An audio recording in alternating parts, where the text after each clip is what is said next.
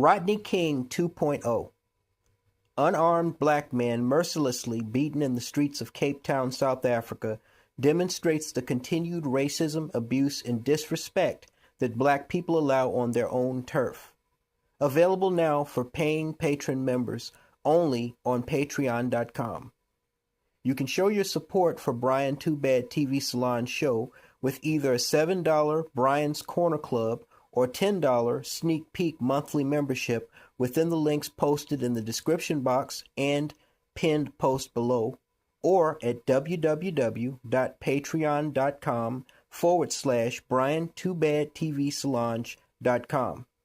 That's www.patreon.com/BRIANTOOBADTVSOLONGE.com. Sign up to enjoy exclusive content only at Patreon today.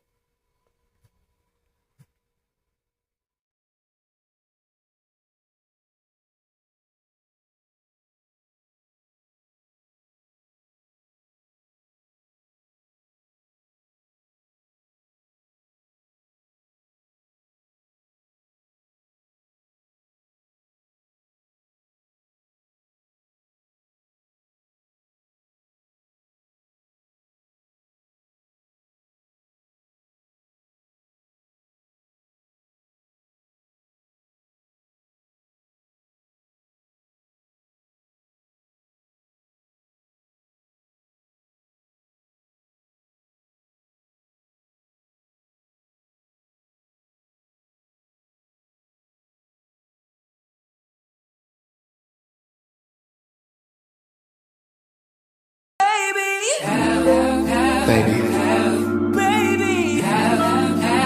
you can have what you want. You know, whatever you point at, it's yours.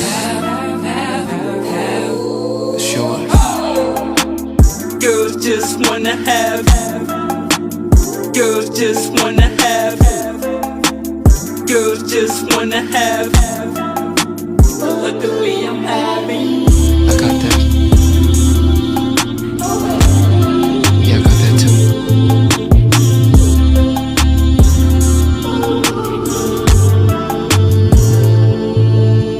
Something's telling me you never had a shopping spree in New York. Well, something's telling me that I went ahead and kept the whole key to your heart. I confess that I don't usually do that. Something about you that I can't forget. I put her to the side, like what am I missing? I hit her from the side on one of my visits. She gave me a vibe, it was part of my sickness. It's looking like you need me now. I know you wanna see me down. Wishing you can meet me there.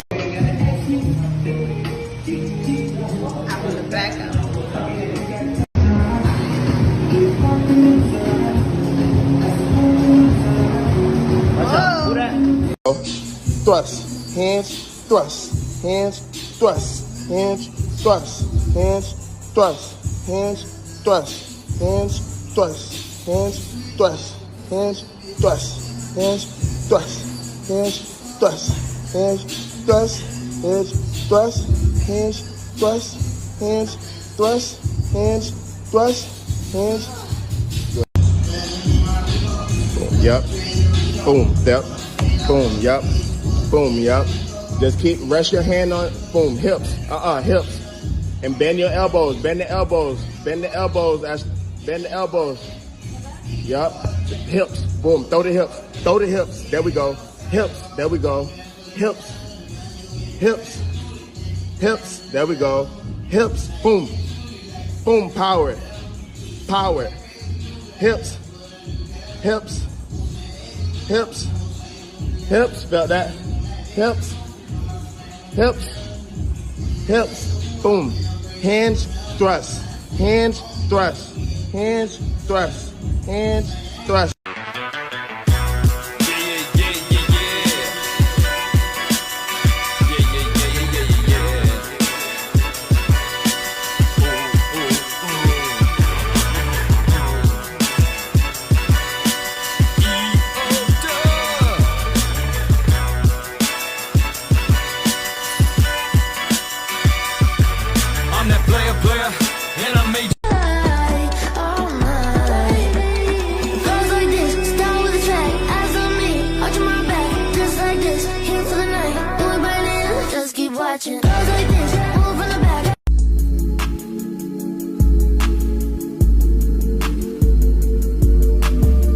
Honestly, I thought the same thing, but no.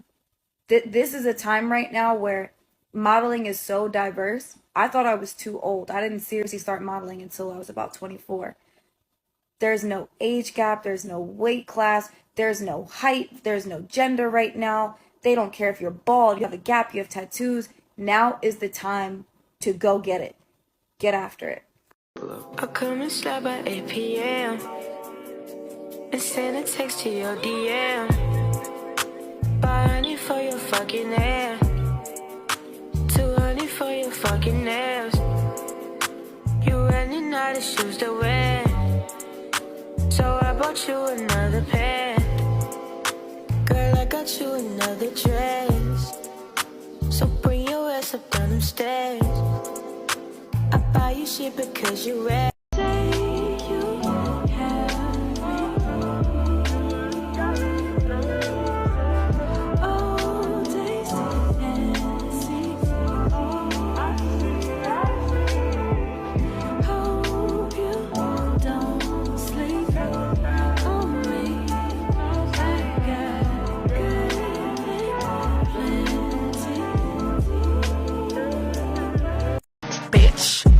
I'm sexy.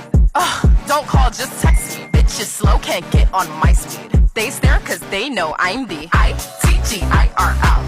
You know I am that girl. Shh, bitch, don't kiss and tell. It go from ATL. ITGIRL. You know I am that girl. Shh, bitch, don't kiss and tell. It go from ATL. How you mad at me cause I'm cut, bitch? How you mad at me cause I'm butt shit? Be mad at yourself cause you ain't done.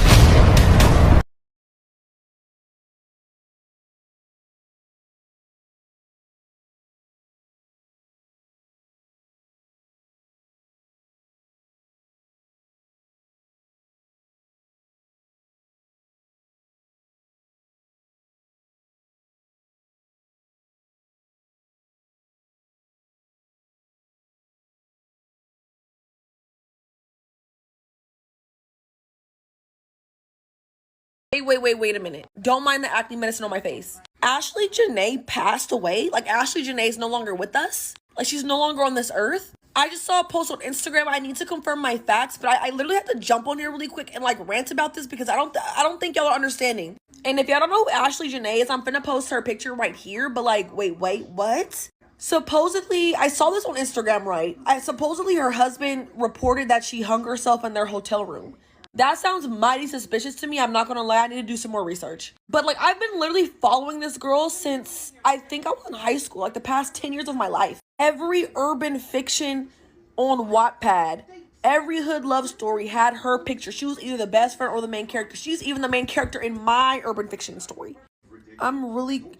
She would, like, every time I see her picture, like, that's a chocolate baddie, that's a bad, like, somebody confirm this for me, but I'm gonna be right back. I'm gonna confirm this because, like, I don't believe that. Like, I was seeing her on my feed was, like, the better part of my week. I'm not gonna lie. Like, what? And if this is true, may she rest in peace because I'm literally shocked right now. I don't even know what to think right now. Like, that is so bizarre to me. Did you hear about Ashley, the influencer from Miami, whose fiance says she hung herself on her birthday? And everybody says he's lying and he needs to be investigated. Trigger warning. According to rumors and gossip, which may or may not be true, Ashley Jenae, an IG model and soft life influencer, flew to Tanzania to celebrate her 31st birthday with her boyfriend, Joe McCann. And shortly after, she disappeared completely. According to Ashley's latest Instagram post, she was having a fabulous time in Tanzania with her boyfriend, taking glamorous pictures, spending time with animals, and even being proposed to during the trip.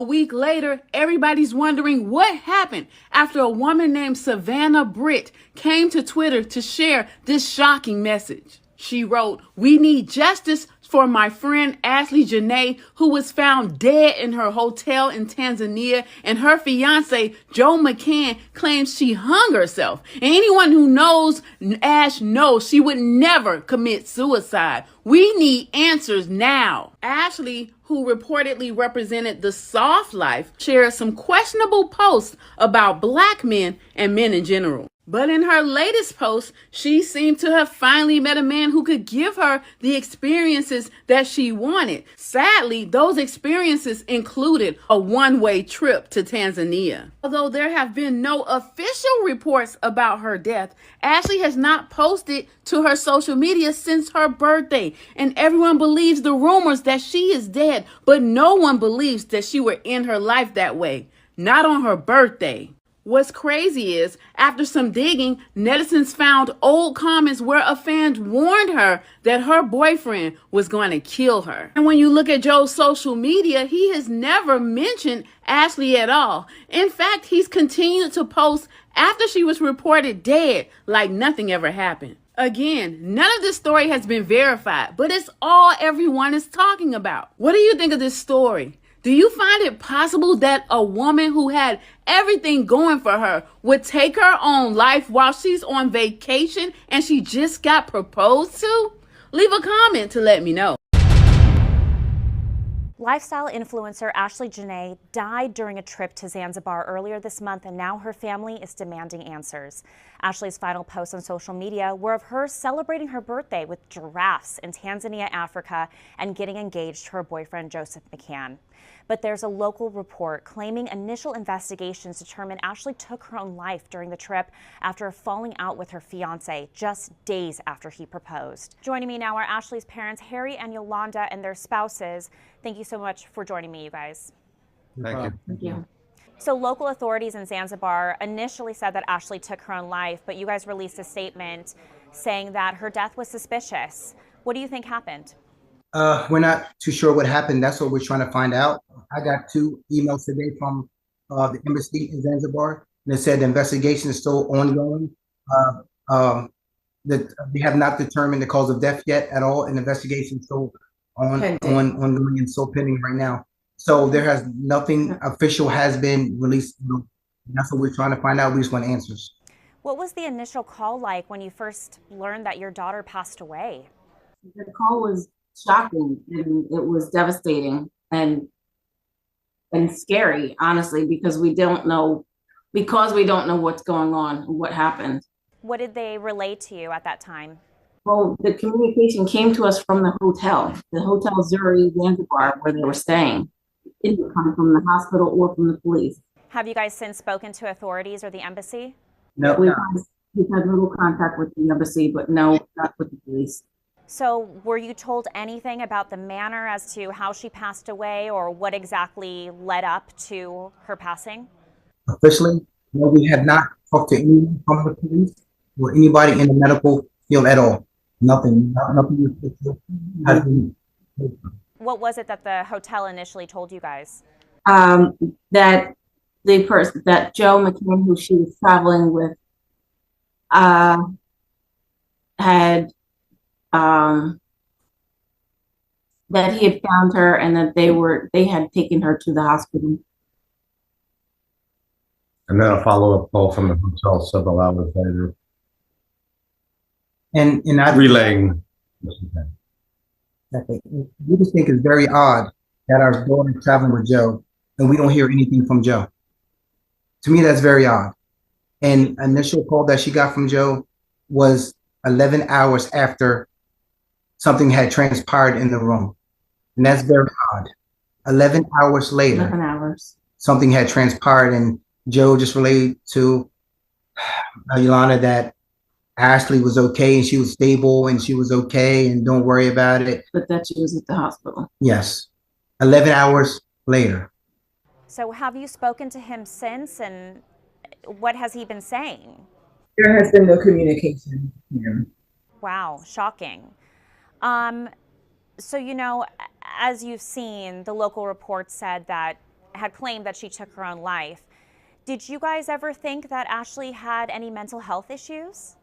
I would think that's farther from the truth. If you go to her page, you know, like you can see, she's a beacon of light. You know, she liked being in the limelight. It's like being in the camera. She was an influencer. You know, she loved her family. She loved her family. She loved her family.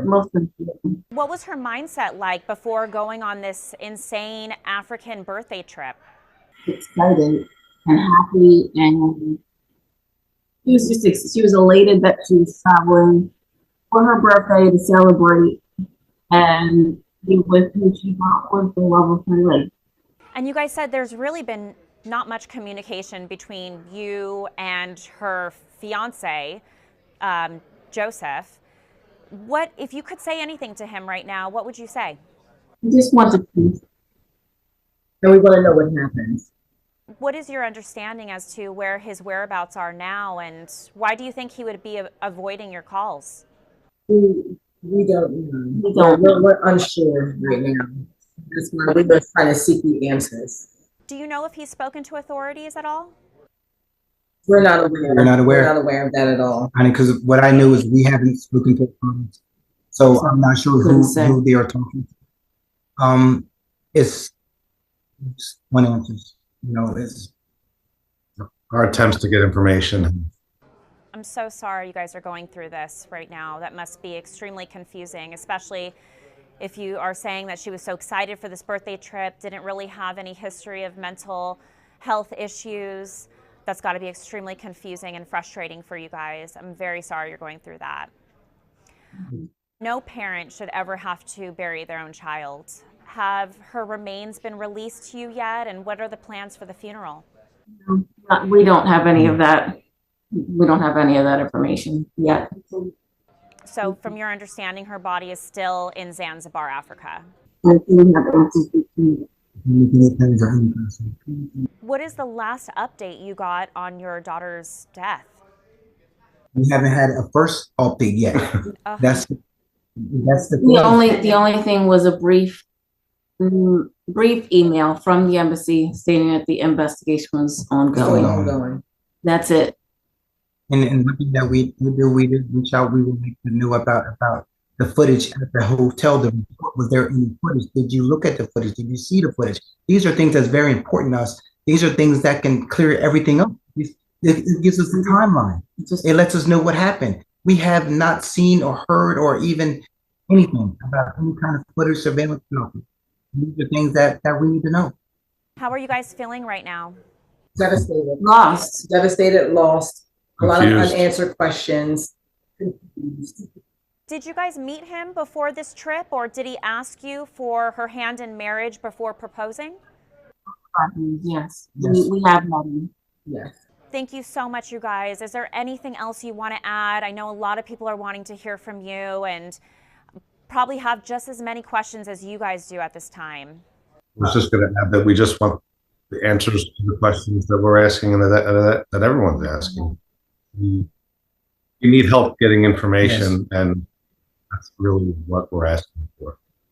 Yes, and that's the reason why we went to social media on Sunday. We had to get it out there because this happened on Thursday, and nothing was out there. Like, nothing was talked about, nothing was there. So that's why, okay, this is what happened. This was our daughter. Everyone needs to know what happened. And that's why that was Sunday. Well, I truly hope you guys get the answers to the questions that you deserve. You deserve to have everything answered, and I'm so sorry you're going through this. Thank you so much for joining me today, and please keep us updated about what you're hearing going forward. Thank you so much. You guys have probably seen this very sad story circling the internet. Well, now there's been another update. Ashley Jenae, the influencer who tragically died on vacation, was involved in a dispute with her fiance, Joe McCann, before her death in Tanzania earlier this month, something local police say is now part of an active investigation. According to the North Ongoya Regional Police Commander Benedict Mapujira, the couple had a falling out at the luxury resort Zuri Zanzibar, with hotel staff stepping in and separating them into different rooms. Situation escalated enough for staff to alert authorities, with concerns raised about Ashley's well-being, prompting a report to the Nungwi police station. Her family says Ashley, whose real name is Ashley Robinson, was found unconscious in her villa and rushed to the hospital. Police say she died the following day, Friday the 10th. A local news report indicates police believe she died by Ashley's father, Harry, tells TMZ that was the early narrative from police, but stresses the family is now involved and the investigation is ongoing. He adds they've been in contact with the embassy and funeral director, and as of now, there is no official ruling on her cause of death. There is an update in the case of Ashley Jenae. It's not an update that I expected to hear, and I still don't know if I believe this, but I'm going to keep you guys in the loop of everything that I find out. As of today, April 13th, 2026, Zanzibar police confirmed suicide and death of U.S. influencer Ashley Jenae. Now, I was searching the internet trying to figure out how to find news happening in Zanzibar when I found a news outlet that is on Instagram. The statement says the influencer died while on holiday with her fiance in Tanzania, and initial reports have suggested foul play. However, North Unguja Police Commander Benedict Mapujira told the Citizen after news of Ashley Jenae went viral across global social media platforms that they have ruled out foul play in her death. He said the incident occurred on Thursday, April 9th, 2026, which is after her birthday, April 5th, when the woman is said to have hanged herself using a piece of cloth from her dress inside a wardrobe. The regional police chief said that the couple had been staying together but later had a disagreement, prompting hotel management to separate them into different rooms. They don't tell you what the disagreement is about. The police commander said that the matter was reported at the Nungwi police station after hotel staff raised an alarm that the guest was suspected to be suicidal.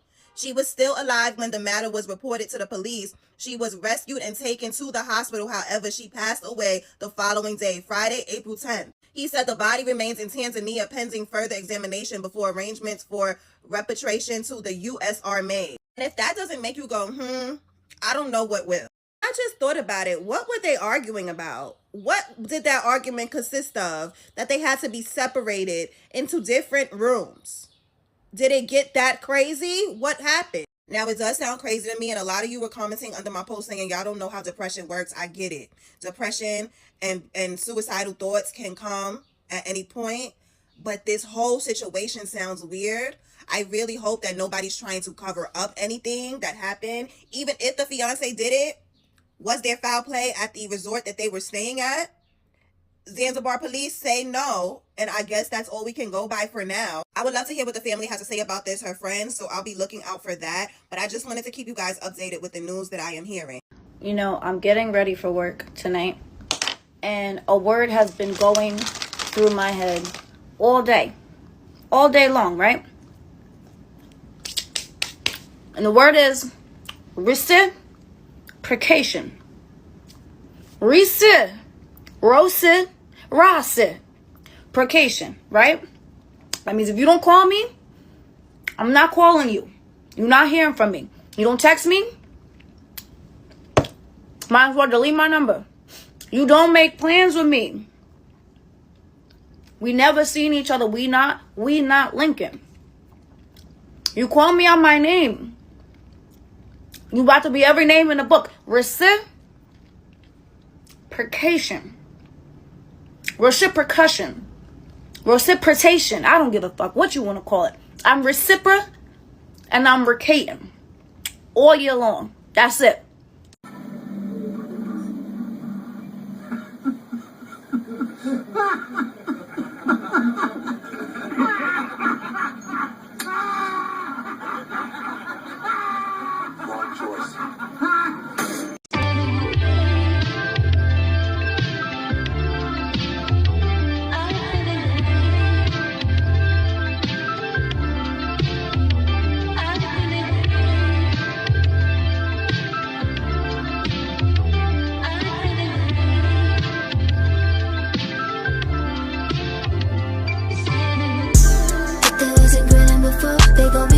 When we hit the floor, it's a crime to be gorgeous. Between you and a million posts, they're taking pictures like we hitting a post. It's alright to be honest. Even when we sit in the dark, I feel the prettiest that you ever saw. All your eyes even open. It ain't even really our fault. We make a killing being so beautiful. It's a crime to be gorgeous. It's a crime to be gorgeous. It's a crime to be gorgeous.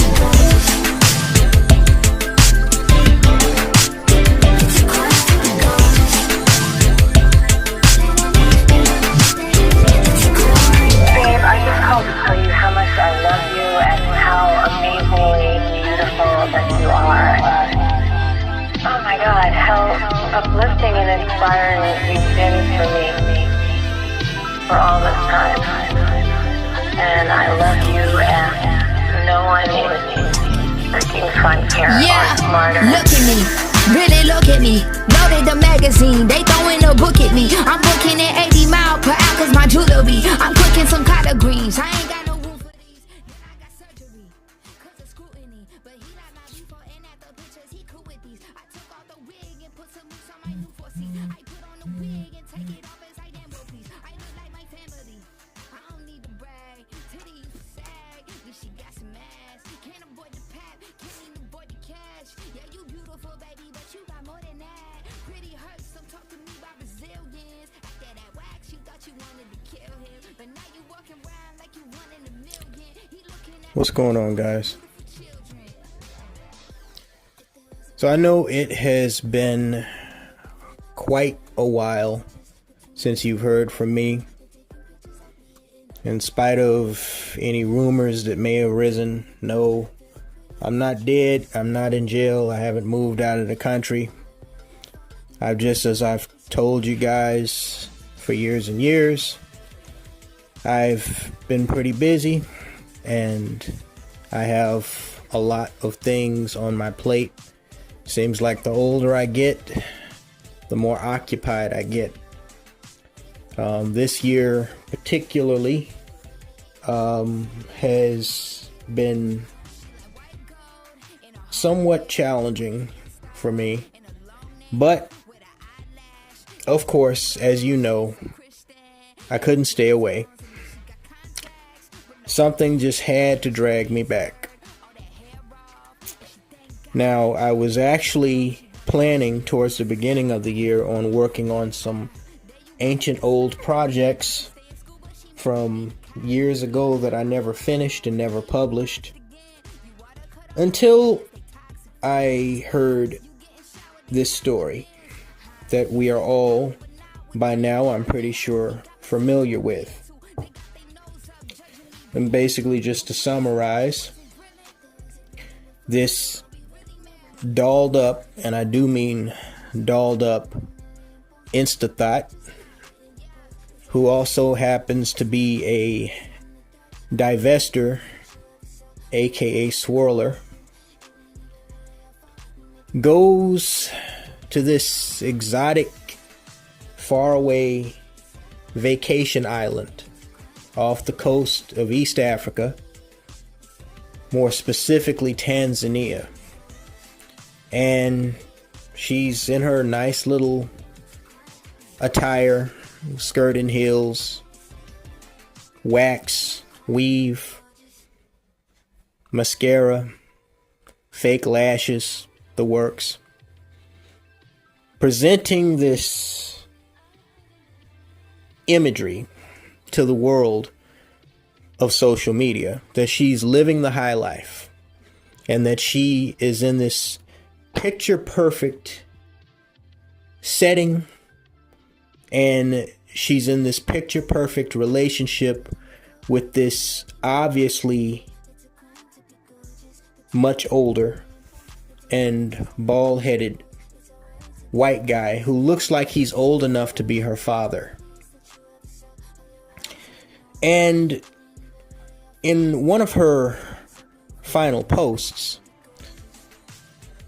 she does a video where he appears to propose to her while at a safari resort that I can only assume caters to wealthy tourists. You see this white lion walking off in the distance as they're walking together holding hands. And he suddenly kneels down and he pulls out, assumably, an engagement ring and I guess asks for her hand in marriage. And all of her followers are just ecstatic on Instagram when they see this. She's living the perfect little Swirler, black girl magic, black girl Barbie doll lifestyle. Then, as we know, things took a turn for the absurd when a few days after her final posts, where she's putting up all of these lovely things, she turns up dead. But this time in a different resort on the vacation island of Zanzibar, which again is off the coast of Tanzania and is in fact a jurisdictional zone of the government of Tanzania. She's, at least according to official reports, she's found dead in her luxury villa suite that at one point she had shared with her soon-to-be husband and current fiance and former boyfriend, this bald-headed white guy. He claims that he came to her in the middle of the night and found her hanging by the neck on a wardrobe. Now, as you are aware, it later came out that this young black Barbie doll queen, whose name is Ashley Robinson, but went by the name online Ashley Jenae, was officially declared by Tanzanian authorities as a case of suicide. Now, a lot of people don't seem to want to believe that. And myself, I'm actually divided on that, believe it or not. And I'll explain why I'm divided on that, believe it or not. However, this story, as suspicion over the past week has increased against her boyfriend, fiance, would-be husband rises, this story is much more than just about a dead wench who was found hanging from a wardrobe after dating and being engaged to by what was clearly, obviously, her sugar daddy. Okay? There is a lot at play here. And you know, when I say that, I am drawn back to the teachings and endless sayings of the late, great David Carroll.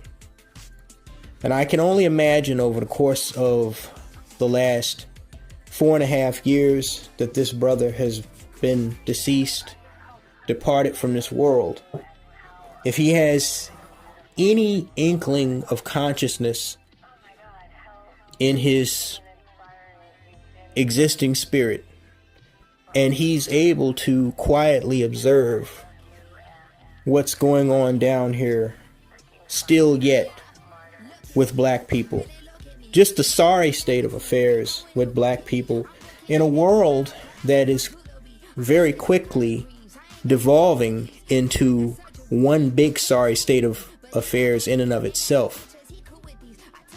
I can honestly see him just sitting back, laughing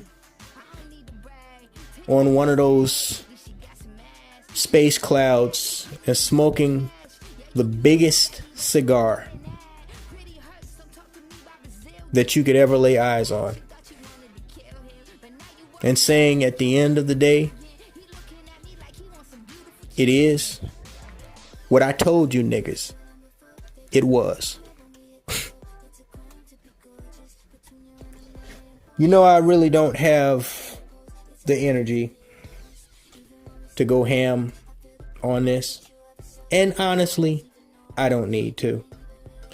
We have talked about stories like this for years. I don't feel that there's a need to teach you niggas, male or female, anything more than what I have already taught you or told you.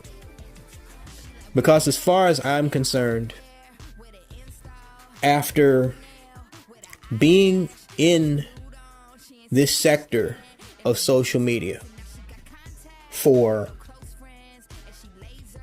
a long time, 12 years since I posted my first video as Brian Solange, 13 years since I posted my first video, period, on YouTube. If you do not understand the dynamics of being black in this world, in this culture, in this society, if you do not understand, if it has not been made clear to you what you should be doing and what you should not be doing by now, then I guess you're just going to have to be gone with the wind like every other brainless jackoff on this planet. And judging from who's running the country right now, you wouldn't be without company when you do blow away. Now, while I don't really see myself going ham per se on this subject matter, because again, I don't need to, you know, I might get worked up. I might, but whether or not I do or don't, I'm going to be addressing a lot in this video and commentary. And when I say a lot, I mean a lot. We're not just going to look at this specific case, because as I told you, this is so much bigger than what may or may not have happened to this glorified this glorified dead wench. This is so much bigger than her and what may or may not have happened to her. And what I mean by that to summarize it very plainly, is whether or not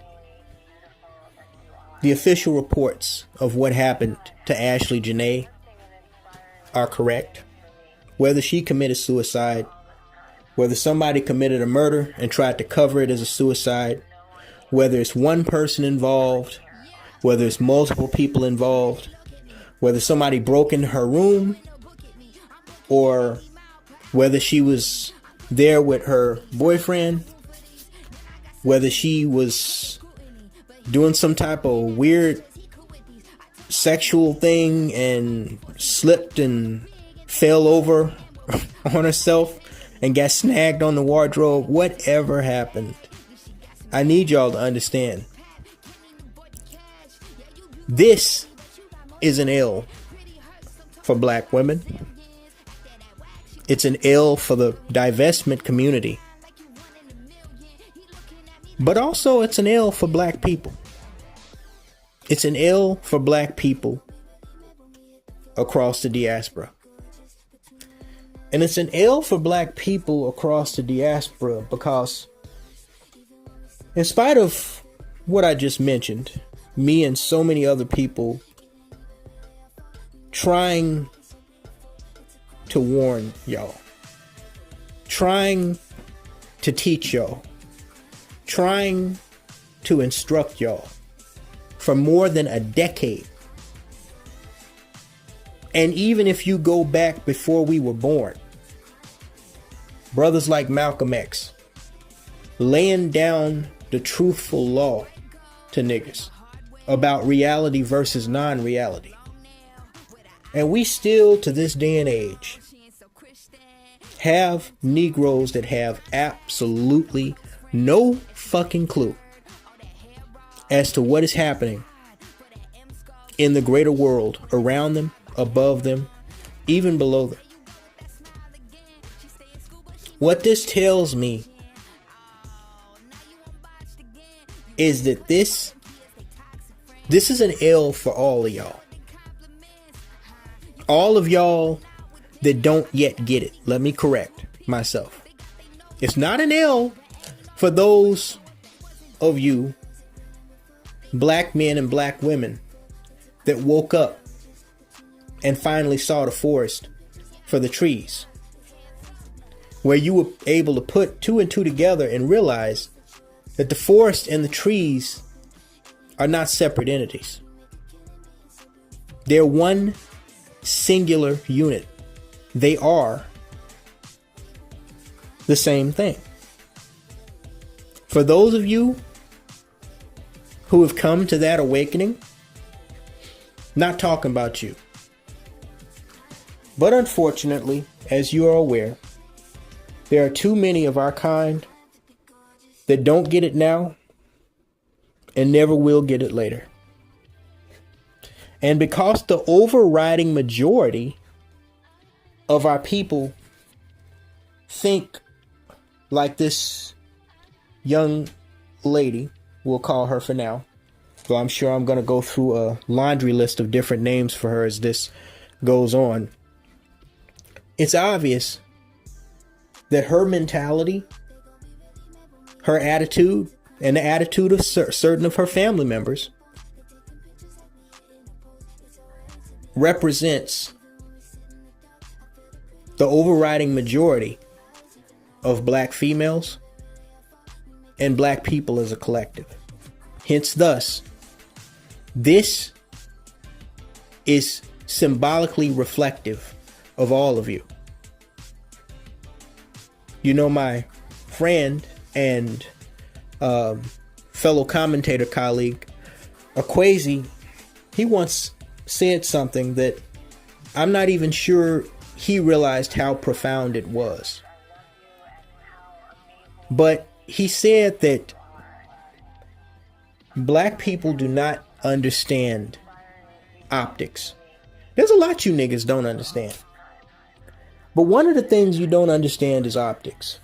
And that's very important. Very important. A good example of this is the conflict going on right now as we speak between the U.S. government, because it ain't my fight, it ain't my war.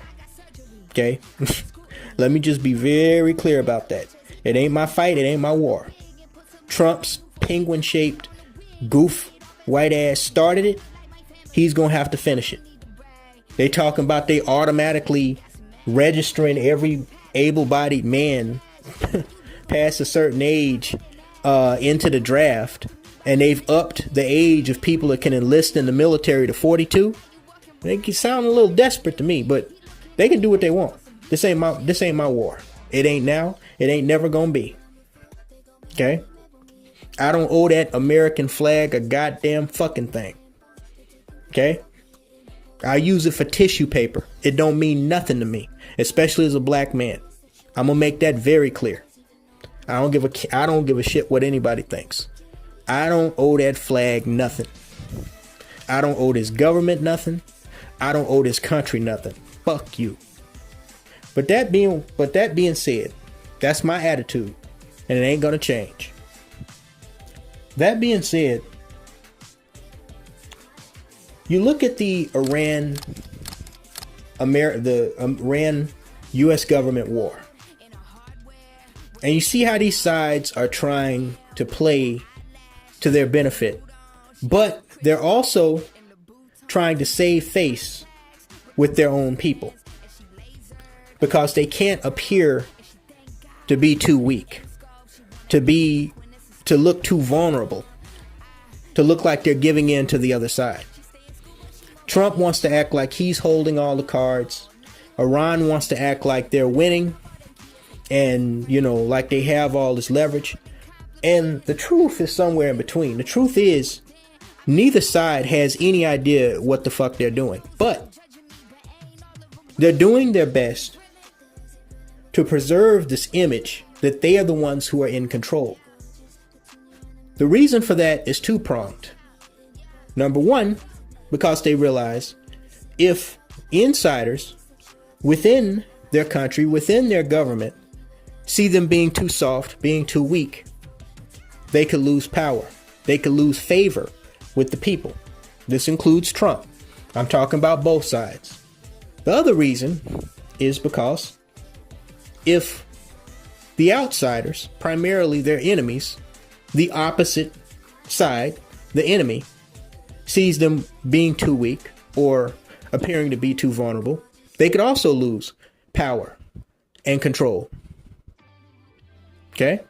So there has to be as delicate of a balance as there can be to preserve a certain image of power and control over the situation. You may be able to bomb us and come over our skies and do what you want, but you can't make us open the Strait of Hormuz, and so we're going to lock down the oil, which we know your white ass loves so much and you need so much. We're going to financially and economically strangle your ass, bitch.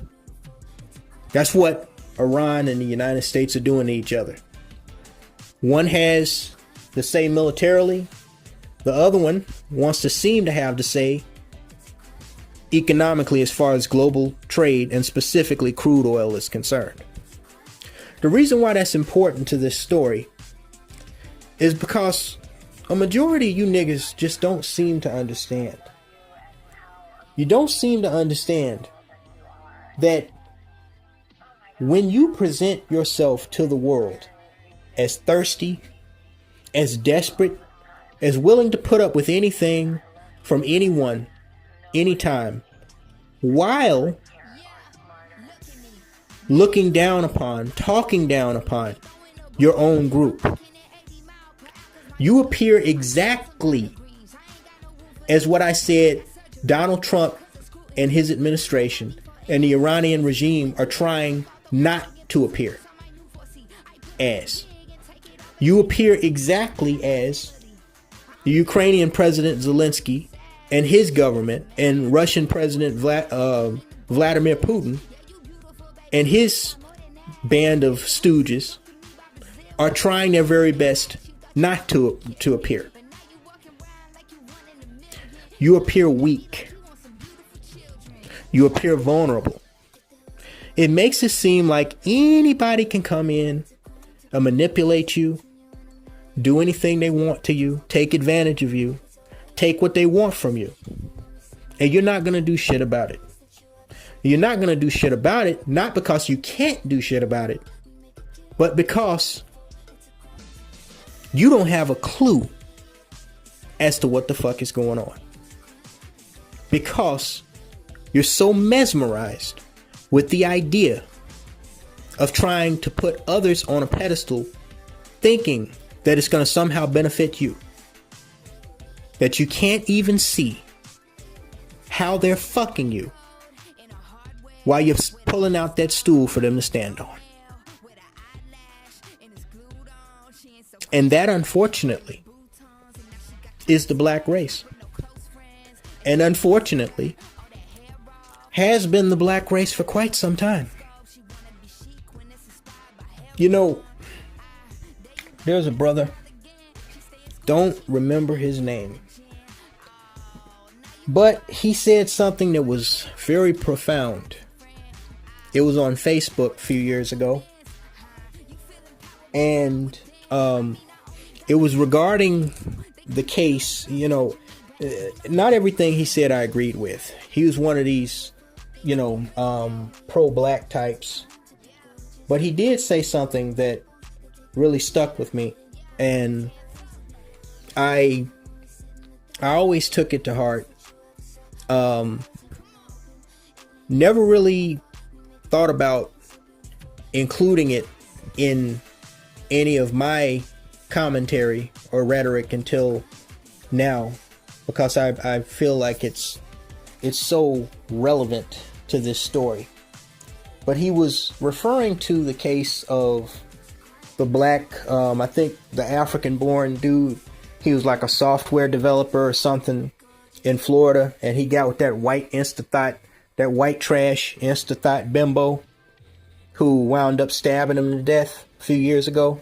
I think that was either 2021 or 2022. And she took a photo of herself covered in his blood before she was arrested, and then months later she was charged with his murder. He was referring to that case and black people's reaction to that case, the mentality of the brother who lost his life. And he said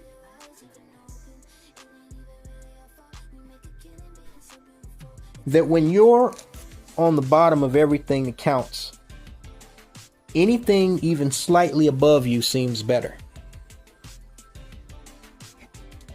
Let me say that again for the thinking and hearing and seeing in the back. When you're on the bottom of everything that counts, anything even slightly above you seems better. I have never heard anyone put anything as articulately and socially accurate to describe these bed wenches and bed bugs that worship whiteness and anything that's not black the way he put it in my life. Because that is exactly, precisely what the fuck is going on. But the question is why? Why do black people have this mentality when they stand nothing to gain from it? A little temporary pleasure, a little temporary, bragging rights, even though it's not going to last forever. What long term can this type of mentality? We're not even talking about relationships, sex, procreating with non-blacks. We're not talking about any of that. We're talking about this mentality that Black people see themselves at the bottom of the totem pole. And it's not just here. It's in Africa and a lot of other places. We know that. They see themselves at the bottom. So they think that anything that they perceive as above them, and in this case, and in a lot of cases, meaning white skin or lighter skin, is better. And that giving into it will somehow just magically make their lives better, simply because the person that they're fucking with has skin that has a lighter shade. And what you have to realize, what you have to understand, it's not the color of the skin that makes them think this way. It's everything that the color of that skin is associated with. Jobs, major corporations, the heads of the judicial system, the government, the head military commanders of the military or the armed forces, the World Bank, most of who you see in commercials and soap operas, most of the actresses and actors at the top that you see on the red carpet, the people the executives that own the music, the contracts over the music industry, the heads of these tech companies, everything that comes together to create and preserve this system that we know is white supremacy. Black people, there are certain black people, certain weak-minded black people that seem to think that they can get with white people and somehow become accepted into this form of white supremacy. Kind of like Trump's FBI director, Kash Patel. This dumb Indian nigger, he thinks if he talks white, you know, Kash Patel is a prime example of what I'm talking about. Everything about this dude appears white except his skin. I think he has a white girlfriend too. This is not just exclusive to black people. It's just that black people are the worst example. Kash Patel thinks if he shines Trump's shoes, so to speak, and just acts like one of the boys, he'll be accepted into this, you know, country club of whiteness, you know, as, you know, some elite member of the powers that be. And they're already putting out dirt on him, true or not, talking about he drinks too much, as if Hegseth, Trump, and these other idiots don't drink and act a fool when they off camera. And it wouldn't surprise me if it was someone from the Republican Party or someone from Trump's administration who leaked this shit to whatever that media outlet was that put it out, that Kash Patel is now calling himself suing. Because they don't like him. Because they don't want him there. Because they know what he is. He's a booty kisser. But he's not an elite. He's one of those people that will throw his own mama under the bus just to try to be accepted by what he deems to be the rich and powerful. The thing with Kash Patel, though, is he's not too common in his tribe, meaning Hindus, Indians. He's somewhat of a rarity. But you niggas, this is almost commonplace with you, like every day. There has to be more than half of y'all who have this mentality, whether you have access to white skin or not. As you will learn, if you haven't already learned, in this Ashley Jenae incident, we'll just call it for now. What black people don't seem to understand is that getting with a white person is not going to guarantee you a spot in the white supremacist structure. Because the white people that you usually get with are not part of the white supremacist structure. The white elite keep the white supremacist structure white, or as white as they can, as white as Trump's administration, minus Cash Patel, of course. And of course, J.D. Vance's Indian girl, wife or whatever. But that doesn't mean that they include every white person in it. Okay?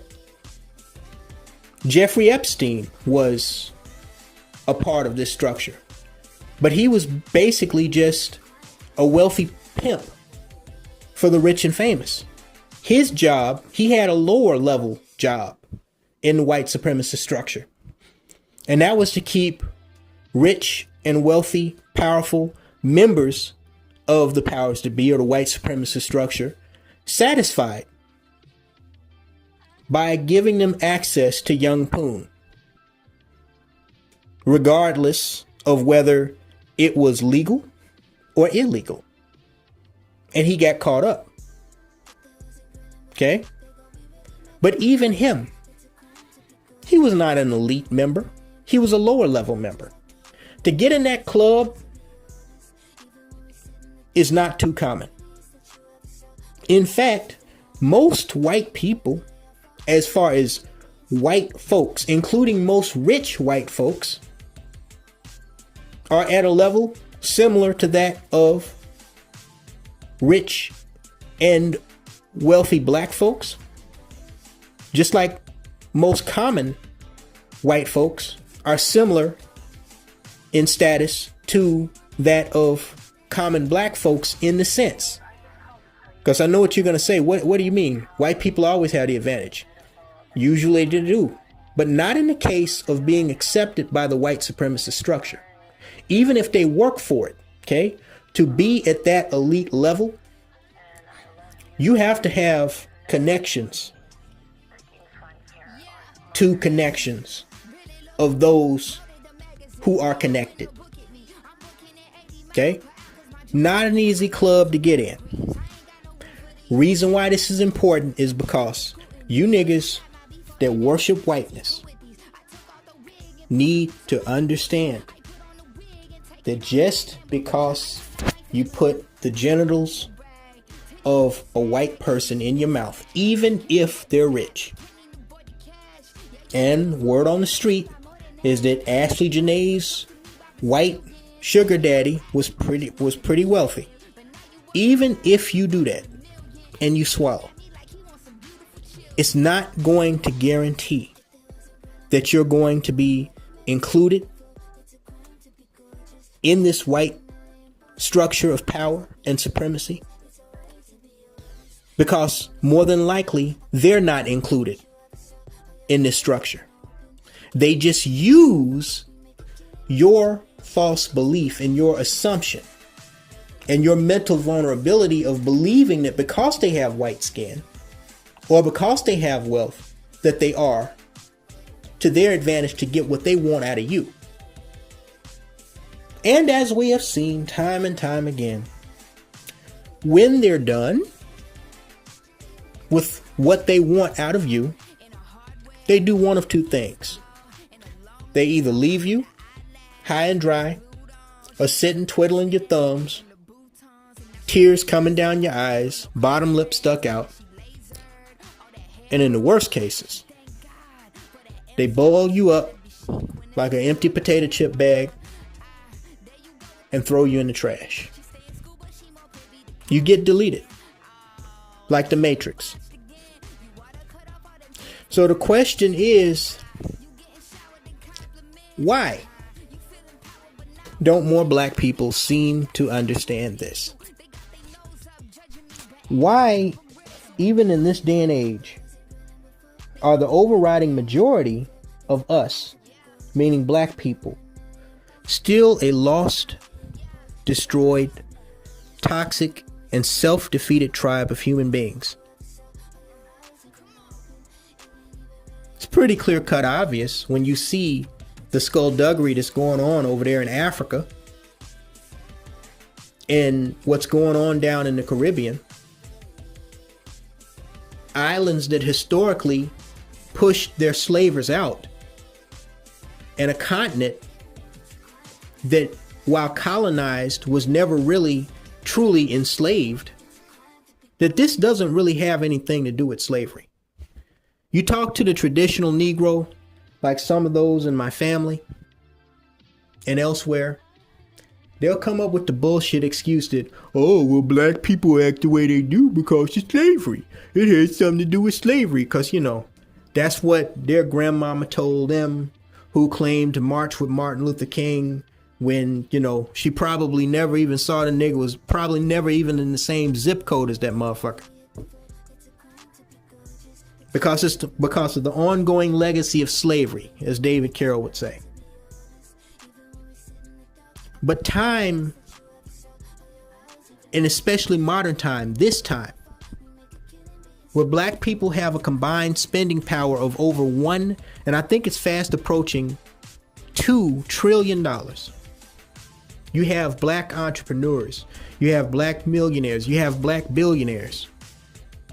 You have entire cities like Atlanta and Baltimore that are run at the judicial, government, and law enforcement level by black folks. You had a half black president that looked black, a president of the United States. It's clearly obvious. It's clearly obvious that slavery has nothing to do with why you niggas think the way you think. I'm not sure that I can quite put my finger on what the hell is wrong with the overriding majority of niggas. But what I do know is that in the very near future, those of us who do not have our act together are gonna perish. There was a story that came out, I don't know how true it is, but there's a story on social media right now that President Trump's chief of the Joint Chief, his Army Joint Chief or whatever, he got up and walked out of the room because President was trying to implement the use of nuclear codes in preparation for a strike on Iran.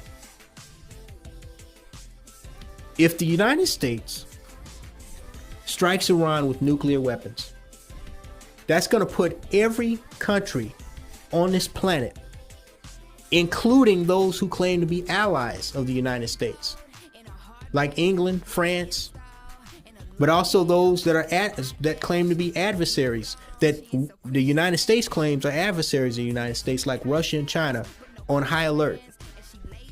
They're going to prep their bombs. And most of those bombs are going to be aimed at the United States. One more wrong move, and we could be talking about nuclear annihilation. The fact that we are so close to a World War III, and you still have niggas that don't have a fucking clue as to what the hell is going on. Y'all are still up here having 8 and 10 hour live streams about why black women won't be submissive and who's, you know, sucking whose dick and who's cheating on who. And all this senseless bullshit that amounts to nothing. All this celebrity gossip, all this crap. You still don't have a clue as to what really matters, what's really important. That just lets me know. When the curtain goes up, an overriding majority of our kind will not survive. Now, a lot of people are going to perish financially and physically. A lot of people are going to perish. But unfortunately, a whole lot of y'all going to be at the top of that list. And see, here's what's funny. Most of the world's Negroes are going to perish not because they're being specifically targeted.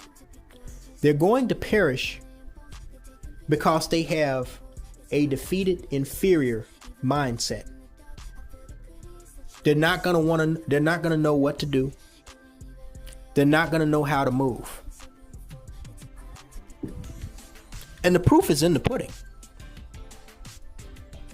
If you can have a female, a grown ass woman who goes to a faraway country with a dude that she's clearly only using for his finances, where she doesn't speak the language,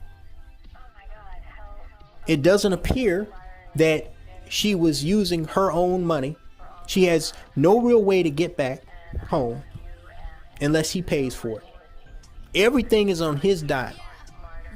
Plane ticket, hotel costs, everything. And somehow she thinks that this is going to be all sunny side up, and that she shouldn't prepare for any contingencies if something goes wrong. And then when something does go wrong, she's completely defenseless. How many times has we seen stories like this in the last decade, in the last half a decade? How many times have we seen black people put themselves in vulnerable situations like this? If y'all have a mentality like that on a smaller scale, with motherfuckers you don't know from a can of paint hardly, just because they have white skin, if y'all are that stupid. And keep in mind, this girl was 31 years old. She wasn't no spring chicken. She tried to present herself as a 21-year-old, but this was an old thought. I mean, she wasn't, like old, like hag age old, but she was old. This was an old hoe. If you have that mentality and you're that vulnerable and that gullible on a small scale, what chance do you really have on a large scale when shit hits the fan? What chance do you have? Just heard about these two plastic implant bimbos, the Riel and what the bitch's name, Klaudia Glam, in the UK, fighting over the dick of some Tanzanian rapper in the United Kingdom. And the Jamaican thought runs over the white bimbo. Now you got one bimbo that's dead or brain dead, and another one likely headed to prison for the rest of her fucking life. Might be lucky if she gets 30 years. Y'all still have that mentality. Your small little world. I mean, here you are. You're a bimbo. Your brain is probably made out of plastic.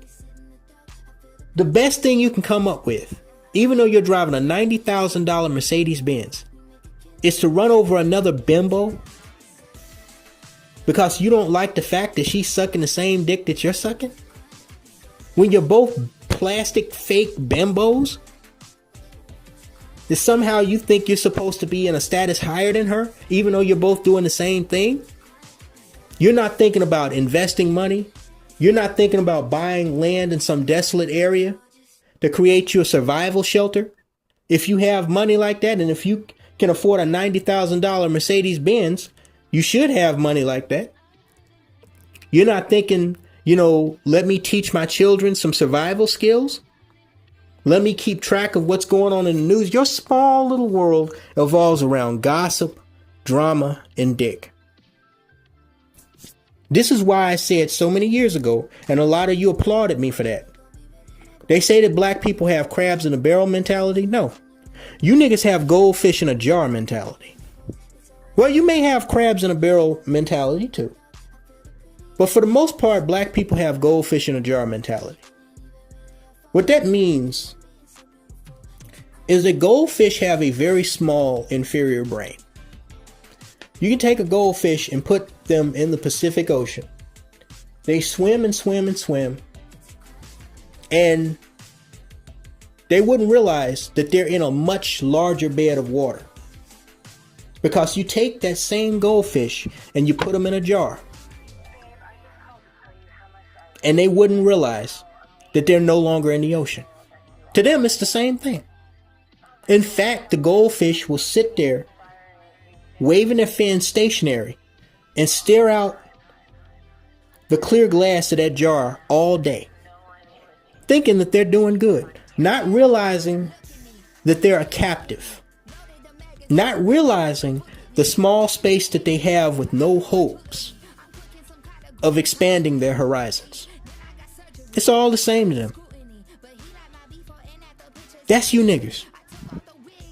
Your small world. Your small world evolves around things that are meaningless, that equate to nothing. This is why, ironically, when you go to visit these other countries, you find yourself getting caught up in the same shit. And at times, meeting the same demise as you meet when you're here in the good old US of A. Because of your goldfish in a jar mentality, you can't evolve to realize that there are things bigger in this world than your ego and your false pride. And there are more important things in this world than trying to present the mythical front that you have something that you obviously do not, which is power, wealth, and control. You niggas don't even have control over yourselves. How the hell can you have control over anything or anybody else, including these white folks that you worship so damn much? Now, I think as we begin to delve into this case, it is important to address each detail separately and explicitly. So, what I'm going to do, before I even get to the core of this, the main part of this, I'm going to address 7 other cases that all have indirect connections to what we saw and heard happen in Zanzibar, Tanzania, Africa, with this glorified, dolled up, swirling insta-wench, Ashley Robinson. Because there are several things that you need to understand up front to be able to understand how and why I'm breaking down this case of Ashley Jenae Robinson the way I'm breaking it down. Okay? I want to start with the most obvious. The accusations against her boyfriend, who's really her sugar daddy, aka so-called fiance, wink wink, and what was supposed to be, wink wink wink wink wink, her husband, Joe McCann. Bald-headed white dude. I think somebody said he was 45. He's in his mid to late 40s. Not really sure the age. But this dude was the CEO of some failed crypto hedge fund or some bullshit. And he also tried to switch over when his cryptocurrency company failed. He tried to switch over to a investment in software development company startup. And I think there were some questionable practices with that. And so some of the clientele that he had, both for his failed cryptocurrency hedge fund and his software development company, they cut ties with him in last year in 2025, including this other thought, Iggy Azalea, that people keep bringing up. She was one of his clients. And I think I had heard that he had lost like tens of millions of dollars. Let's just, right off the top, okay? If you know anything about crypto, okay, you know that while some people claim to legitimately make a living off of investing and trading crypto, crypto has even been acknowledged by the U.S. Justice Department and the FBI as a hotbed, a cesspool, a shark's fest for scammers. Okay? A lot of these people that start up these cryptocurrencies and, you know, claim to trade and all this shit, a lot of them, I'm not saying all of them, not even saying most of them, but there is a lot of scamming. There is a lot of corruption in that system because it's so loosely regulated that enables those who are dishonest, okay, to take advantage of others that are ignorant of the vulnerabilities of trading crypto or investing in cryptocurrency.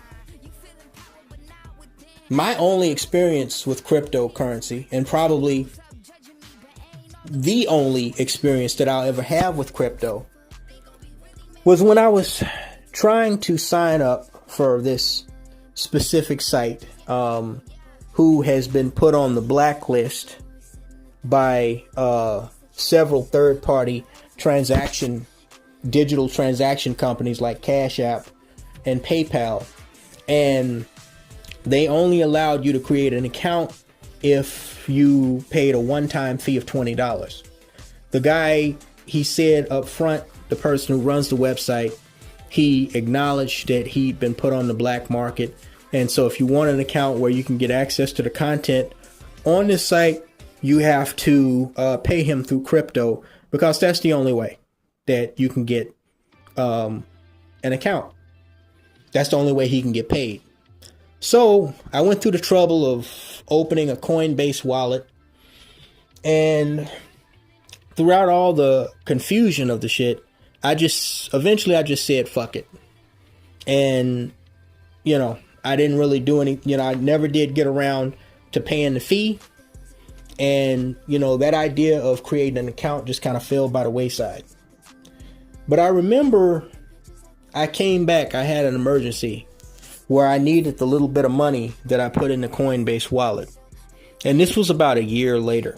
It was just an emergency that I needed it for something. And the one thing that I paid immediate attention to, because everybody preaches about how cryptocurrency is this different currency that's superior to, you know, the American dollar, was that I actually had to pay physical money in a digital transaction. I had to pay in digital dollars to get cryptocurrency, which, if it's a superior currency, that didn't make any fucking sense to me. But when I went to get my money out, I couldn't. It was stuck. It was trapped. And longer story short, I had to go through about a week of trying to figure out how to work the crypto system on Coinbase wallet to reconvert my money from crypto back to digital American dollars. And in doing so, what I found out was that my money was actually less than the crypto that I had purchased, which didn't make any fucking sense to me. So I actually got less money. Even though it was reading like, say, $20, I would get $16 back. Which is funny because it just sat there in the wallet. It claimed that the crypto had jumped from $20 up to $60 at one point when I read the records of what had happened between the time that I put the money in Coinbase and when I took it out. But when I came back, it was hardly any money at all. And I wound up actually getting less out than what I put in. Now, I'm not going to pretend to be an expert on crypto, but what I do know is after that experience, I said, look, I wasn't thinking about crypto to begin with. The only reason I did this was because at one time, I thought it was worth the try to try and get this account. But after this shit, not interested. It's too much confusion, and I think it's deliberately that way. And it's too many shady motherfuckers. Okay? They warn you up front when you open a Coinbase account. You know, make sure you protect your number or whatever they said. Make sure you don't share this with anybody because, you know, if somebody gets this code, they can take everything in your wallet and it's not refundable. You're just fucked. So you have these leeches. You have these sharks that really know how to work that system, going throughout the system, and in some cases taking people's life savings. As many of you recall, a couple of years ago, there was some crypto punk, just like Joe McCann, who started up this cryptocurrency company, and the company went under. He was lying to investors. He wound up taking their money and trying to use it the money that was invested and trying to save the company. When that didn't work, the dummy fled to the Bahamas. He was obviously an idiot that think that he could run to the Caribbean and get away. He should have run a hell of a lot further than that, like Edward Snowden moved to Russia. But he fled to the Bahamas. FBI identified him, tracked his location because he was dumb enough to use his phone. Called the Bahamian National Police, had them pick his dumb ass up, bring him back to the United States, and now I think he's doing like 30-something years in prison.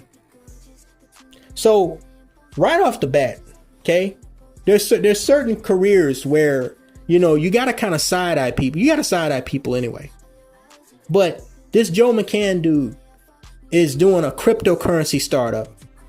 Not only that, he lost the company because it crashed, because he obviously didn't know what the fuck he was doing. Okay? He blamed it on, you know, changing markets and trends. But he obviously didn't know what he was doing. If he lost as much money as people were claiming, I heard somewhere between 20 to 40 million, he obviously didn't know what he was doing. And he lost a whole lot of his clientele, including Iggy Azalea. People were questioning his practices. So this dude is shady up front. Okay? He's shady up front. All right?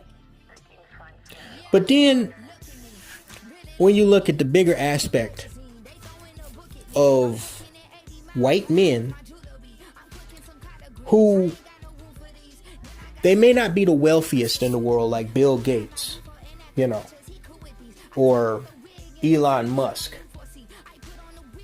but they have enough money to impress the foolish. And by that, I mean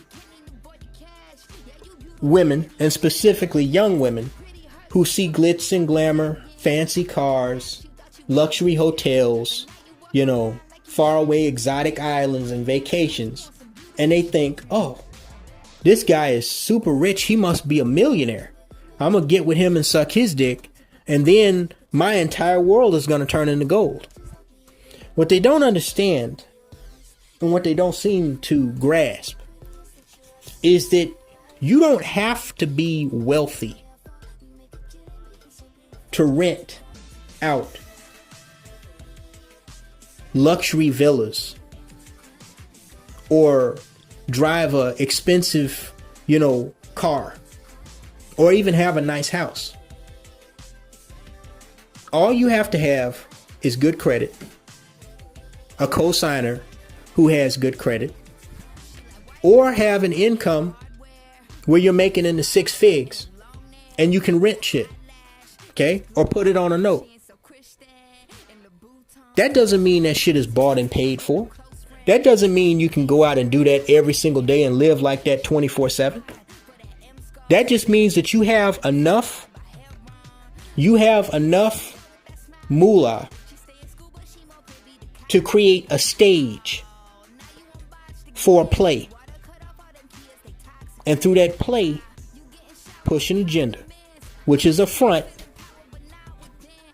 for the truth, which is that you're living hand to mouth like everybody else. But you put up enough of a front to fool the foolish. I've seen this play throughout my 40 years.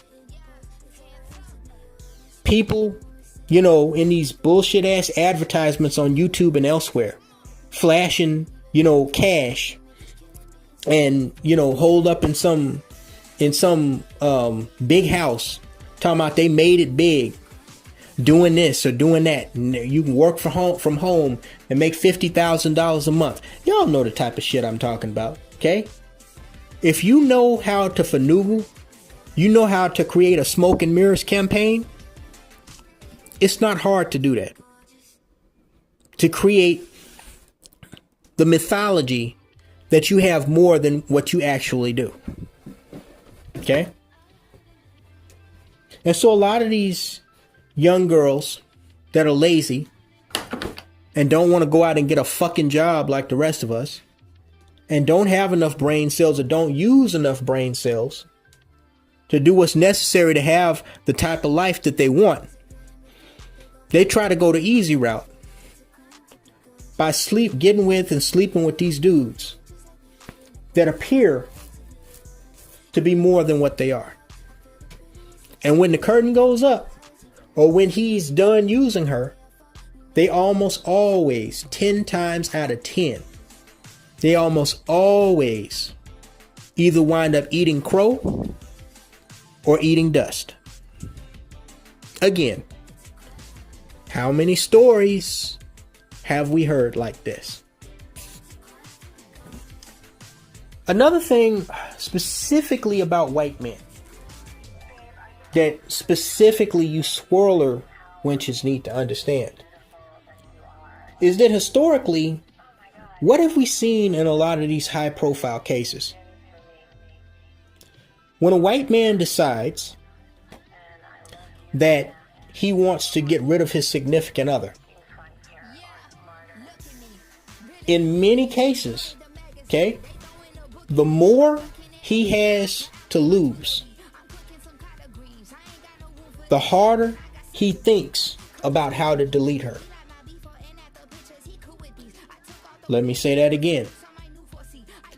I'm not talking about some meth head, some wigger, some white dude that, works as a fucking bellboy at the hotel, or at a gas station. We're not talking about him.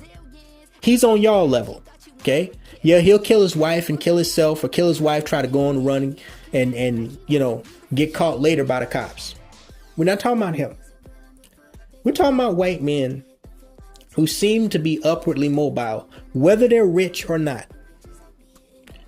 When they feel that they have something or too much to lose, and they decide that they want to silence and get rid of their significant other, wives, girlfriends, bed wenches, whatever, in the equation, regardless of her race, regardless of her age. Unlike you, Negro, he thinks about what he's going to do, and he thinks about it long and hard. And that puts him in a 50-50 category as to whether or not he ever gets caught. And usually, you notice, when and if he does get caught, it's not for a long time down the road. We're talking months, years, in some cases decades. Okay? These dudes, they almost go to the library researching this shit. They get away with it for so damn long. And if it weren't for just a few mistakes that they made, they probably would have gotten completely away with it. And some of them actually do. So while y'all are up here debating about whether or not Joe McCann is responsible for strangling Ashley Jenae and staging it to make it look like she killed herself in the luxury villa, okay? And he appears to be at large and free, probably out of the country by now. You need to understand that if he did do this, and I'm not 100% convinced that he did, but if he did do this, okay, he had thought about what he was going to do, even if it was in a few hours after they had this little argument in the villa that apparently people in neighboring villas called hotel security about and moved him to a different villa. He was having heated arguments, and the rumor is that he was leaving the villa at night, leaving Ashley, who he just proposed to, and sleeping with other little bed wenches and ghetto gaggers in Tanzania, other prostitutes, okay? Even if it was just hours leading up to this, where he said, okay, I got to get rid of this broad. He thought about that shit. He probably went to his handlers, or he went to, his fixers, is what I mean, okay? Paid them off ahead of time, including the police, okay? He did whatever he was going to do ahead of time. And that's why you haven't heard or seen a mumbling word out of this guy. And if he has the kind of money that people think he has, even if he doesn't, okay? Even if he has only a fraction of that, he could go almost anywhere in the world and disappear. If he comes back to the United States, you dumb niggas would never be able to find him.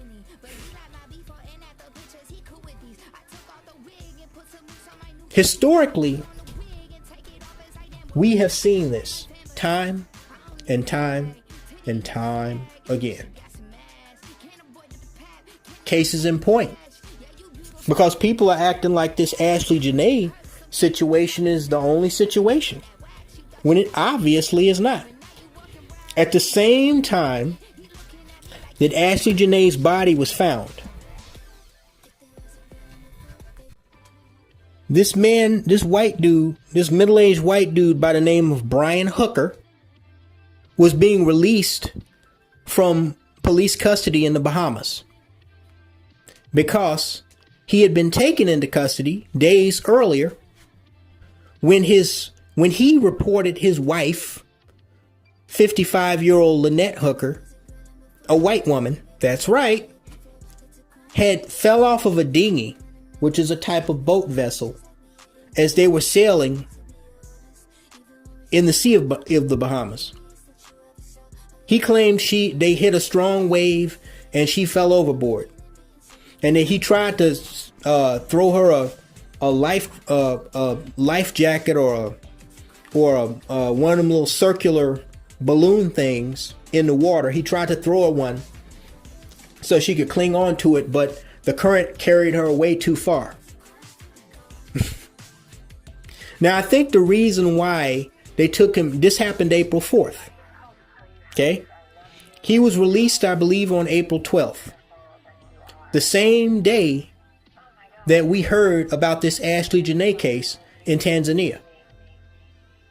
Now, I think the reason why he was taken into custody in the first place is because, you know, while I don't think the Bahamian police, you know, are the brightest bulbs on the tree, anybody with half a brain can sit and look at this situation and say, now, wait a minute.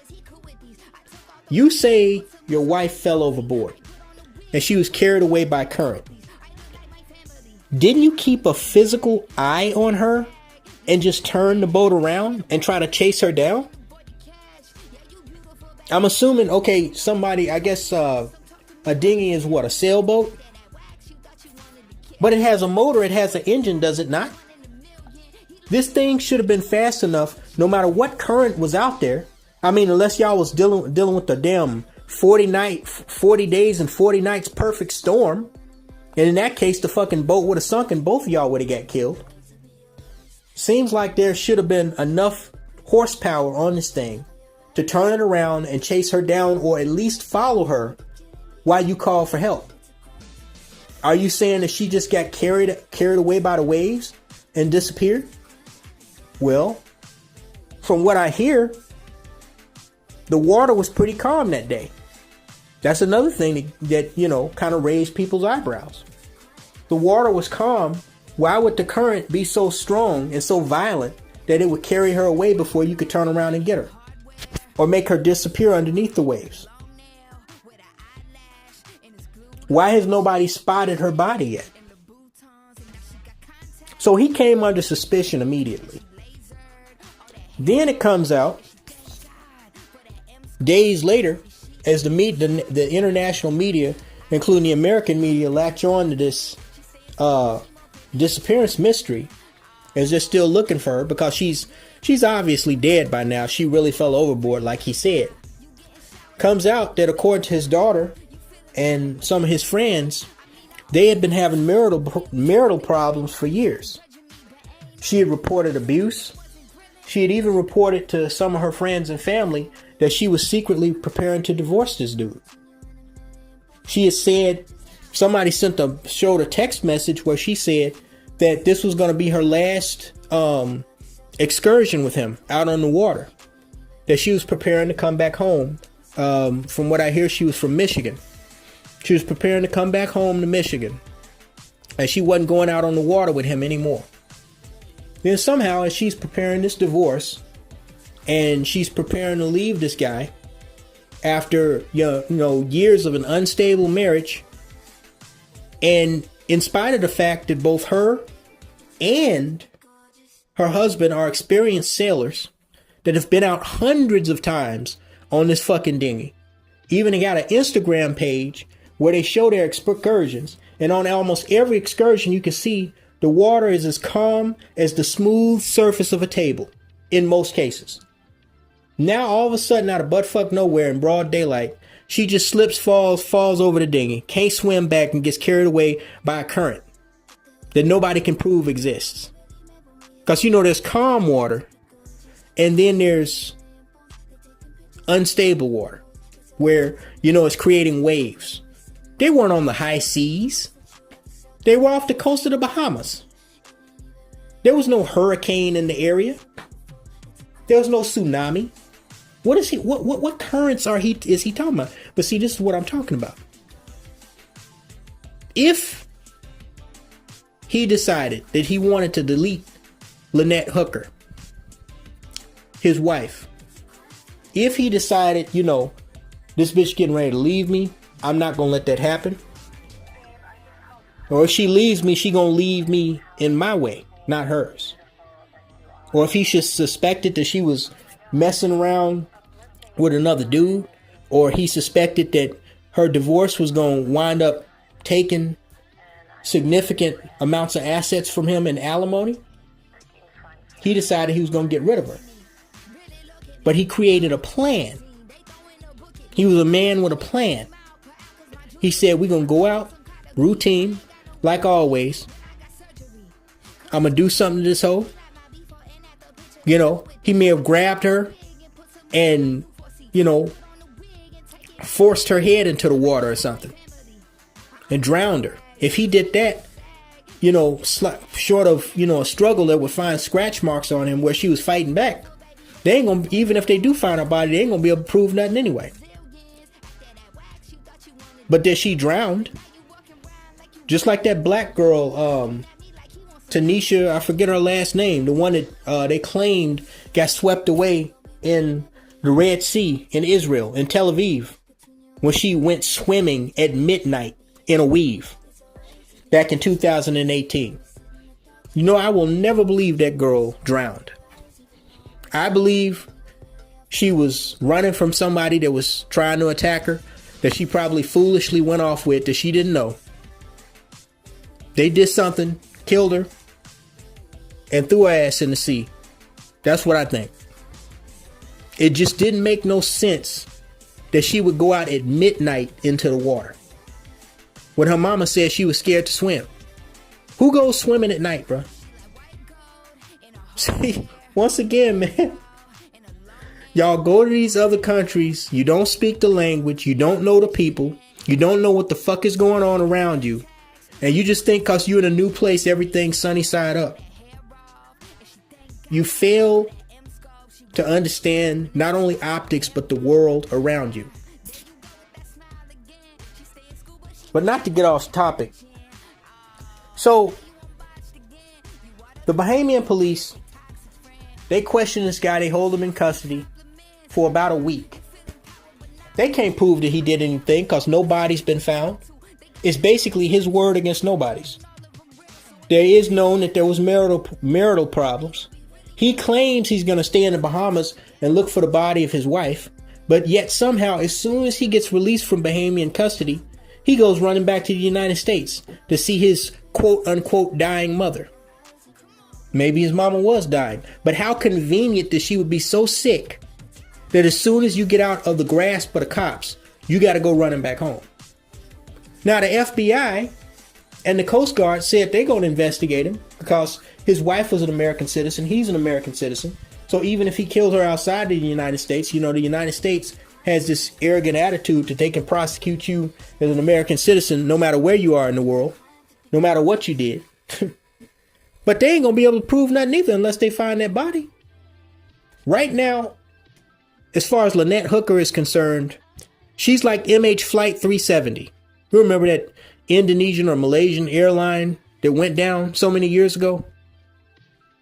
It disappeared, they claimed, over the Indian Ocean after diverting. They never found but a few pieces of it. That's pretty much where Lynette Hooker's status right now. She's somewhere disappeared off the coast, in the water. Could be anywhere. But of course, if her body's floating, eventually it'll come ashore.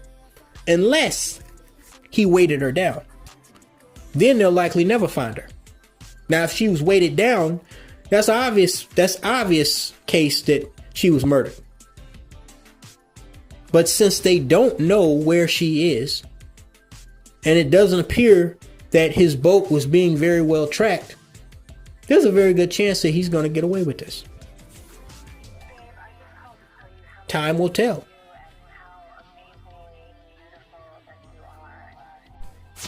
Which prompts me to flash back 24 years to December 2002, Modesto, California. The case that most of you over the age of 35 might remember because it was all over the news. But some of you might be too young to know about. The case of Laci Peterson. I believe her full name was Laci Ann Peterson. Originally Laci Rocha. I believe she had some Hispanic in her on her father's side. This was a pregnant suburban white girl, age 27, that mysteriously went missing or was reported missing by her husband, Scott Peterson, a salesman, on these people's Christmas Eve from her suburban home. He claims that she went for a walk walking the dog while he decided just randomly to go out fishing in San Francisco Bay, 90 miles from where they lived in Modesto, after scrapping an original plan to go golfing with his father-in-law. And when he came back the next day, or later in the day, he couldn't find Laci.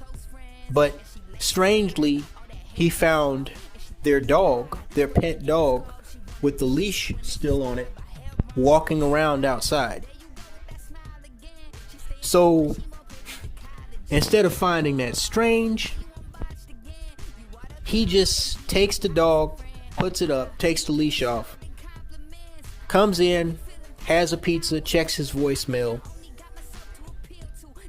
and takes a shower.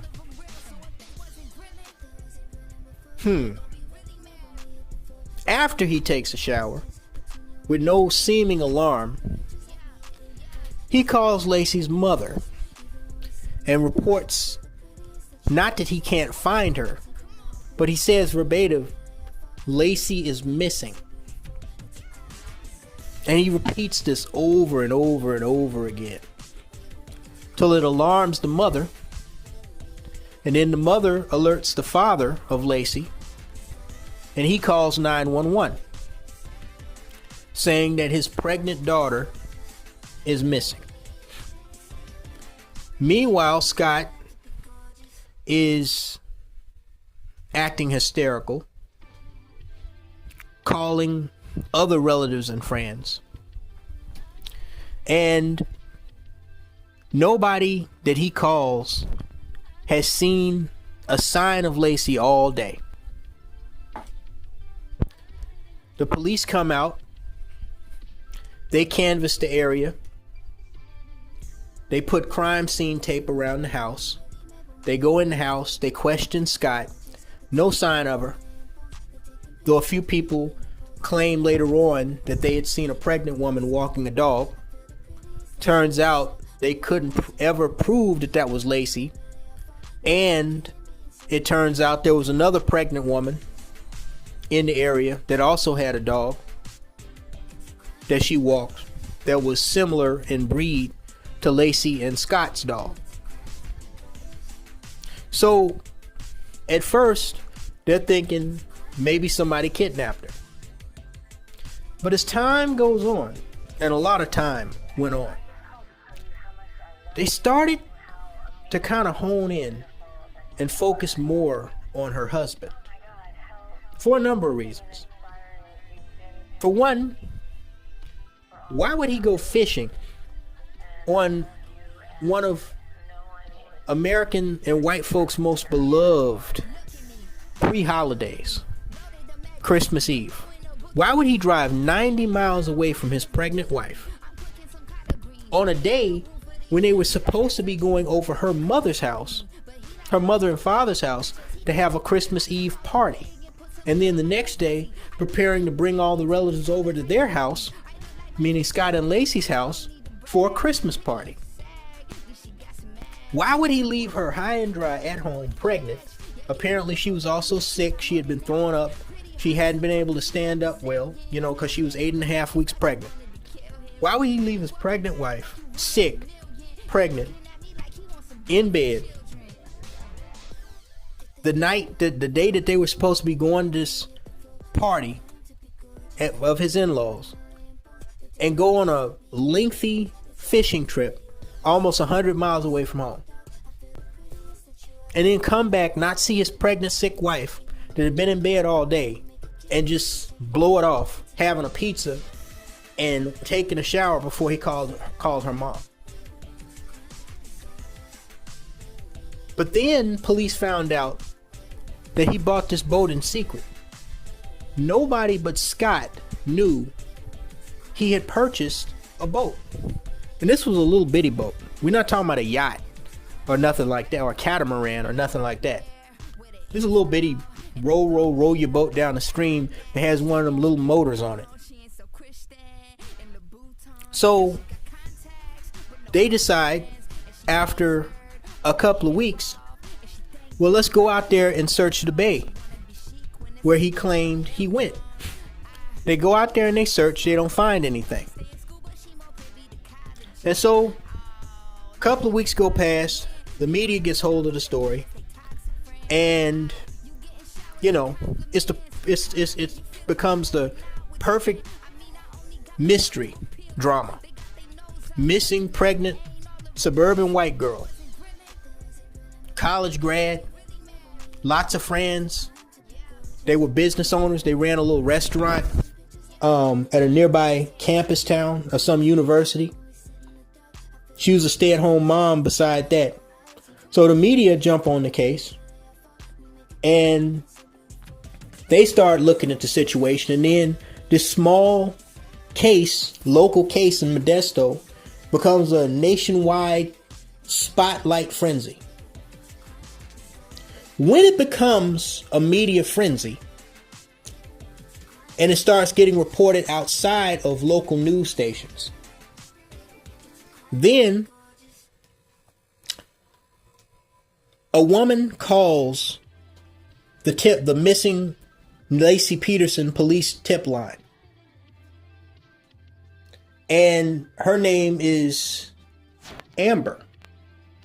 And Amber reports that she's been seeing this Scott Peterson dude for months, and that she did not know that he was married. When that happens, the whole curtain goes up, especially once the media is tipped off that this Amber side chick and girlfriend exists. The whole curtain goes up and all eyes are looking at Scott. Now, what I believe is that Scott would have had a moderate chance of getting away with whatever he did, assuming he did, if it hadn't been for the media blowing this case up to more than what it really was. Because as people acknowledged years later, Laci Peterson was not the only female missing, not in 2002, not before 2002, not after 2002.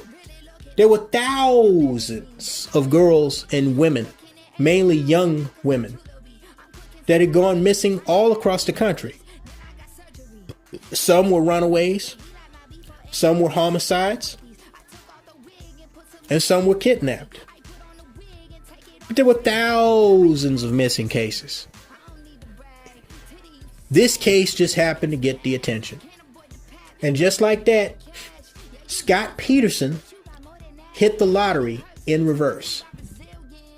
Because when they started talking to this side chick that he had, Amber, who lived like 100 miles away, that he came across because he met her on his way to a business trip on the other down in Southern California, and her house was where she lived was in between where he lived with Laci and where he had to go for work typically.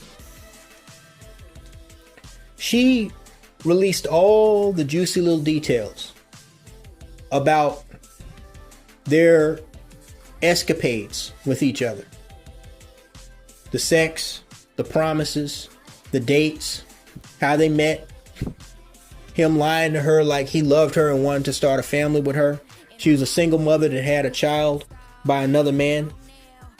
All the grimy, ratchet stuff you hear with black women, yet these were two white women.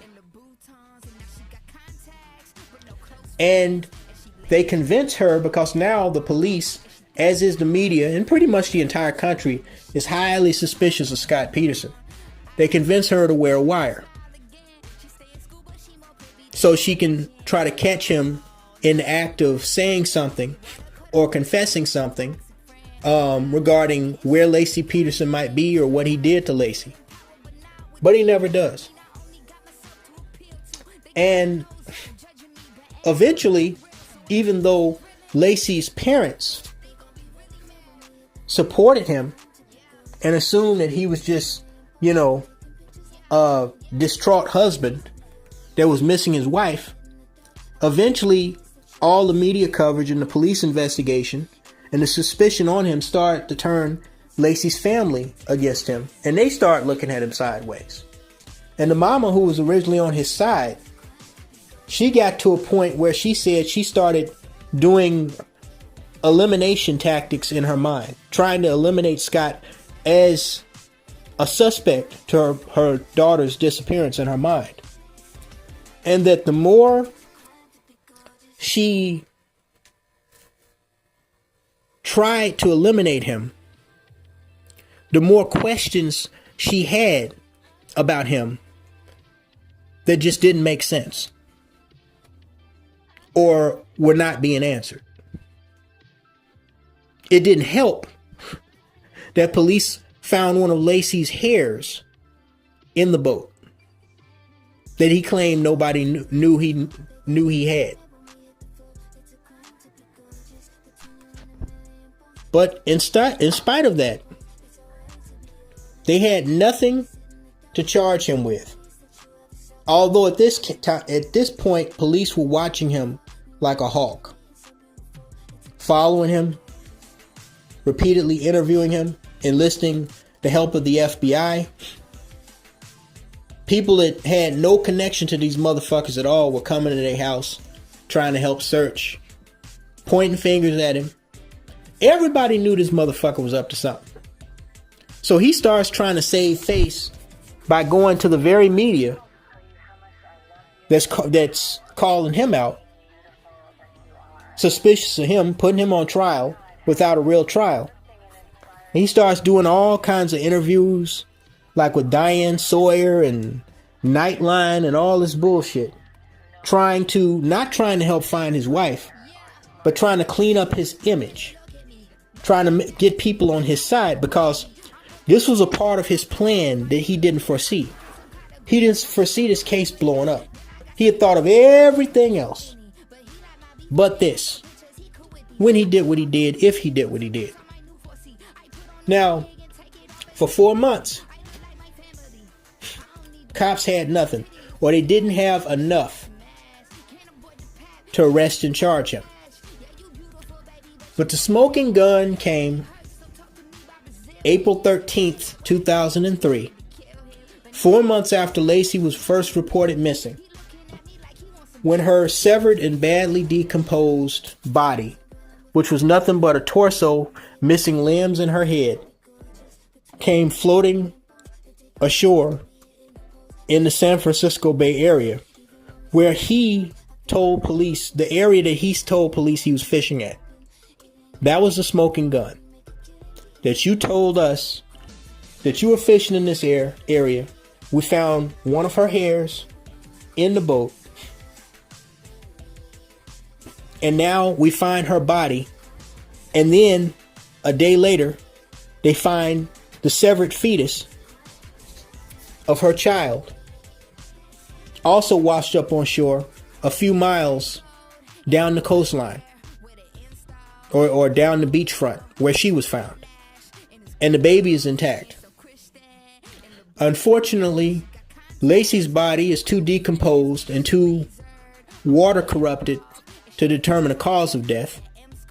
Plus her head and limbs are missing. But it's just too convenient that her body was found in the same bed of water that he claimed he went fishing on the day she was missing. So they charge him with murder. He goes through a lengthy 1.5-year trial. He has a good defense attorney, this celebrity lawyer. that tries to point out the fact that the police have nothing but a circumstantial case, but he's convicted anyway and sentenced to death. In 2020, 16 years later, after he was sentenced and convicted in 2004, 2020, his death sentence is overturned and he's resentenced to life in prison without the possibility of parole. But since then, he's been working to get a new trial.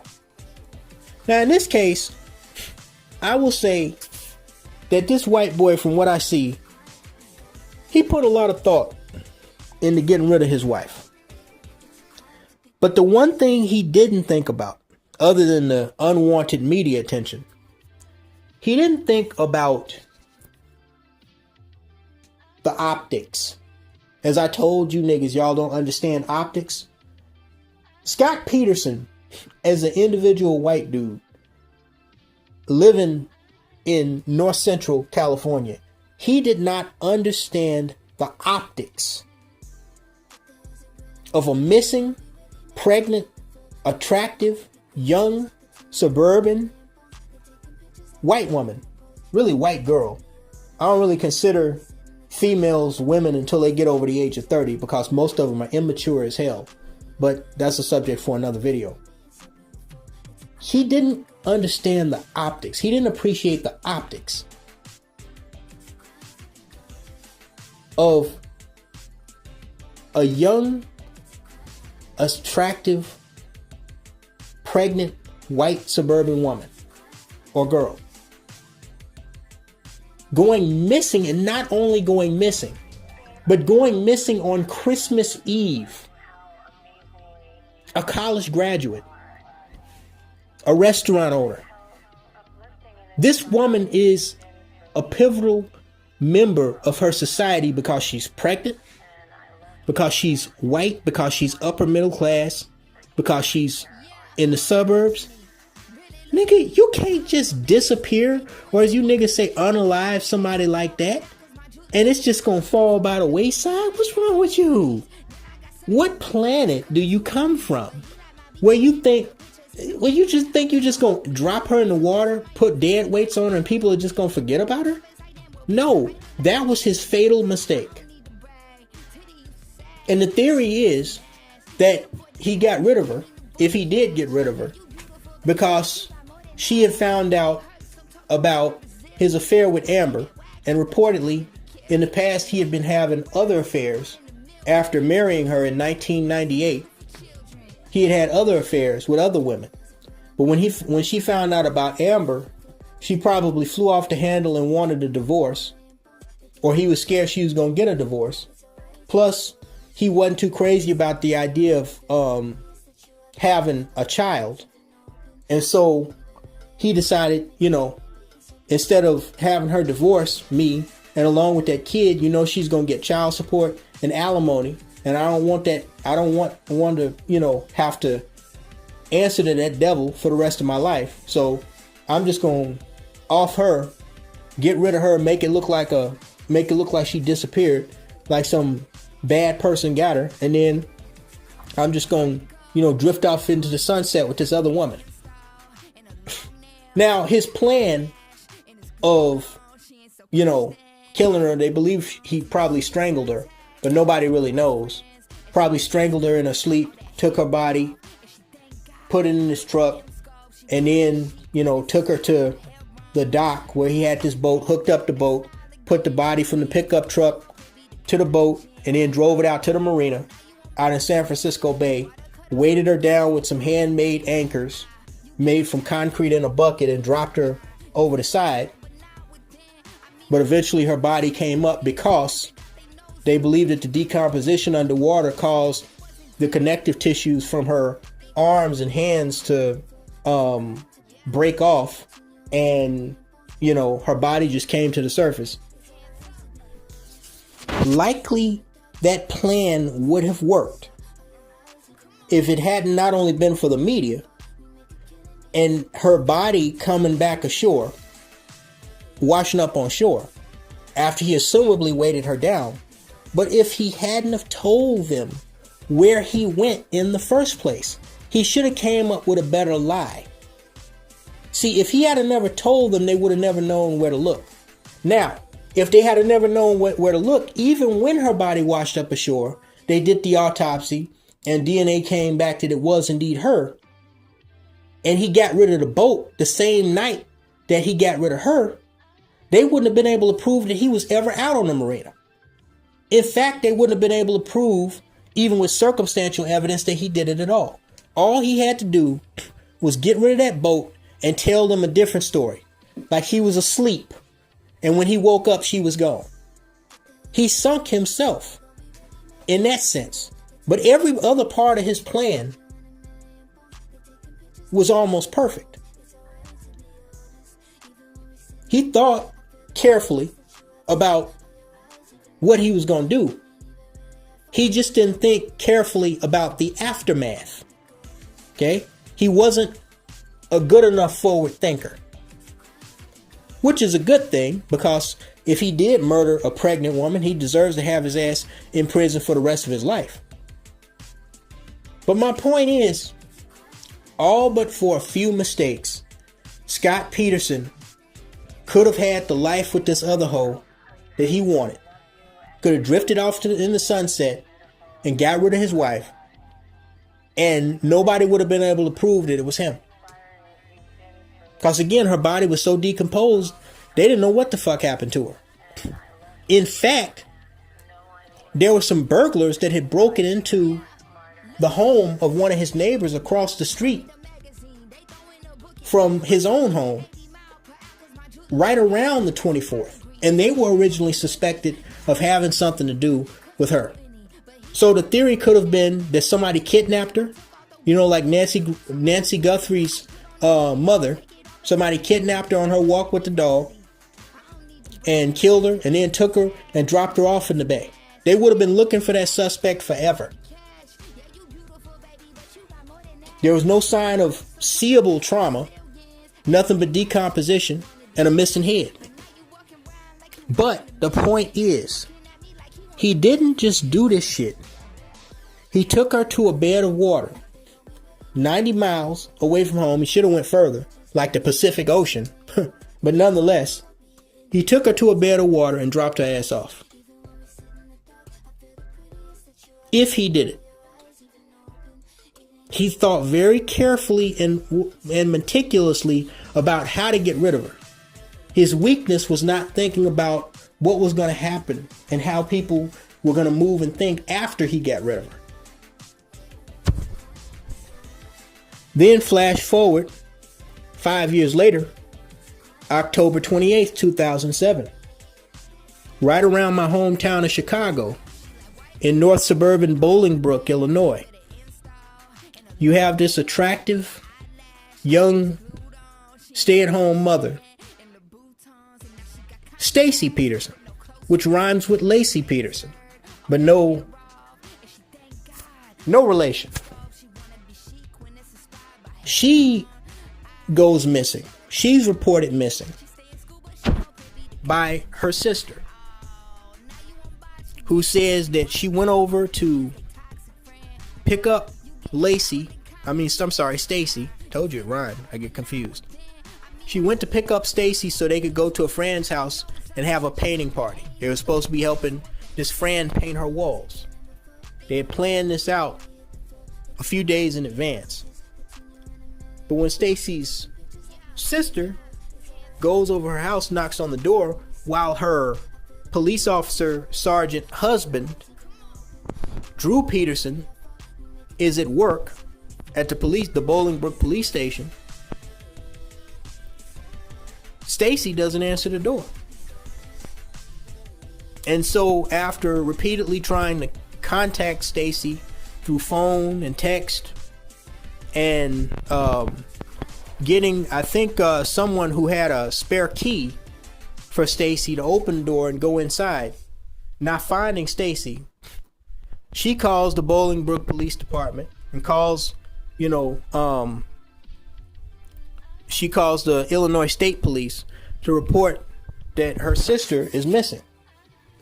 Now, her sister is not only taking care of 2 children that she had with her much older husband, Drew Peterson, who's 45 years old at the time she goes missing at 23.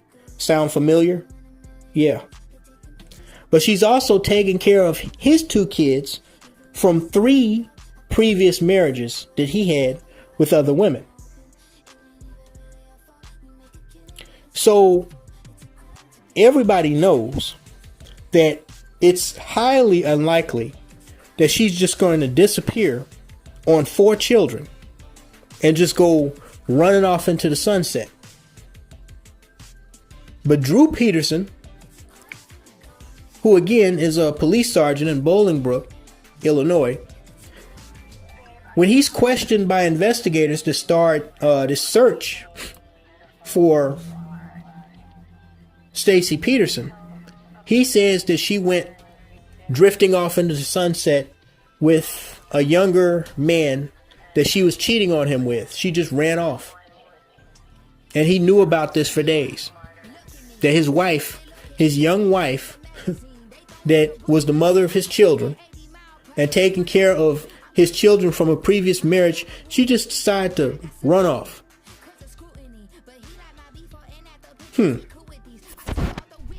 As the investigation continued, turns out his claim of Stacey Peterson with another dude did seem valid, because they found phone records indicating that she did start secretly meeting with, dating, and likely fucking a high school crush of hers that she had dated previously when she was a youngin'. She had started to reconnect with this dude, and Drew Peterson had caught them red-handed in a restaurant while he was on duty. He had been I guess looking through Stacey's texts on her phone or something, and he found out about this dude and decided to track him down. And while he was in a restaurant, he came up to him in police uniform and asked to see his ID as a form of intimidation or whatever. So they knew that Stacey was seeing a younger guy that she knew from high school, and they knew that Drew Peterson knew about that shit. But here's the funny thing. Drew Peterson was also cheating on Stacey, and he was seeing another younger female around Stacey's age that he was messing around with when he wasn't at home with Stacey. So it sounds like this household was an entire mess. Then come to find out, there were significant indicators that Drew and Stacey had marital problems in the form of domestic abuse, both verbal and physical. The sister and several family members reported that Stacey had told them in secret that she was scared of Drew Peterson, and that she was aware of what happened to his third wife, Kathleen Savio, which we'll get to in a minute. And so she was secretly planning to divorce him and leave with her 2 kids and come back home to mama, where she had originally lived. Which is ironic, because all the scandal is that Drew Peterson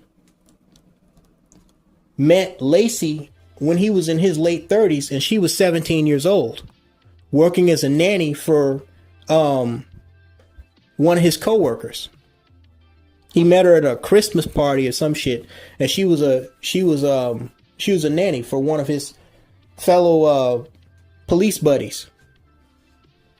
And so assumably he was hooking up with her, screwing her at 17, and he's old enough to be her dad.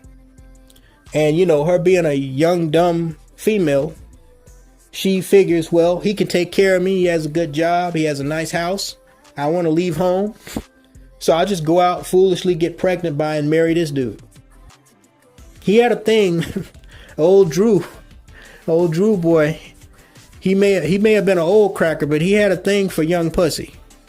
Anybody that was around Drew would let you know that. He would go around and brag to his coworkers about, the young pussy that he was getting. So he marries her 2 years after first meeting her and messing around with her. He marries her at 19. And by the 4th year of their marriage, the problems are so significant that she's secretly planning, or so she thought she was secretly planning, to divorce him. And she's also seeing this other guy from high school. Everybody knew that Drew had a bit of a temper. He considered himself an alpha male of sorts, which most people who wear the gun and badge are or think that they are. But I can tell you from experience, an overriding majority of people who are cops, they only act tough when they have that gun and badge on. I'm not saying all of them, but a lot of them are fucking punks. A lot of them are fucking wimps. When they don't have that fucking gun and badge on, a lot of them are pussies. They won't even look you in the fucking eye. And some of that is because they don't want people to know that they're a cop. But a lot of it is because they're only tough when they got that gun and badge on. And they know it. I think it's that they don't want to get embarrassed. Getting in a confrontation and getting their ass whooped, or something else bad happening to them. And then people later finding out, oh, this was a cop. So most cops act cool as fuck when they off duty. They don't try to, flash that, oh, I'm a cop. They don't do that shit. Most of them don't do that shit when they off duty. But you do have some of the other ones who think they're the sheriff 24/7. And from my understanding, Drew Peterson was one of those kinds. Now, given his age, even though he's, your typical thick mustache having, fucking suburban beat cop looking motherfucker, I can almost guarantee you this dude wasn't shit. Unless he had that gun and badge on, this motherfucker wasn't shit. He wasn't shit, bro. Wasn't nobody scared of his ass unless he had that gun and badge on, bro. But he used the fear and the respect that people had for him in his community to his advantage. Not only to intimidate people, but to get young pussy. If you was in Bolingbrook and you was a young woman at that time, look out for old Drew. Because Drew was coming at you. And it wasn't to give you no speeding ticket. So then as the story goes on and days turn into weeks, the media gets a hold of the story. And just like in the Laci Peterson case, they start looking at the husband, Drew Peterson. And the more the media starts blowing up the case and turning it into a frenzy, going into 2008, the more Drew Peterson comes under suspicion. And the more he comes under suspicion, the more pressure there is on law enforcement to solve the case. The more pressure there is in law enforcement, including his co-workers, to solve the case, the more they start working to try to pin it on him, to get the pressure off their own ass. So then Drew Peterson, while he's under investigation and under suspicion, and this media frenzy starts to build up, and it goes from just local in the Chicagoland area to national, like the Laci and Scott Peterson case, he starts to make the same exact mistake, only 3 to 5 times worse, that Scott Peterson made, by engaging with the media instead of keeping his mouth shut. And while he doesn't say anything revealing about what he may have done to Stacey or where she is, he has a very arrogant undertone that turns a lot of people off and gives a lot of people the wrong impression about him. That he's this arrogant, think he can do whatever he wants to do, son of a bitch, suburban cop that's, he just has a piss ass attitude And maybe something needs to happen to him, even if he didn't do anything to Stacey Peterson, because he's a prick. Listen, man, when you're a murder suspect or when you're suspected of anything, the last thing you want to do is come off as a jackoff. Okay? Come off as a jackass. Drew Peterson, no pun intended. Drew Peterson didn't seem to understand that. And so he's going on, all these talk shows. He's going on Nightline. He's being interviewed. I think Jay Leno interviewed him. What's his name? Larry King interviewed him. That was the most famous interview between him and Larry King. A couple other people interviewed him. And, he just has this snobby little snide attitude, cracking jokes that nobody but him thinks is funny. And one person described him as the type of motherfucker that goes to a party, annoys everybody, but thinks he's the life of the party when actually everybody wants him to just shut the fuck up and leave. He's that type of personality. But then they start getting information, the police. They start working harder. They start going from, he's one of our colleagues, we ain't gonna go too hard on him, to, okay, we better actually, sit down and do some fucking police work, or our asses could be on the line, because the whole world is looking at this. Then they start tracking and tracing his cell phone records. And what the cell phone records show is that Drew Peterson, he had went to or near a water canal not far from Bolingbrook right around the time that Stacey Peterson was reported missing on October 28th, 2007. And he stayed in that area for hours.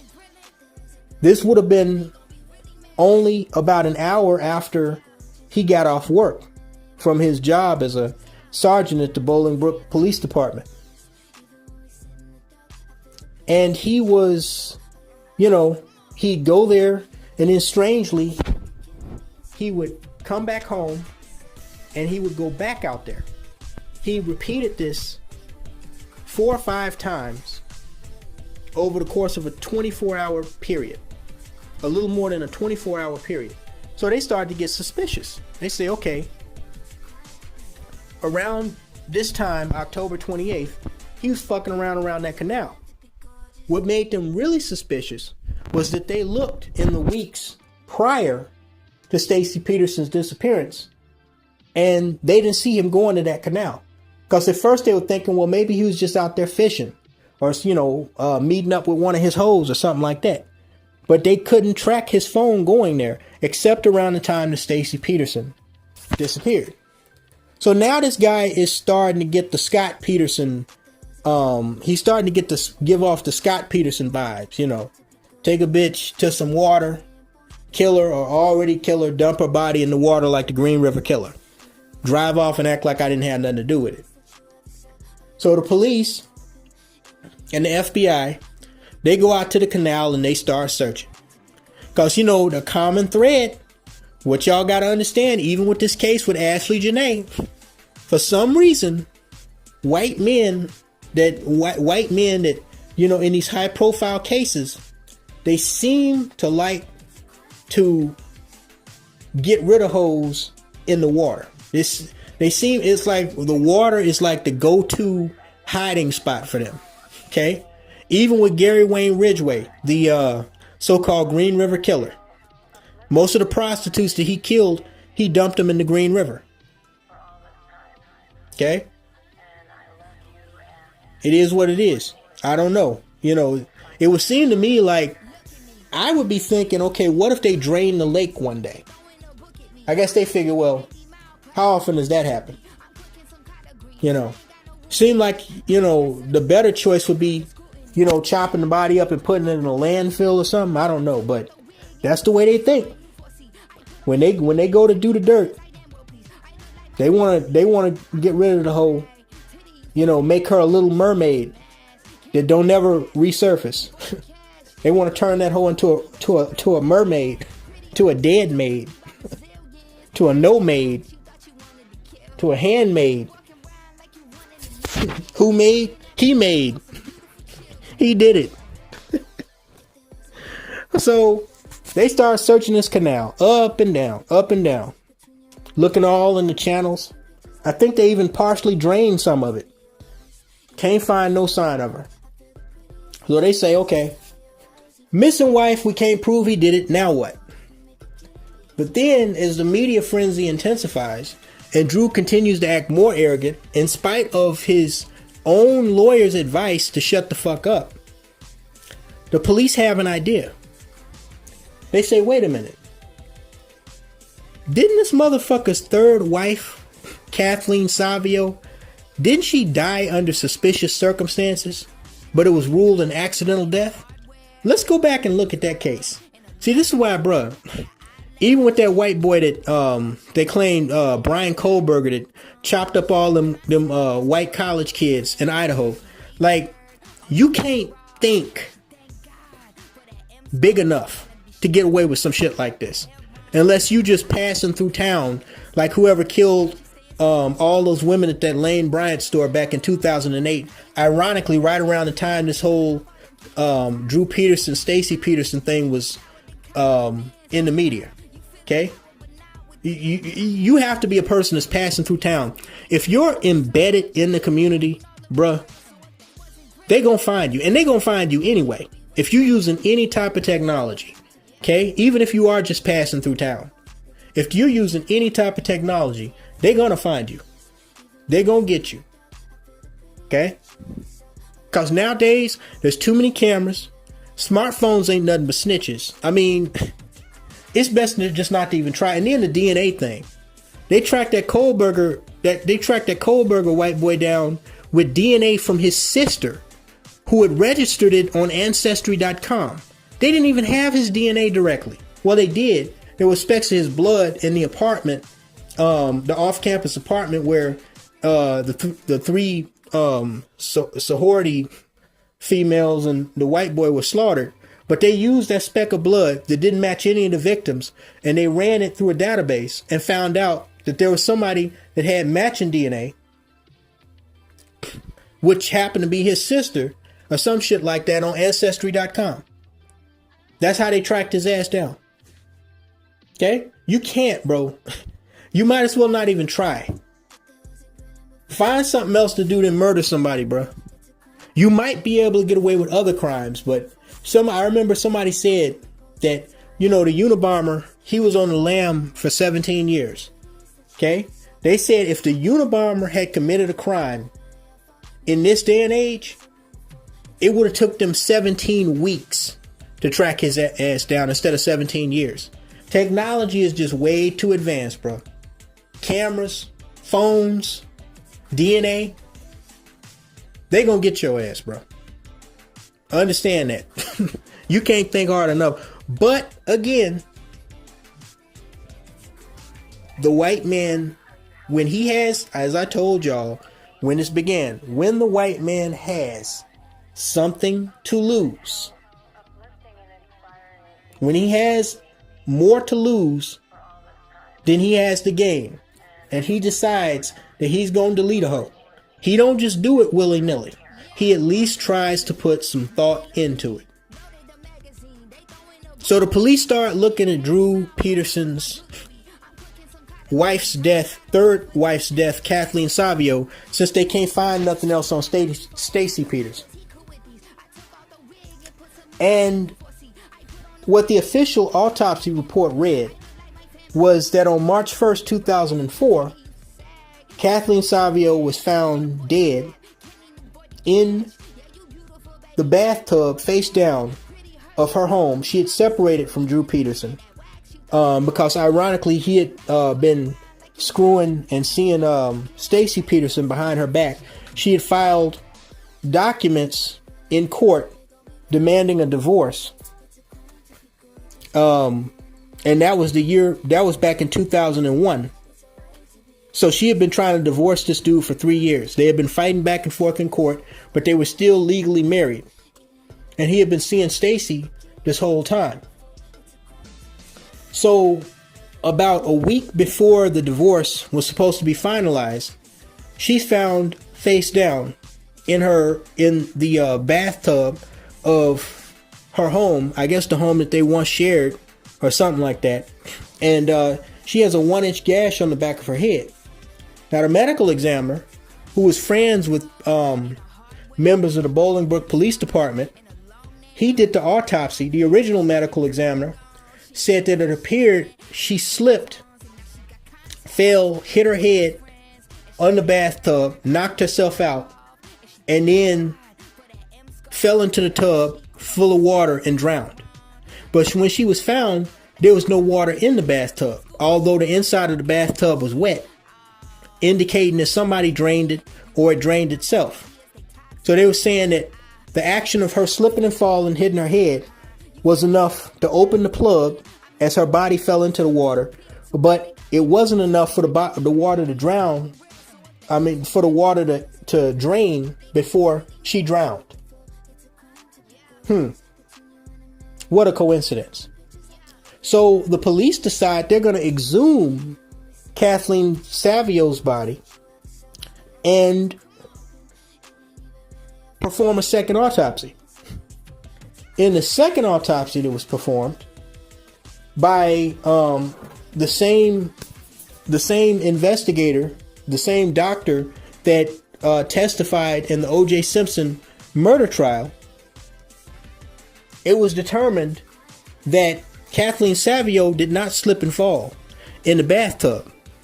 That not only the 1-inch gash on the back of her head that partially fractured her skull, but that the multiple bruises found on her body were consistent with some type of violence happening prior to her death. And that she likely died from blunt force trauma, not from drowning, even though they said that her lungs were full of water. What this investigator believed was that she was attacked, she was knocked unconscious, and then her head was held underwater to make sure that she was finished off. And then she was left in the tub and the water, was drained out. Now, at the time that Kathleen Savio, his third wife's body, was found, Drew Peterson claimed that he was finishing up his shift as a police officer at work, and that several of her friends had been worried because they would do things with Kathleen Savio, little social activities, but they hadn't heard from her in days. So they went over to check on her, couldn't get in the door, and so they called Drew Peterson, and he came from whatever he was doing with Stacey Peterson and joined them and agreed to let them in the house. They went in the house searching. He came in behind, and they went upstairs and found her body in a tub. Called Drew. He went up there pretending to be hysterical and called 911. They declared her dead. He was questioned, but because of the status that he had in his community as a white man and as a suburban police ranking sergeant in the Bolingbrook Police Department, they pretty much just wrote it off as an accident. Of course, most men would have been put under way more scrutiny, especially if they were black, a lot faster. But again, it's all about optics. It wasn't just that he was a white man. It was that he was considered a prime member, a pillar of that community. He had a respectable position in that community.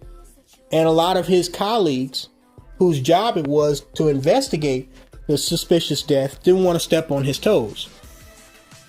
Okay? In my mind, I think a lot of them were questioning what happened, even if they didn't know in their gut what happened.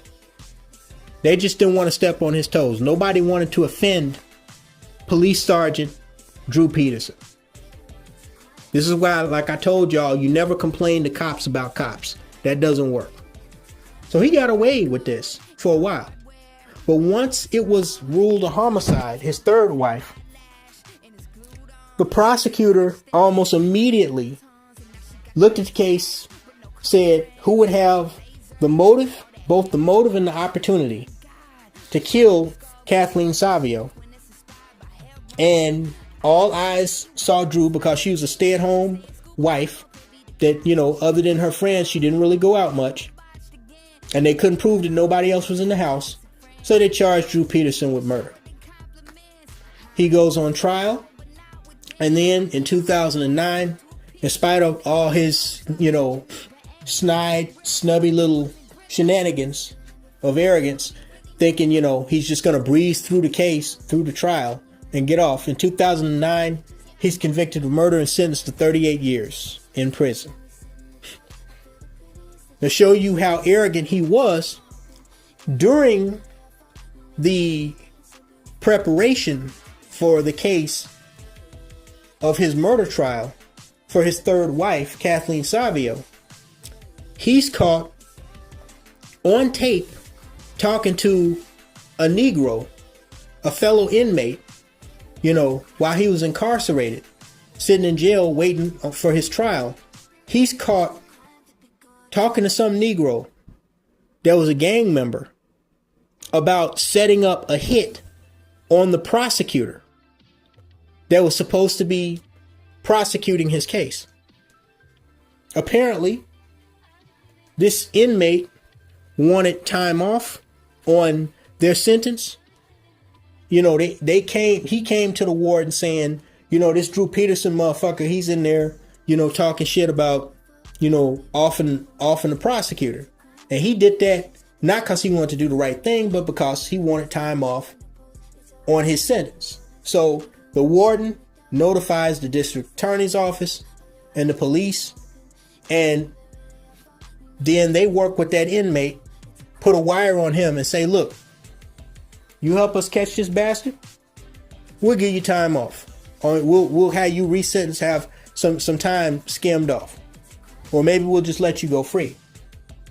So this dummy is caught, even as an experienced police officer, he's caught talking about trying to set up a hit on the prosecutor. So they drag his ass out of that jail, put him on trial again, and convict him and sentence him to an additional 40 more years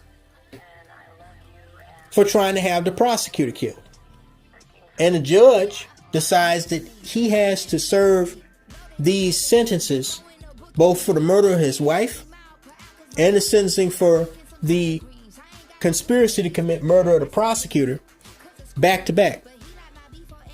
Meaning he can only start serving one sentence after he's done serving the other sentence, which means he ain't never getting out of prison. So now he's double fucked. But once again, gotta give Drew Peterson the credit that Stacey Peterson was never found. Now, given the fact that they knew after a while that he murdered his third wife, Kathleen Savio, there have been cases, and I don't know exactly how Illinois law reads with that, but there have been cases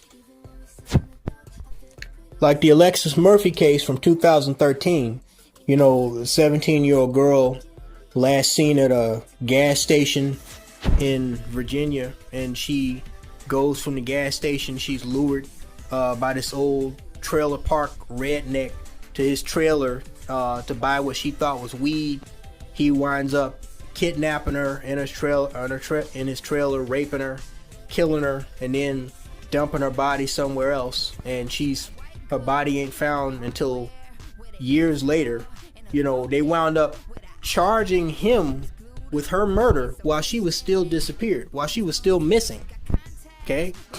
And convicted him as well. He wasn't eligible for the death penalty in Virginia because they hadn't found her body.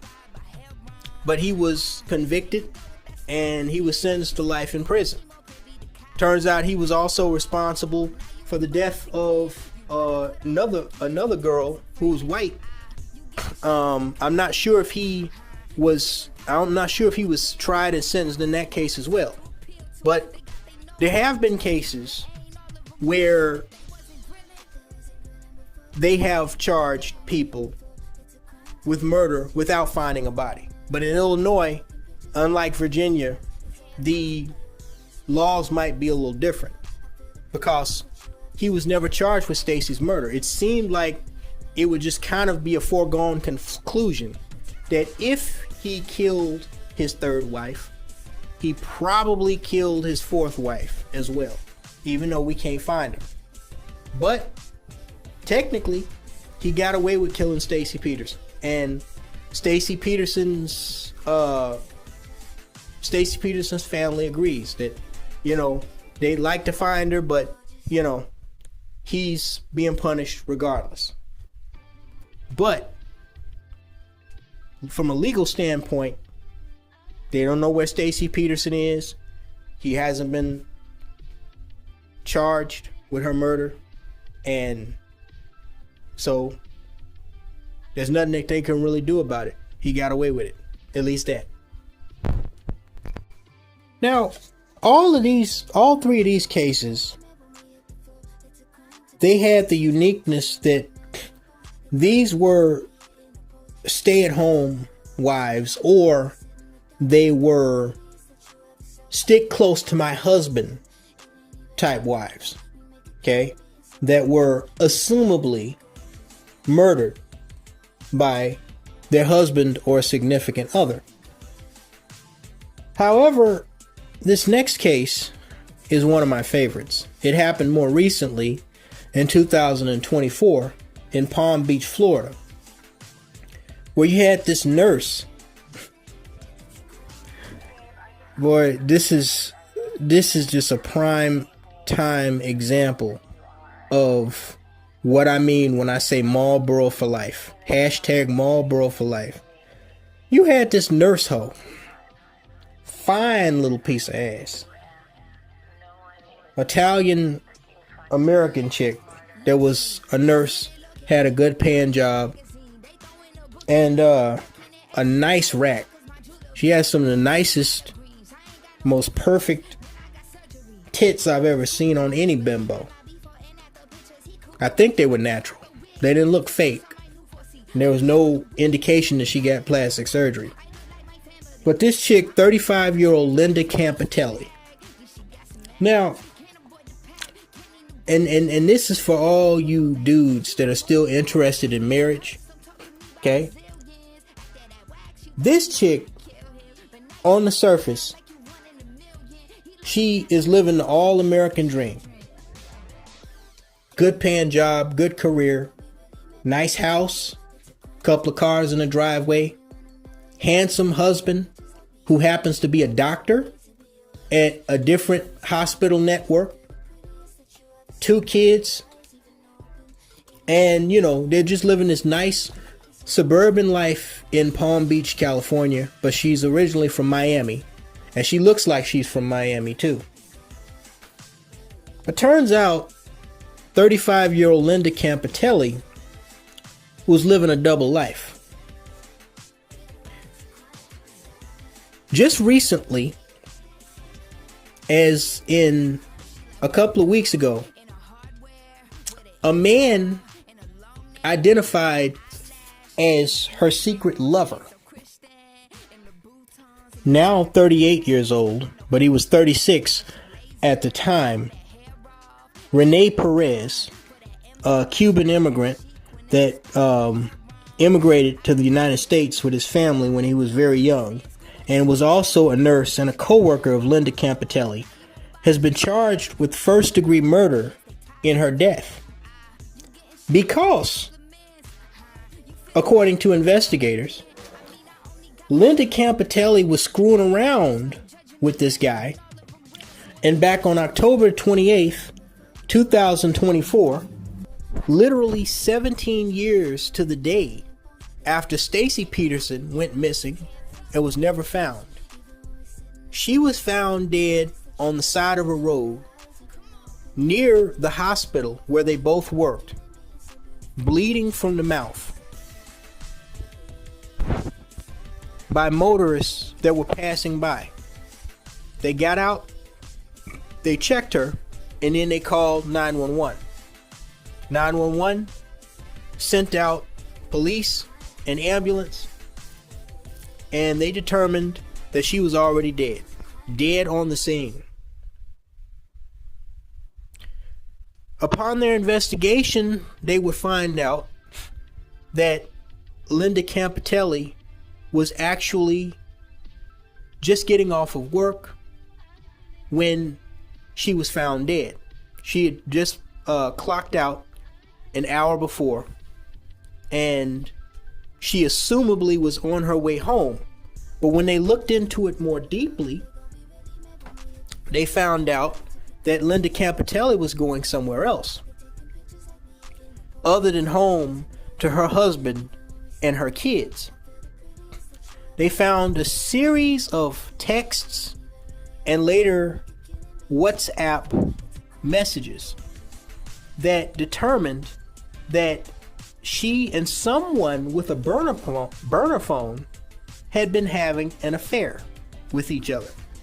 And this affair, through tens of thousands of messages about dating, meeting up, sex, a future together, yada yada yada, had been going on for at least 2 years, since 2022. Underneath the noses of all her friends, co-workers, family members, and behind the back of her husband and 2 children at home. Again, this dude that you see in these pictures is her husband and her family. She was ucking around on all of them. Yeah. And to make matters worse, because originally, as you might imagine, the police are looking at the husband. Because who's going to have the most motive and opportunity to kill a young woman? The person that she's intimately involved with. Of course. In fact, statistics show that in most cases, the husband or the boyfriend is the suspect. But not this time. In this case, for whatever reason,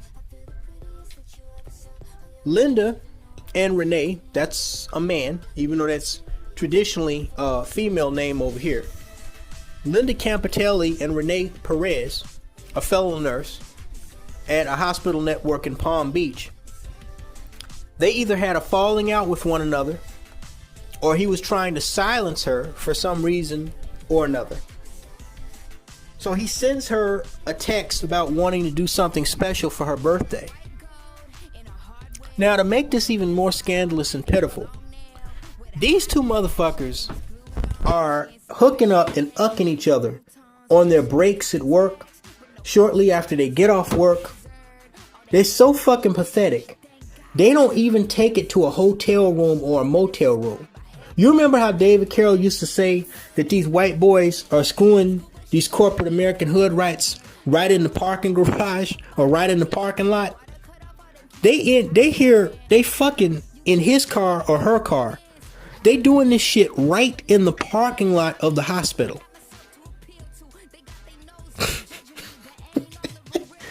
And keep in mind, Renee Perez also has a wife and kids. He's married with kids.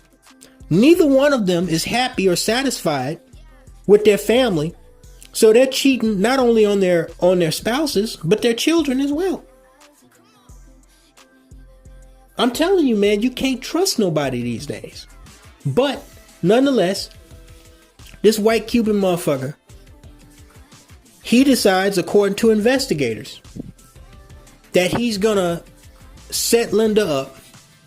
He puts a sheet in the back seat and some sponges to soak up body, what they say, like fluid and stuff like that. I guess so there's no trace of them having hot, steamy sex, whatever the fuck they doing in the back seat. He sets up what the what police described as a love nest. I call it a fuck nest. In the back of, I think it was her vehicle. And he texts her that, you know, he wants to meet up with her after they get off work. But she seems like she's kind of either suspicious about this or she's excited, but she's almost confused because she says she's nervous in the text. She says, "I'm nervous. You've never done anything like this before for me. Are you sure?"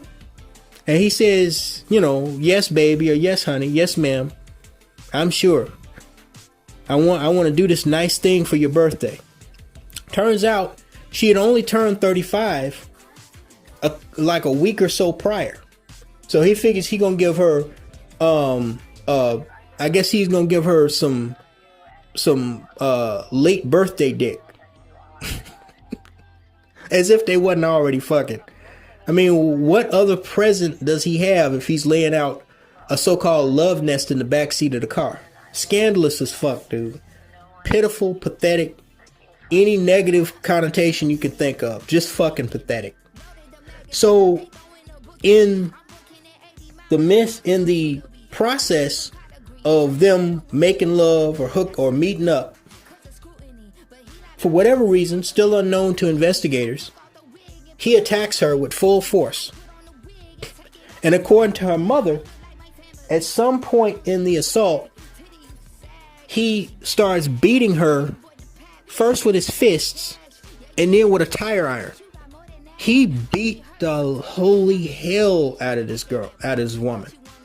Beat her ass to death. And then left her on the side of the road like roadkill or like a discarded piece of trash. Didn't even have the decency to take her body and bury it somewhere. Just left her on the side of the fucking road. Then he went and he started trying to delete the texts and the WhatsApp messages that they were communicating with each other with. And he carries on, according to investigators, like he doesn't even know her. Because when they find these messages, they find them through Linda Campitelli's phone. And they wind up being able to use the phone to track whoever it is that she's flirting with on the burner phone, which has a fake name. He didn't register it under his name. He registered it under imaginary name of somebody that didn't exist in an address that landed in the middle of an industrial park, not his real address. So they wind up eventually tracking this phone to her because they trace the burner phone, even though it doesn't have anybody's real information on it. They can track where it is, and they find out that it's in not only the hospital where she works, but it's in a hospital, a ward of the hospital where these two work, and they use that to go to surveillance cameras in the hospital and find these two walking out together repeatedly, going out to the parking lot, pulling up beside one another in the parking lot, and I always used to wonder when I was, just chilling in a Walmart parking lot after going into the store or at a Meijer or a Schnucks, why I would see people that pull up in the parking lot and they weren't going in the store. They were pulling up, on the far end of the parking lot in two different vehicles, and one would get in the vehicle with the other one. Has anybody ever seen that? It was a strange phenomenon for me. For years, I didn't know what the fuck was going on until one day I was in Indianapolis on some business, and at night I decided to stop in and get a salad. I came back, decided to sit on the side of the store and eat the salad. And as I'm eating the salad, it's pitch black on the furthest end of the park, on the side parking lot, and I see this pickup truck pull up, and then a small car pulls up next to it. This hood chick gets out, gets in the pickup truck, and she's in there with this dude for like an hour. I guess she was sucking his dick or something. And I didn't know what they were doing, didn't care. But then they get out not realizing that somebody's in the parking lot with them because I had my headlights off and my engine turned off. And from a distance, I see them on the outside of his pickup truck fucking. And that's when it hit me. What people are doing when I see them pull up to these store or other parking lots in two different cars and one gets in the other vehicle with the other motherfucker. These motherfuckers are fucking. They're fucking. And they're likely cheating on somebody. That's why they punk cheap ass gotta pull into a fucking parking lot. Cause they're cheating. Has anybody ever seen that though, bro? Seriously. Has anybody ever seen motherfuckers pull up in a parking lot of a store or something that they ain't going into on the far end of the lot in two different cars? Acting shady as hell like they selling drugs? That's what they're doing. They're either selling dope or they're fucking. So they track this guy down. They question him. He denies even knowing Linda Campitelli. Turns out they know that's a lie because they got them on surveillance, talking to each other in the hospital, flirting with each other. Several of their colleagues know that they liked each other and had a little thing going on. They catch them leaving the hospital together, coming back together, catch them in two different vehicles in the parking lot together, one getting in the other's vehicle, all this shit. So he's caught on a lie up front. But they can't prove that he had anything to do with her death for 17 months, a year and a half. They didn't have enough to go on to get his ass. But then the investigation started to shift in the favor of noting him as the prime suspect when they found cell phone data putting him on the same road, Lyons Road, where Linda Campitelli's body was found. They found medical sheets on top of a birthday blanket in the back seat of the car that was consistent with material that was found in the hospital ward and area where he worked. And it didn't help that they found that he was tampering with evidence, trying to delete messages between them. And it appeared that somebody tried to wipe blood away from the vehicle and the crime scene. And I'm assuming, especially an attack that violent, they probably have some of his DNA as well. So in March of this year, they arrested him and charged him with first-degree murder. But again, it's not like when Pookie kills Ray Ray or Pookie kills his baby mama. This dude got away with this shit for a year and a half. And what this tells me is two things.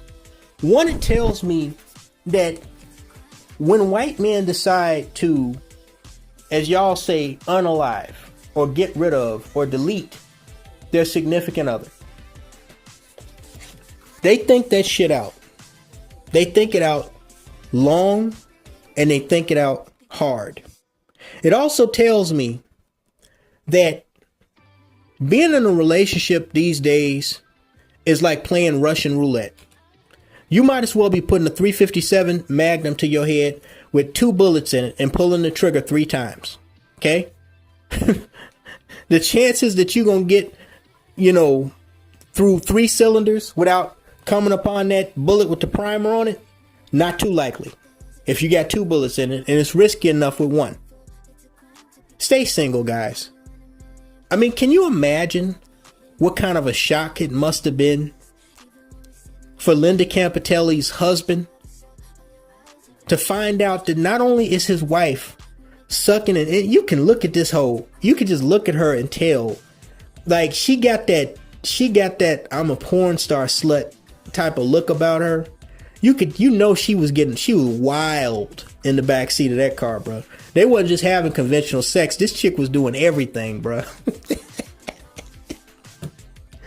Can you imagine being a husband, bro, to find out not only was your wife sucking somebody else's dick behind your back, Not only were you originally considered the prime suspect, the police got the audacity to question you when you're doing, assumably, you're doing everything right, because he may have been a cheater too. But let's just say, for argument's sake, okay, with no proof that he was doing anything wrong or messing around on her, let's just say he was a good husband, taking care of her, paying the bills, loved his kids, loved his wife. They have a happy, nice little family. And then to find out that your wife is messing around behind your back, and she's been not only murdered, but murdered by the dude that she was fooling around on you with. I mean, what does he tell his kids? Can you imagine, bro? You know, we all go through stuff in life. Life is tough. These last 2 years have been, they've really been a challenge for me, you know. But the one thing I'm not going to do is bring somebody else, another problem child, into my life. So I have to deal with their problems and my problems as well. It's like Jay-Z said, I got 99 problems. Hell, I probably got 999 problems. But a bitch ain't one. I'm not going to have people problems on top of all the other problems that life throws my way.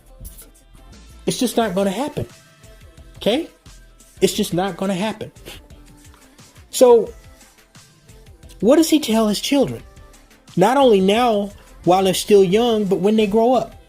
What is he going to say? Your mother was, you know, your mother was a good mom, you know, we'll love mom. What are you going to go visit her at the cemetery and have your kids lay flowers, and the whole time in the back of your head, you're thinking about how she was getting deep dicked and humped and rumped in the backseat of some dude's car in a hospital parking lot? I mean, how does that even go? The trauma, the double trauma of finding out that she was a hoe and she was messing around with you. And on the flip side, the dude who had a wife and children, Renee Perez, the accused murderer. What does his wife think? Especially if you know, they had, they were assumably, she thought he was happy with her. What does she think? Damn. This dude, I think he's out here earning bread as a nurse, you know, supporting our family, and he's up here having sex with this fucking bimbo. Then he kills her. Now he's going to prison likely for life, and I gotta get stuck raising our children. Like, what? How do you process that? That's why I said, man, listen, I learned a long time ago. I have been single for 8 wonderful years and not so wonderful years. Okay, I've had many ups and many more downs, but I tell you this, I'm not about to make my life worse by bringing a baggage-having hoe, a conniving asshole, a cheating, untrustworthy asshole into my life to make it so much worse than it already is. So what did we learn from this segment and in these cases? We learned that white men are prone to putting a lot of thought in and being very careful when they decide to delete females. And we've learned, because every one of these dudes that did this, again, they weren't just regular Joe Schmo, you know, working at Walmart or McDonald's or as a bellboy at the hotel. You know, these were guys that were probably making 6 figures. You know, one was a restaurant owner and a salesman. I think Scott Peterson had a management level at his job where he did sales. One of them, you know, he's retired, but he's living off of his pension. What was his name?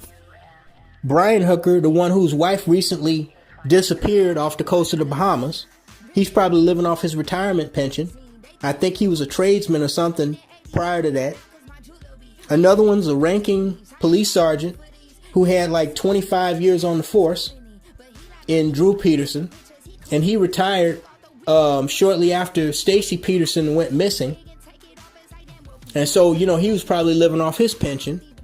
And then this dude, Rene Perez, this white Hispanic dude, he's a nurse in Florida. So you know he's making good money. Okay? These are dudes that had more to lose. And plus he's married. So they had more to lose than they had to gain.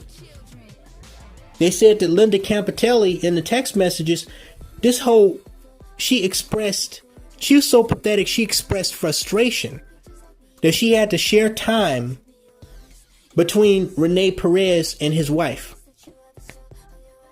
What the fuck was she doing married? If she wants to be promiscuous like that, or if she wants to still go out and date and experience her sex life, why do people get married? What the fuck is wrong with you? You going to hurt and destroy somebody else because of your own selfish antics? The truth is, most people don't know what they want. And to get caught dead that way, bruh. Man, I don't know. I don't know how y'all do it, bruh. I couldn't do it. But that's the first part of this that I want to emphasize. I told all of you guys these stories to help you understand the depth to which we're talking about white men will go if they feel like their life, their finances, or something else they consider to be an asset is on the line, and their significant other, their intimate partner, even just some chick they're fucking, is getting in the way of that. If they have more to lose than they have to gain, and they decide that she is the primary threat to that, they're going to think long and they're going to think hard before they do something rash. Okay? They're going to plan that shit out. And the plan is going to be so elaborate that even in the cases, and in almost all these cases, except so far the Lynette Hooker case, they didn't get away with it, but it takes so long to catch them because the plan is so elaborate. Scott Peterson was the shortest amount of time, 4 months. Okay? And this Rene Perez dude was the longest of the ones that I mentioned. 17 months, a year and a half. So if Joe McCann had anything to do, this is the point that I'm trying to make. If Joe McCann had anything to do with Ashley Jenae's death, okay, it's going to take a long time to catch his ass. And he's not going to get caught in Tanzania because Tanzanians don't care. Because they're probably paid off. Okay. The ones that matter, like the police, are probably paid off. Okay. He probably paid the entire villa staff off. Okay. That's why they said that like 10 people were brung in for questioning after she was found dead and the media started putting pressure. But they don't care. He knows he can bribe them. And I can tell you right now, her being a black girl, you notice, that's the other thing. The FBI and the FBI and the U.S. government, they said they were going to investigate Brian Hooker for possibly being involved in the disappearance of his middle-aged white wife, Lynette Hooker.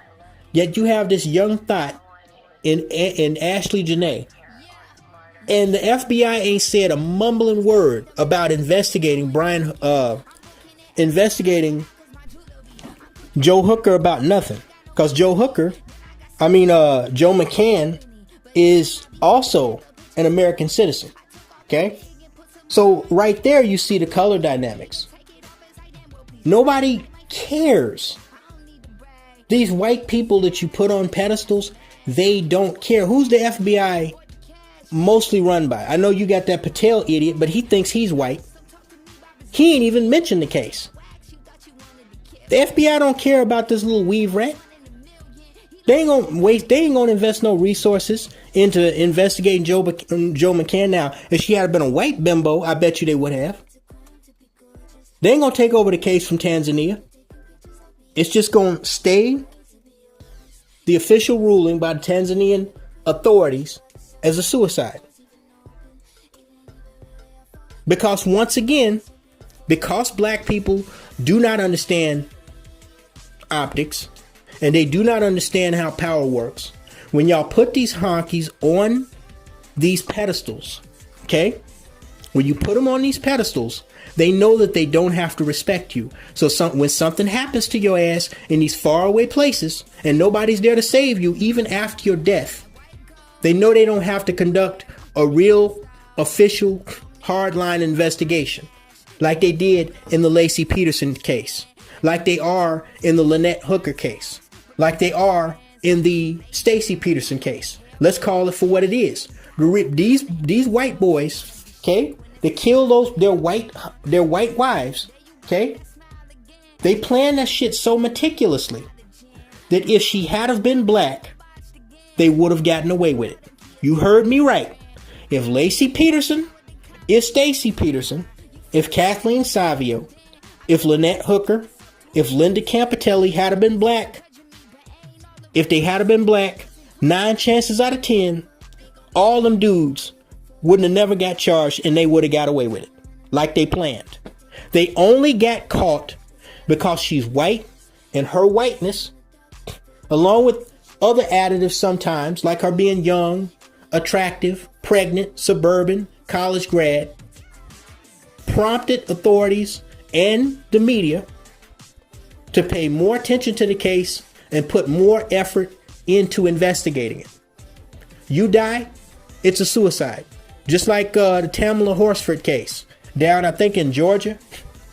Goofy ass Caribbean black chick call herself doing a sleepover at 40 something years old with all these random ass suburban white folks. They got into some type of disagreement and her body's found on below the damn deck of the house, behind the house, the next day. And nobody know what the fuck happened. Her death is still undetermined how, what happened to her. I think the official autopsy report said that she had a broken neck and some fractured limbs or something like that from a fall off the deck. One of the motherfuckers probably picked her ass up and threw her over there, threw her off the deck after a fight, and they all kind of looked at each other and agreed that, they wasn't gonna say nothing. Again, y'all put yourselves in these situations. But now it's time to move to and look at a different segment of this. The other side of this is not just what white men do to get rid of their intimate partners when they decide that they have more to gain than they have to lose. But the other side of this is you, the black female. This I'm a bad bitch, I can do what I want type of attitude has led to how many of y'all tasting dirt, eating dirt, meeting an early, untimely demise, being put in a casket, and you still ain't learned nothing. Can't nobody tell a black female in the United States of America a goddamn fucking thing. Can't nobody tell you nothing. Yet and still, when something happens to your ass, you want black men and everybody else to see you as a victim, pick up their cape after running into a phone booth and come out playing Captain Save-A-Ho. And I got news for you. In the year 2026, it ain't gonna happen, baby. It ain't gonna fucking happen. Listen, man. These females that live these high-risk lifestyles like Linda Campitelli, they are dropping like flies out here. But see, the thing is, most Linda Campitellis are obedient little stay-at-home or, professional career wives. that aren't this messy, even if they are having an affair. Most of the females that are living like this, with all kinds of side dudes behind their main dude's back, is you, black woman. Most of the females going out the country with dudes and even other females that they barely even know, is you, black woman. Most of the ones going out of the country or going on a vacation with hardly any money in their home or they own for emergencies, in case you get sick or in case you got to catch a flight back home, is you, black woman. Y'all are doing this reckless shit. And then you get caught up and you want somebody to feel sorry for you, when can't nobody tell you nothing. You don't learn from the last 100 bimbos that something bad happened to. But everybody's supposed to feel sorry for you.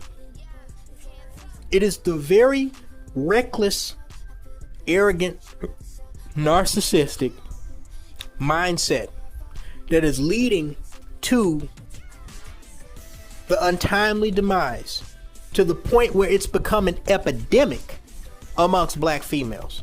I mean, how many cases have we heard of these Insta-thought hoes dropping like flies just within the last month? These hoes are dropping like flies, bruh. Like flies. Okay? You had the case on March 2nd of this year. Denisha Delancey, 29-year-old thought. Also out of Miami, Florida. I don't know what it is with Miami, but a lot of hoes from Miami been dropping dead lately from doing dumb shit or being involved with people doing dumb shit. I don't know what it is, but Miami, Florida is just not one of those. It's one of them places, bro. Kind of like Vegas. Fucking what happens in Vegas stays in Vegas type shit. But what happens in Miami actually doesn't stay in Miami. Because a lot of these Miami thoughts are venturing out and getting caught up elsewhere. So 29-year-old Denisha Delancey, she's this Insta thought with a twin sister. Well, it looks like her twin. I think her twin was actually younger than her by a few years. She decides that for her younger sister's birthday, her twin sister's birthday, she's gonna go on an excursion in the Caribbean. And they pick St. Martin, which is one of the Caribbean islands. I believe it's next to Trinidad. And they go out there at the end of February to, have this special vacation birthday. I tell you, I've been working hard my entire life, and I ain't never been able to afford to screw around as much as these motherfuckers be screwing around that seem like they ain't got no damn jobs. I really wish I had the time to plan, this type of shit, because it's just unbelievable. It seems like people who do the least in this world have the most amount of time to dick off. So Denisha Delancey, she goes to St. Martin like on February 28th. And, they're out there, doing the excursions. I guess they go water skiing. They go to a couple of pool parties. They go to a few clubs, just doing the Insta thought thing that, they do back in the States. And then on the night of March 1st, Denisha Delancey, she meets this guy on the island of St. Martin in this club. This Caribbean dude, Damon Sylvester, who, according to authorities, is a native of Trinidad. But for whatever reason, he's on the island of St. Martin this day. He drives a nice car. I believe it was a Porsche. And, he's probably, wearing the whole hood attire and jewelry. And he bumps into Denisha and her sister and friends. They start hanging out in the club and talking. And for whatever reason, in spite of the fact that the last couple of days, Denisha and her sister and friends, they partied and then they went back to their Airbnb, she decides that on this night, she wants to hook up with a guy. So she decides that she tells her sisters, y'all jump in the car that, is designated to drive us around St. Martin. They had hired a private transportation to drive them around, which is smart in a way. They had booked that as part of their reservation. So she said, y'all hop in the Uber or whatever it was, the private transportation, and y'all go back to the Airbnb. I'm gonna go back with Mr. Sylvester and get me some D. He. So, I guess her sister and friends said, okay, whatever. And, they understand how it was because, they've had whole moments like that too. So, Denisha, she decides to depart the club with Mr. Sylvester, Damon Sylvester.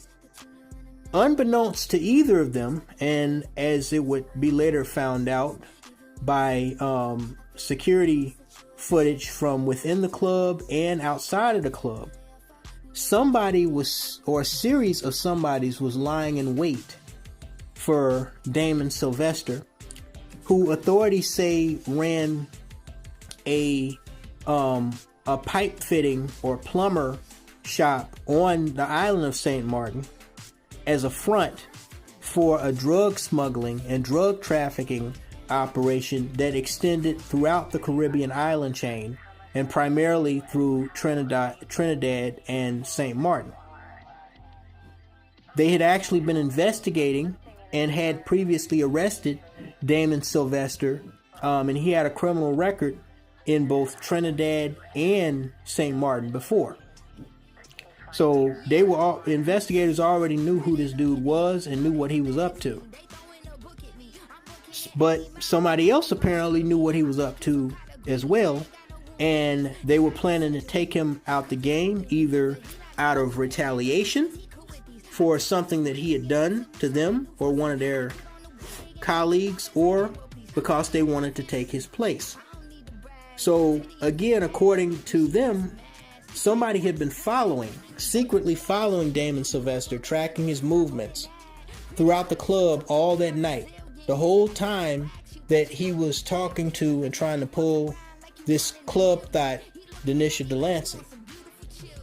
So when she decided to hop in his car and leave the club that night, and go back to the crib with him and get her some D, probably because he promised her some money or something like that, she didn't realize that she had sealed her fate. Because according to investigators, when the two left the club, as they were driving down the road, assumably headed to his place, okay, well, some accounts claim they were headed to another club, but at 3:30 in the morning, come on, man. Most clubs close at like 3 o'clock in the morning. They was headed back to his joint to do the nasty, but they never made it because there were a series of emergency calls about 3:30 a.m. by passerbys and neighbors that saw a overturned vehicle in the street on Arlette Road, not far from the club, like a couple miles down the street and around the corner from the club. When police and emergency services in St. Martin got there, they originally thought it was just a bad traffic accident. But when they checked the two occupants of the vehicle, they not only determined that they were dead, but they also determined that they, along with the car, had been shot to pieces. And both were pronounced dead on the scene. They were described as both a black male and a black female. Later, autopsy and identification records, assumably from Delancey's passport, identified her as one of the victims. And of course, they already knew Damon Sylvester. Now, according to Delancey's sister, the authorities, they did not contact them at all the night that Delancey's body was found, shot up like Bonnie and Clyde with Damon Sylvester's body. They kept it under wraps. They kept it very, very quiet, probably because they found out that she was an American tourist and they didn't want to make no noise about it. Okay. I don't know how they thought that was going to go, but they didn't contact next of kin. She said that they went back to the Airbnb and realized that she hadn't come back to the Airbnb after so long, after a few hours, because they thought, maybe she just wanted to do a booty call or whatever. So she called their designated driver and asked him if he knew anything. And he told them that he knew, St. Martin must be a pretty small island if information gets around like this. But the driver, he told them, Delancey's sister and friends, that there had been an accident, there had been a car overturned, and that her sister was found in the car. So then Delancey's sister panics. She gets in contact with the police, and originally they tell her that her sister had been killed in a car accident. Come to find out later, when she goes to identify the body, goes to the police station, she finds out that in fact, both Delancey and another man that they would later find out was Damon Sylvester, they were gunned down. They were killed in a shooting ambush on the road, likely a drive-by shooting ambush on the road. And whoever this was, they must have been carrying some pretty heavy weaponry, because they shot the car so many times, and they may have had silencers on because there were no witnesses that reported gunfire.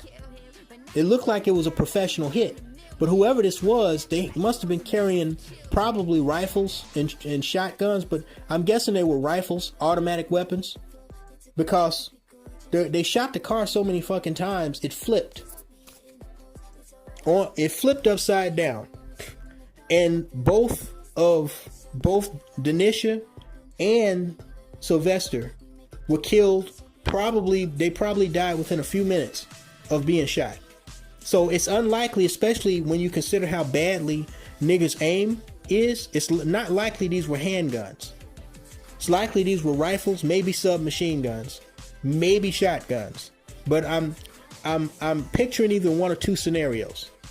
Either there were multiple vehicles, follow cars, and they had an ambush car that cut them off at an intersection on the road, and then another vehicle pulled over and poured fire into them.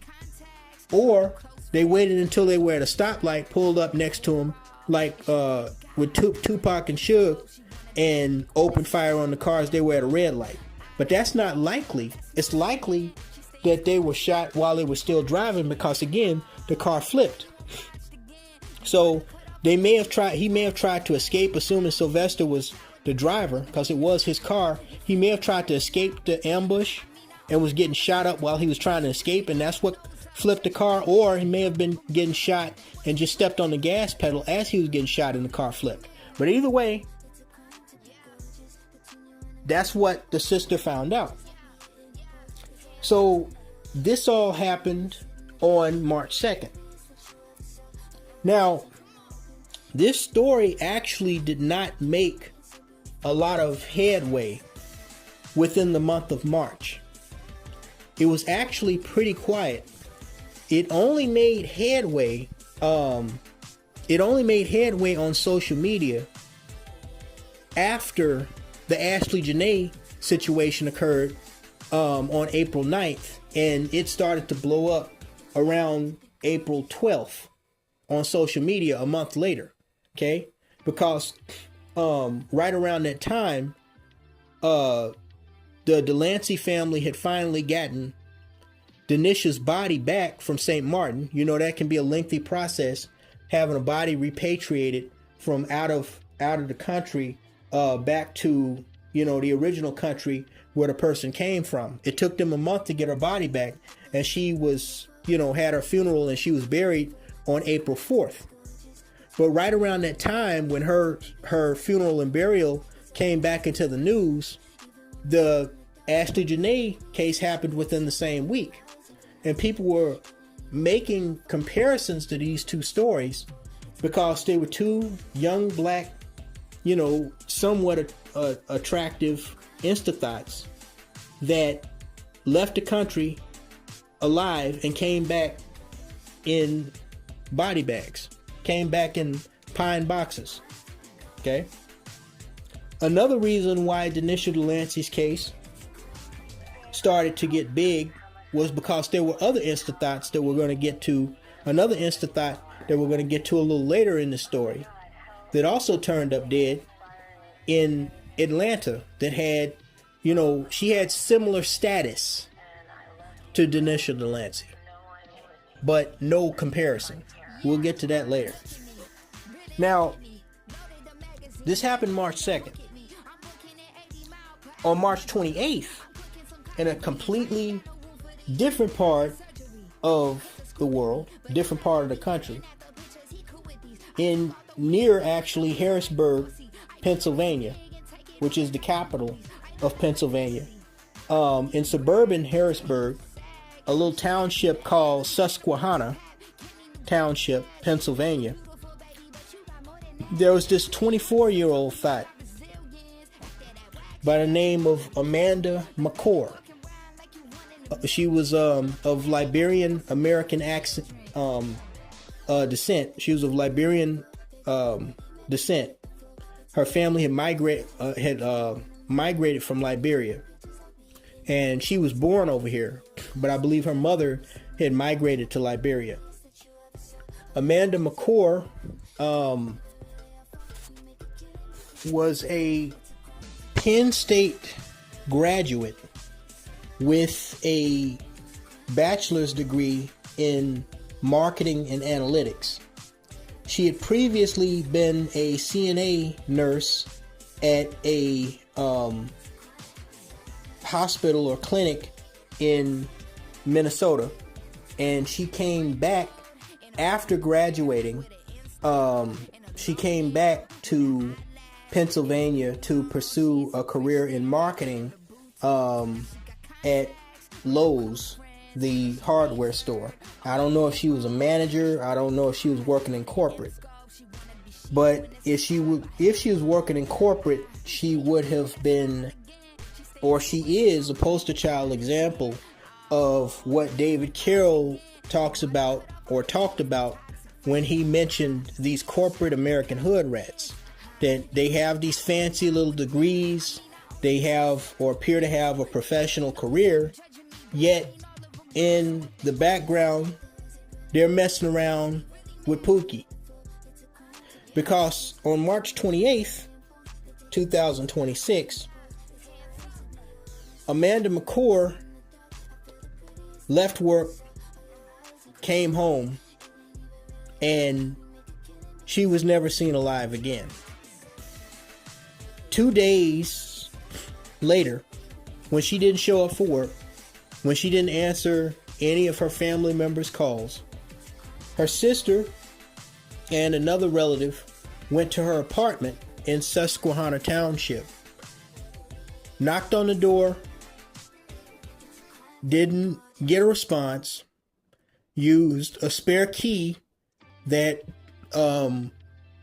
Amanda had told them about to make entry into the home, and found her dead face down on the bathroom floor of her apartment in a nightgown.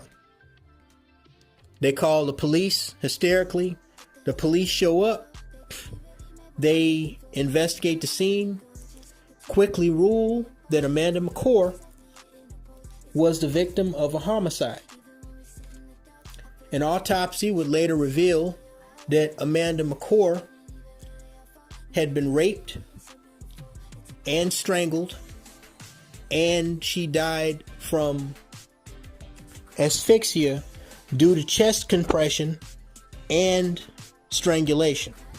So I imagine a scenario where her attacker and eventual killer was probably putting a knee or some other type of bodily weight on her chest while choking her from the front like a chicken, because if she has chest compress, if she died from chest compression, then that means she was being attacked from the front. She was probably mounted. Again, somebody was, they probably had part of their body on her where, her chest couldn't rise to take in air, and they were choking her. Okay. And the police said this happened after she had been sexually assaulted. So a very, very graphic case, a very graphic situation. And for days, nobody knew who did it. Different people were theorizing that maybe there was a break-in, maybe a burglar came in, found her there while she was taking a shower or something, raped her and killed her. But as police went through their investigation, something prompted them to look at her live-in boyfriend, who was MIA. He was nowhere to be found. And they somehow determined that her boyfriend, 32-year-old Puerto Rican native Rafael Ivan Duran Malavi, was responsible for her death.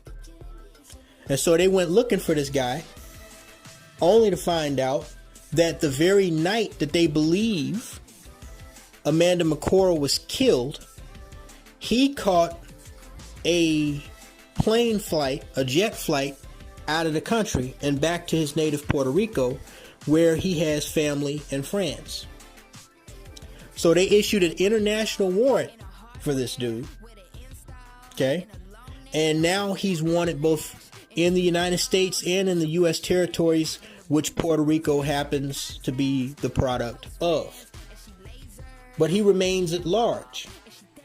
Now, when you look at this dude, turns out he has a extensive criminal record in Puerto Rico, and in fact, according to investigators, that may have been what led him to leave the island and come to the United States in the first place.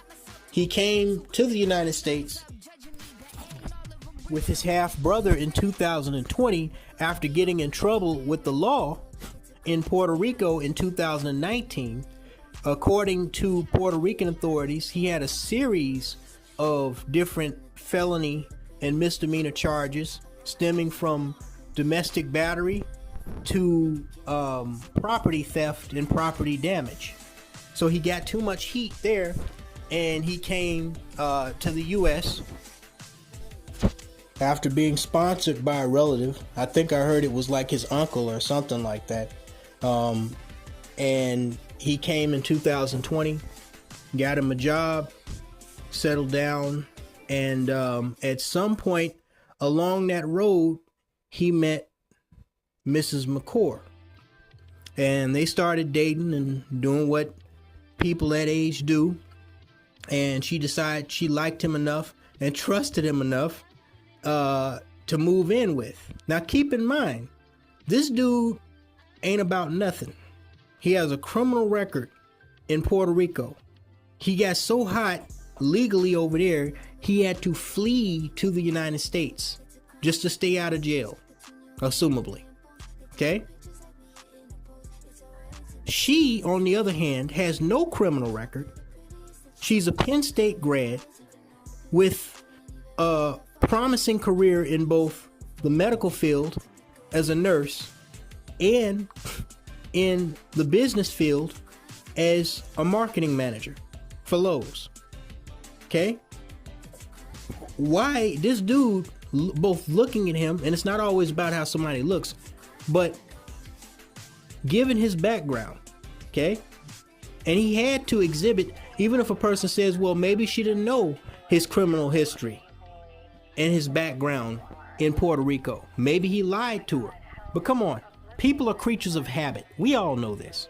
He had to have exhibited some type of behavior in the time that they were dating and messing around. I'm sure she didn't just meet this dude and let him move in the same week. Maybe she did. I don't know, man. These hoes are pretty wild out here. But I doubt a smart, educated young girl like her that seemed to have her head on her shoulders, except when it came to the dick that she was messing around with, would just let him move in with her under her lease the same day or the same week. Okay? I'm assuming she at least gave it a month of dating this guy, fucking this guy, and, you know, talking to this guy, whatever. I'm sure he had to have exhibited some type of concerning, controlling, violent, or threatening behavior to let her know, hey, this dude is not it. And if he is it, we ain't gonna be living together. But somehow that flew right over her head or under her nose. Flew over the head or under the noses of her family members and her friends. And I guess it was just all about, you know, he looked good, he got good dick, you know, he know how to talk, he's spending money on me, whatever it was that caused her to ignore the clear warning signs that are usually there in domestic violence cases before they turn deadly. And she decided to bunk up with this dude that, by the way, she wasn't married to. And eventually, the Pookie Dick syndrome led to her death.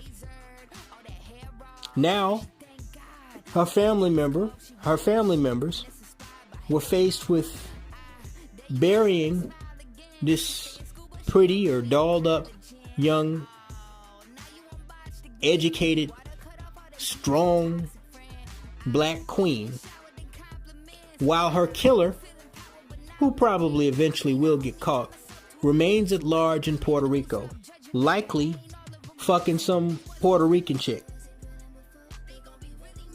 with his freedom, basically thumbing his nose at the legal system in both the United States and in Puerto Rico, while so far being a fugitive from justice, he's gotten away with Amanda Makor's murder. But he wouldn't have gotten away with anything had she not gotten with this violent Pookie in the first place. I believe somebody said he also had gang ties down in Puerto Rico. So he's not just because he flees to the United States, doesn't mean like he's just going to step into a phone booth and Shazam, become some different person just because he's over here. Okay? If he was a criminal in Puerto Rico, he's going to be a fucking criminal in the United States. And according to investigators in Pennsylvania, that's exactly what he was. And his violent temper, whatever caused the flawed personality enough for him to become a killer. They were probably arguing and fighting over something. Maybe she caught him cheating, or maybe he caught her cheating. Maybe they were arguing about money, who's going to pay this bill or that bill since we living together. Whatever it was, she threw her entire life, her career, her degrees. She threw all of that down the toilet. Not for a good black man working a blue collar job like UPS or a trade. She threw it away for a fucking violent, criminal ass Pookie. And now, her and all her dreams, her ambitions, her future, flushed down the toilet. Gone with the wind. As y'all say, another one bites the dust. It would almost be tragic in my eyes if it wasn't so pathetic.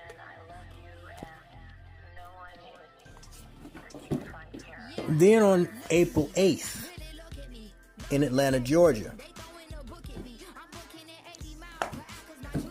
a 911 call is placed, followed by several other 911 calls in an area that's described as a shady part of the city. Though when it comes to Atlanta, I mean, what part of the city ain't shady except downtown, and even trouble happens there.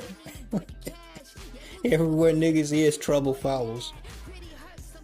But several 911 calls come in reporting a shooting or sounds of shots fired in and around a nearby apartment complex. When police arrive on the scene, at first they don't notice anything out of the ordinary, but then they spot a vehicle that appears to be a little off to itself from other parked vehicles in the parking lot of this complex. As they go up and examine the vehicle, they find shell casings lying nearby, and they see holes in it. Put two and two together, this car has been shot up. When they examine it further from the front windshield and the driver's side, they see the body of a woman inside. When they examine the woman inside, they discover that she's been shot numerous times, 4 times in the face at close range to be exact. They call paramedics, and when EMS gets there, a few minutes later, they check the body and determine that the woman is indeed deceased in her car. Now, a few things stand out to police investigators immediately. One of the things is that the shell casings that are found very close, within a foot or two of the vehicle itself. The second thing that they note are the bullet holes in both the driver's side door window and the front windshield closer to the driver's side of her vehicle, indicating that this was likely an ambush. It wasn't likely that this was somebody that was sitting in the car with her, got out and started firing. That this is likely someone who approached the vehicle and began shooting at her, and then fled. And the third thing that they noticed was that whoever this victim was, they weren't just driving and found dead in any vehicle. This was a very expensive vehicle, a luxury vehicle, a Range Rover worth $80,000. Now, for most of us who work for a living, that's no small penny. Okay?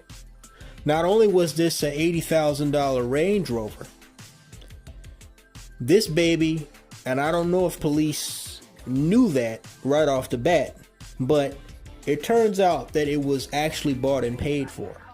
At least that's what family and friends have told social media over the course of the days following the death of this, still at this time, mystery woman in this story. So whoever this was, they had money, and with money, especially in the black community, they probably had a lot of enemies. So obviously they take the body and they take the car to the medical examiner's office. Body is removed, an autopsy is performed, even though it's pretty obvious, 4 shots to the face, how she died. And they ID the body as that of 36-year-old Qualeisha Barnes. Also known, very popularly known on social media as Sididdy. That's what she called herself. She was a native of Detroit, where she had made a name for herself in her 20s and early 30s. In her 20s as a local rap artist. And then in 2016, she moved down to the Atlanta, Georgia area, where she opened a beauty boutique where she specialized in doing nails, but she also sold weave, and she had beauticians there that did hair. And she was also currently a grad student that was pursuing her career in nursing. While she was in Atlanta, she continued her career as a rap MC, and she hooked up with local artists down there in the Atlanta area, and she was doing some freelance stuff. She did a few collaborations with well-known Atlanta music artists in the hip-hop scene, and so she was pretty connected in Atlanta, even though she was originally from Detroit. She had a lot of things going on for her, and she had a lot of ways, a lot of different sources of income or ways that she could make money. So it was not surprising, a small business owner running a boutique. And from what I understand, if you run any type of beauty salon that does nails, does hair, sells fake up and weave, as a black female, you can make about as much money as a drug dealer back in the day, because it's such a high demand market in the ghetto. It is what it is. So she was making money that way. She was, going back. She went back to school to become a nurse. She was in the process of that. And, she was doing freelance rapping and getting whatever money she could get from that. It was probably producing more connections and social status than marketing. But this made her pretty popular, not only on the hip hop scene and in Detroit and Atlanta, but also in social media, in the black sector of social media, especially in the Atlanta black sector of social media.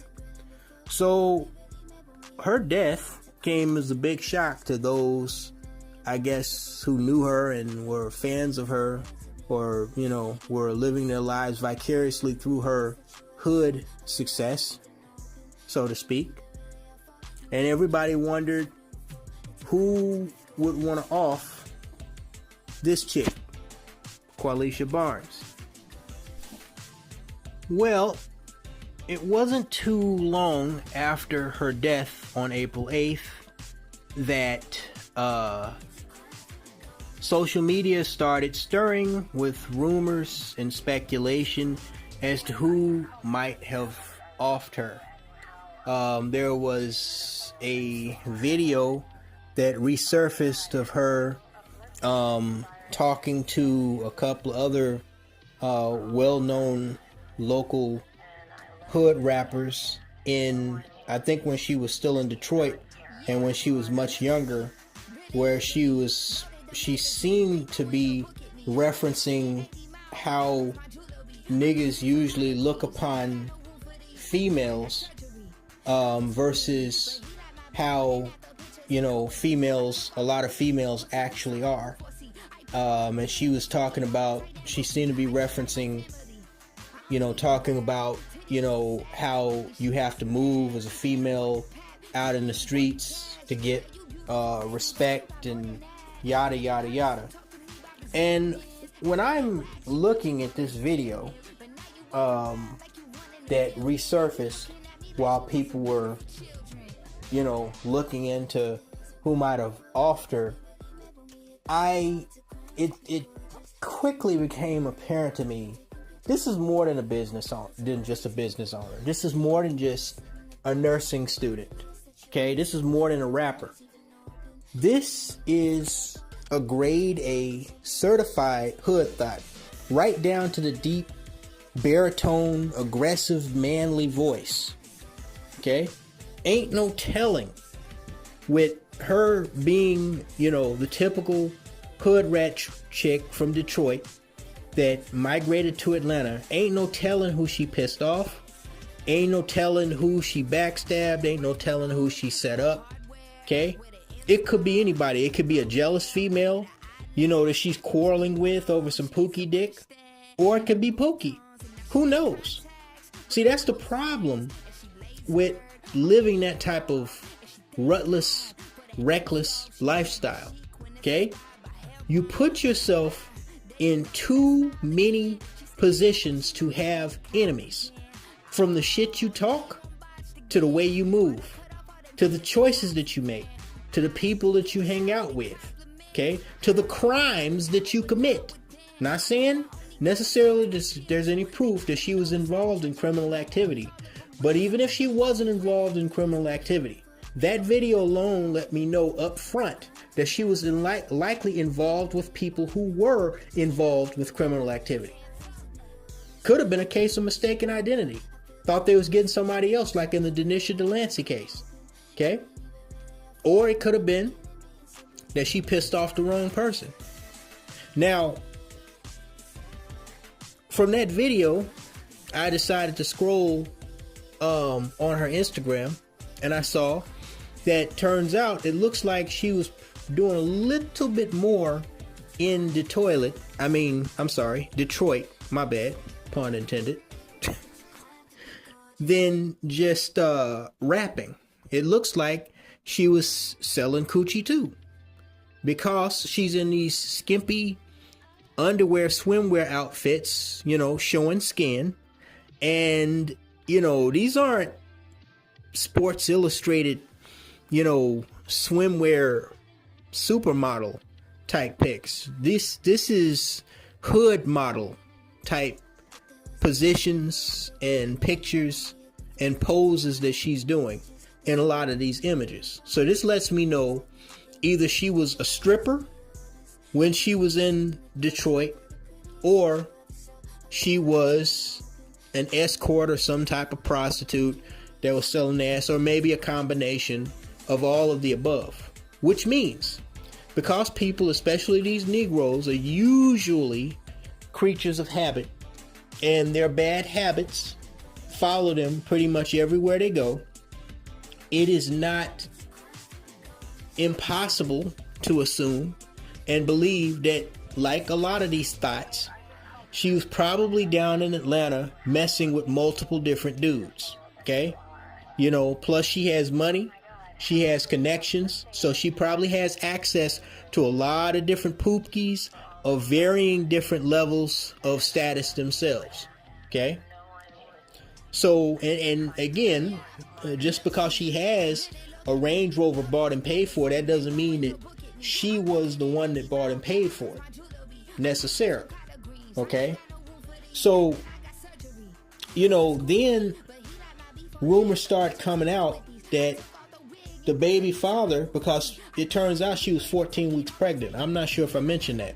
The autopsy revealed that she was 14 weeks pregnant at the time that she was assassinated. So rumors started floating around that, well, maybe her baby daddy did it. And they started putting up on social media, they started putting up pictures of some fat dude that he looked like a hood dude, but they said that this was her baby daddy. And, you know, he was one of those street runner thug type dudes that was involved in drugs and gangs down in the Atlanta area.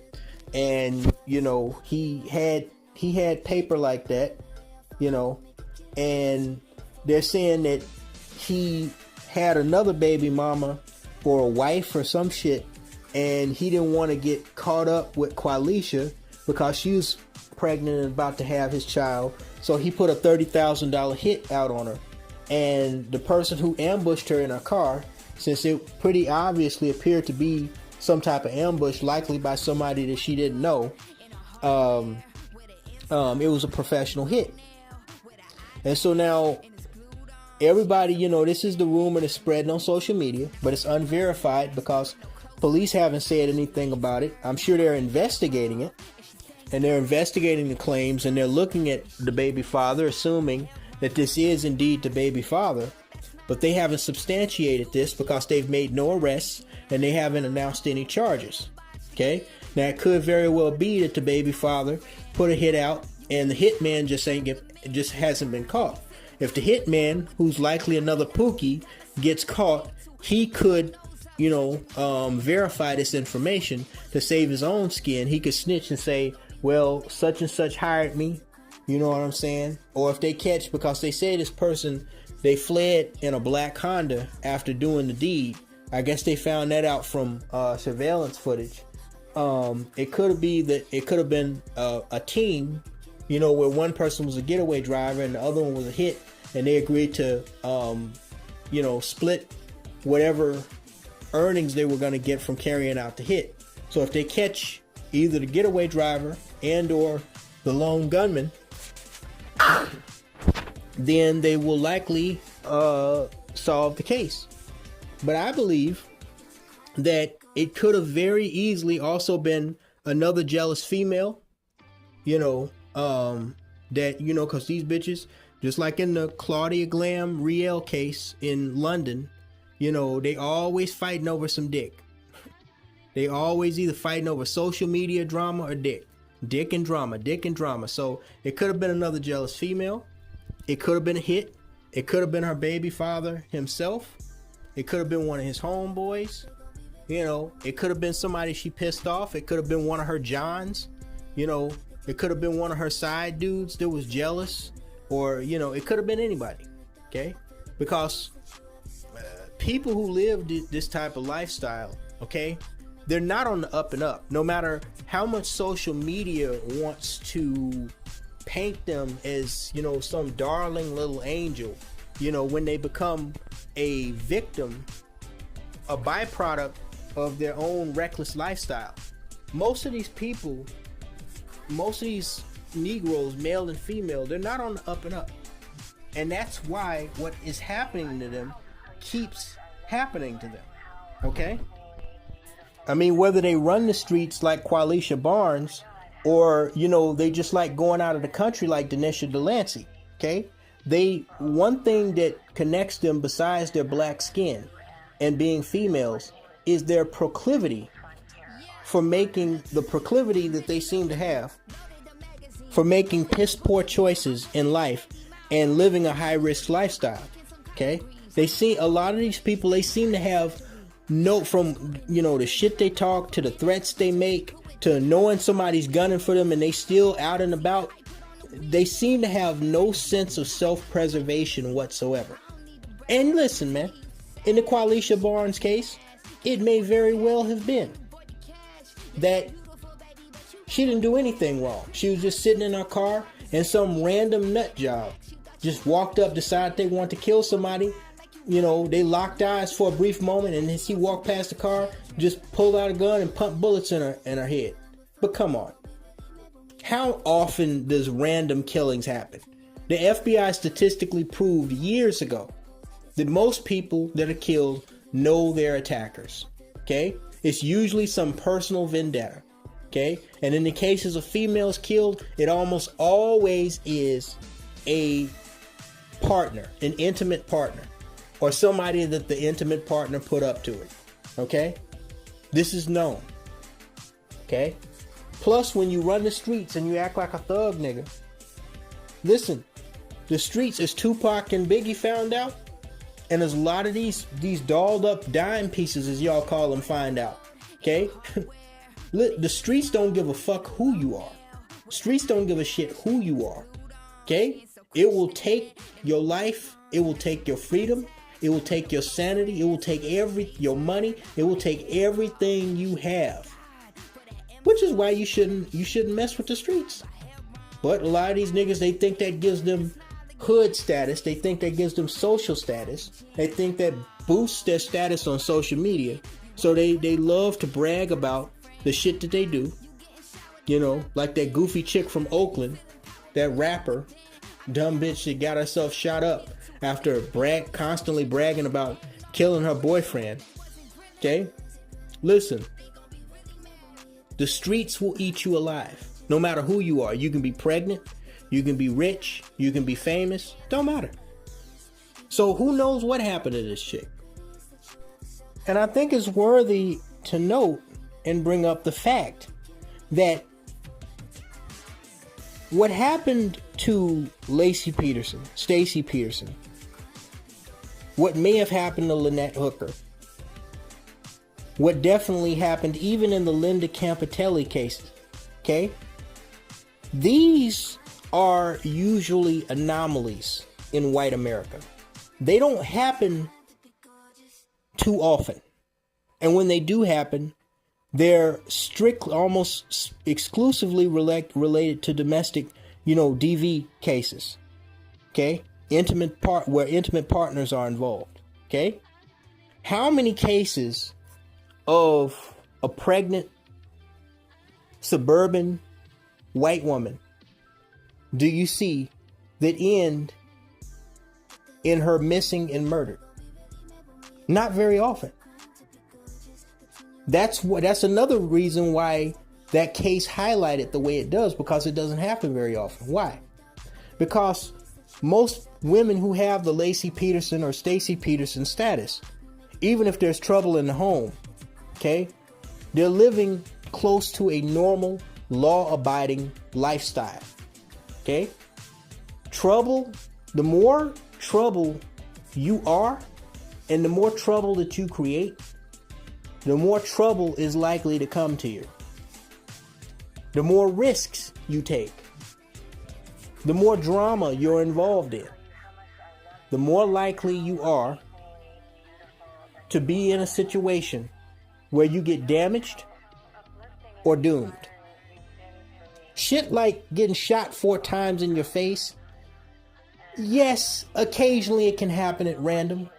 Yes, you can run into a Lee Boyd Malvo and John Allen Muhammad, the Beltway snipers that prior to the attacks, they just going around shooting and robbing people. And then they start sniping people at gas stations and shit. But usually that's not how it works. Most people who live law-abiding, normal, low-risk lives, they die of natural causes and of old age. Unless something is wrong with their body, like a blood clot or something, or a stroke, and they, just drop dead at a young age, okay? Usually they live old, long lives, and they die of natural causes. There's also bad luck, like, dying in a car accident. But usually violence does not come to you if you don't go out looking for trouble. Okay? It just doesn't work that way. It's just like, have any of you ever seen those videos of idiots like this white boy that got the living shit shocked out of himself when he started climbing a power line, and then he put his hand close to the electric conductor at the top, near the top of the power line, and he was talking about, I can feel it. My hairs are standing up. And seconds after he said that, there was an explosion. His shirt blew off of him, and he fell to the ground. Somehow he survived, but he was bleeding all over himself. His skin was singed. But he would have never got electrocuted.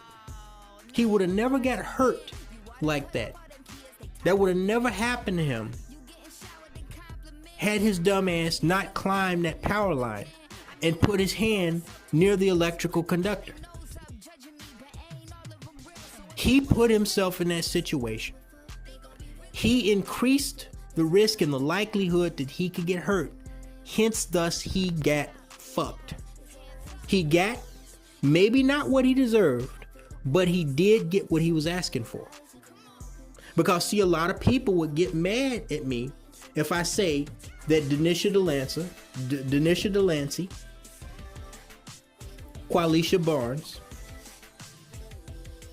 Amanda Makor, and yes, even Ashley Jenae and Linda Campitelli, at the very least, got what they were asking for. But when you look at a case like this white boy, that got the living shit shocked out of him, nobody would argue with me that maybe he didn't get what he deserved, but he got what he was asking for. Okay? He didn't deserve to be hurt just because he's a fucking idiot, because he wasn't hurting nobody, but he was asking for trouble when he climbed that fucking power line. Okay? So when he got shocked, nobody was surprised, and not too many people felt that sorry for him. Okay? When you're dating a pookie with a criminal history, a criminal record like Amanda Makor, when you're going off to strange island countries and getting in a vehicle with some dude that you just met at a fucking club for dick, you gonna fuck on the first date? Y'all not even dating, you're in a fucking club. Like Denisha Delancey. When you're messing around in the streets, okay, and you got all these hood connections, and you're getting pregnant by a dude that already has likely multiple baby mamas, okay, like Qualeisha Barnes, or you're going off to some remote island on a continent you've never been to with a guy that you're only with for money, like Ashley Jenae, you increase the risk. You're climbing up that power line with every bad move that you make, every bad choice that you make.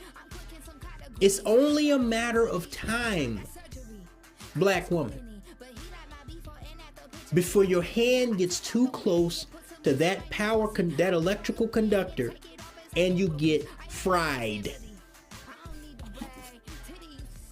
So when addressing the Ashley Jenae situation, I told all of y'all that over the course of this nearly 4 hours to help you understand that when you look at this case, no matter what you believe about who did it, who did what, when, where, why, who's guilty, who's not guilty, whether she killed herself, whether he killed her, whether somebody else killed her, you have to understand that these two factors, these two elements combine together both what white men with more to lose than they have to gain will do to protect what they feel is their asset or their investment when it comes to intimate partners that they believe are in the way of that or a threat to that, and the high risk, poor choice lifestyles filled with arrogance and personality flaws and mental health issues that black women lead. You have to understand that these two elements combine to form the common denominator in the unsolved equation, overall equation of what we are dealing with in the Ashley Jenae case. Okay? Her poor choices in life to be a thought that's likely using men for their money in multiple different categories. Okay? And also Joe McCann's troubling history indicating that he may indeed been trying to hold on to a reputation, finances, or maybe even just his own ego in some type of conflict that he was having with Ashley Jenae. Because what we know for a matter of fact, according to witness testimony that has been reported constantly on social media, Joe McCann and Ashley Jenae Robinson were arguing and fighting with each other at least verbally, from almost the moment they came to the villa in Zanzibar. There were reports by hotel staff and guests that they were getting into it in the hallways, and their arguing was so loud in the villa that people in neighboring villas, and when you have to understand something about a villa suite, okay? A villa suite is not like a regular hotel or a motel where you're wall to wall with other people, other guests that are in the hotel or in the motel. A villa is like a little decked out miniature condo, okay? That has, you know, it might have a little miniature yard.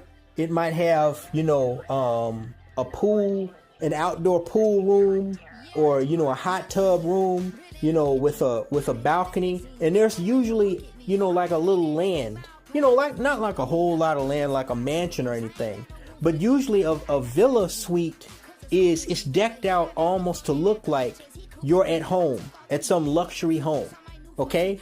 And it usually has a little space, you know, where there's land, there's grass, you know, like this is like your own little personal home away from home type of situation. And a lot of these these Insta models, they'll go with these dudes that, you know, have all this money and status to these places, you know, either as escorts or as sugar daddies. And they'll take these pictures in these fancy locations, trying to pretend like they're living the high life when all they're really doing is hooking. Okay? But when you understand the physics of a villa compared to a hotel or motel suite, okay, you have to appreciate it. And I don't know how, you know, exactly they had these villa suites designed.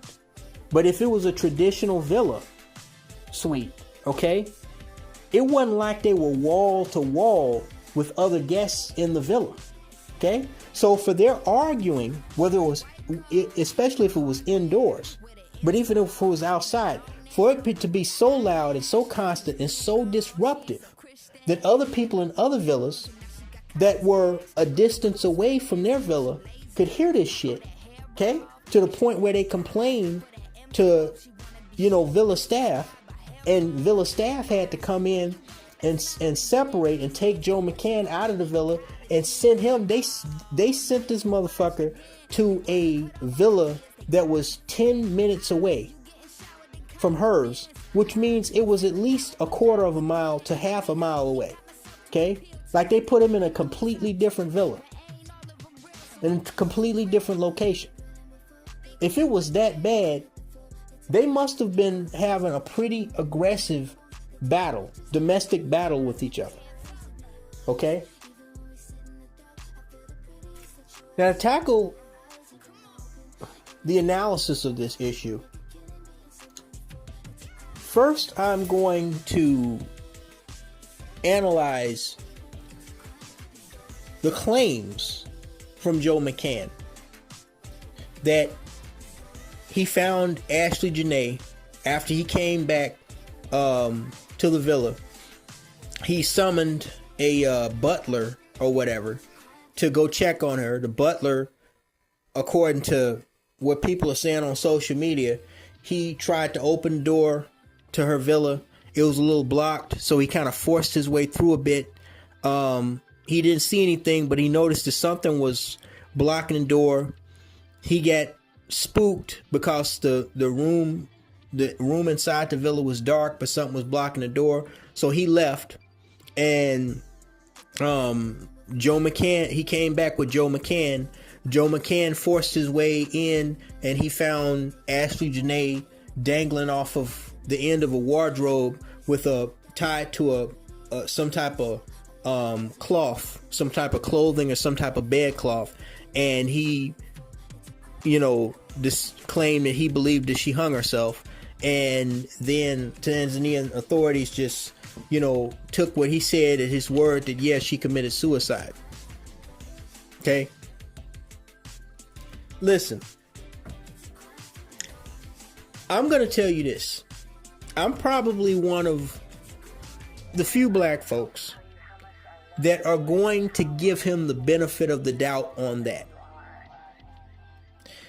As far as whether or not I believe she killed herself, I'm going to say 50-50. And here's why. We're going to tackle, of course, the reasons why he may have killed her. But let's tackle the reason why she may have killed herself first. Now, to understand why thoughtbot like Ashley Jenae might be suicidal, you not only have to look at Ashley Jenae with Joe McCann, you have to look back through her history, and you have to look at her mentality to understand why some type of major disagreement they had, especially right after he proposed to her, why that could have pushed her over the edge, and she got so distraught and beside herself that she decided to hang herself. Okay? First of all, it is important to remember what the late, great David Carroll, who I know is rolling around in his grave right now, wishing he was here to break this shit down and analyze it in a way that only he could, said years ago, years before he died. He said that the better they look, the more dolled up they are, the lower their self-esteem. I mean, you need no greater example of that than these two idiot bimbos, these two idiot British bimbos in the United Kingdom. One is dead or dying, and the other one is up for attempted murder and possibly murder. I mean, bimbos, fake lip injections, fake ass injections, fake tit injections. Just a plastic thought like a fucking dog's chew toy. Look like idiots. Who? It's like Kim Kardashian. It's like she just started this trend. And the sad thing is, I think, somebody can correct me if I'm wrong, but I think when Kim Kardashian was younger, after the Ray J sex tape came out, I think that hoe was natural. Since Kim Kardashian, I mean, it's just been like the shit sweepstakes, man. Every bimbo that wants to out bimbo the other bimbo with all this plastic surgery, and some of them die in the process. How do you think that this makes you look good or makes you more worthy to a man? Even a pookie. This doesn't even look normal. You look like an idiot. Okay? And the Riel, the Jamaican British bitch, she was on there talking about her mental health issues. Here's a chick that has 360,000 followers on Instagram, driving a $90,000 Mercedes Benz. And she's talking about the mental health issues that she has because she can't out bimbo other bimbos. And she's competing for the same low-grade pookie dick as the next bimbo. So much so that she attempts to kill one of her rival bimbos that's hopping up and down on the same East African, Tanzanian, ironically, pookie dick that she's trying to hop up and down on. The better they look or the more dolled up they are, because neither one of these bitches look good to me. The more dolled up they are, the lower their self-esteem. Who can forget? Not even the ones that are so bimboed up. That chick, what was her name? The one that jumped off the building of her penthouse suite. Miss USA, 2019. The one that won when the other two black girls won Miss America and Miss Teen USA. Chesley Christ. Yeah. Now she didn't have no implants. She was a naturally beautiful woman.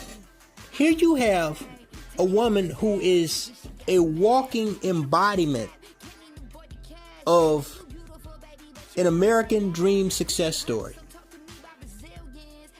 She's mixed race, light skinned, gorgeous, a model, a lawyer with licenses to practice in 2 states, the Carolinas, has a good paying job as a journalist for CBS Extra, interviewing other celebrities, making enough money to live in Midtown Manhattan. Do you know how much goddamn money you have to live in Midtown Manhattan? I hear the average price for a tiny apartment is $5,000 a month, not including utilities. She's living in, I think it was the Orion, a luxury condo complex, high rise. And to top it off,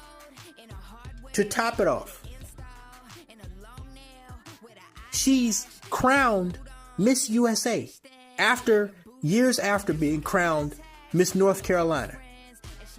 She's crowned Miss USA. How many girls, especially how many black girls or half black girls, get the privilege of being crowned in one of the top beauty pageants in the United States? For a so-called model, that's the equivalent of winning the Super Bowl. Get this chick that simps, like a lot of the ones here on YouTube, would mop the floor behind every step that she took barefoot, even if she came in the house from walking in mud. How many simps would marry her? I'm talking about rich simps with money, like Tyrese, dumbass. How many simps would marry this chick?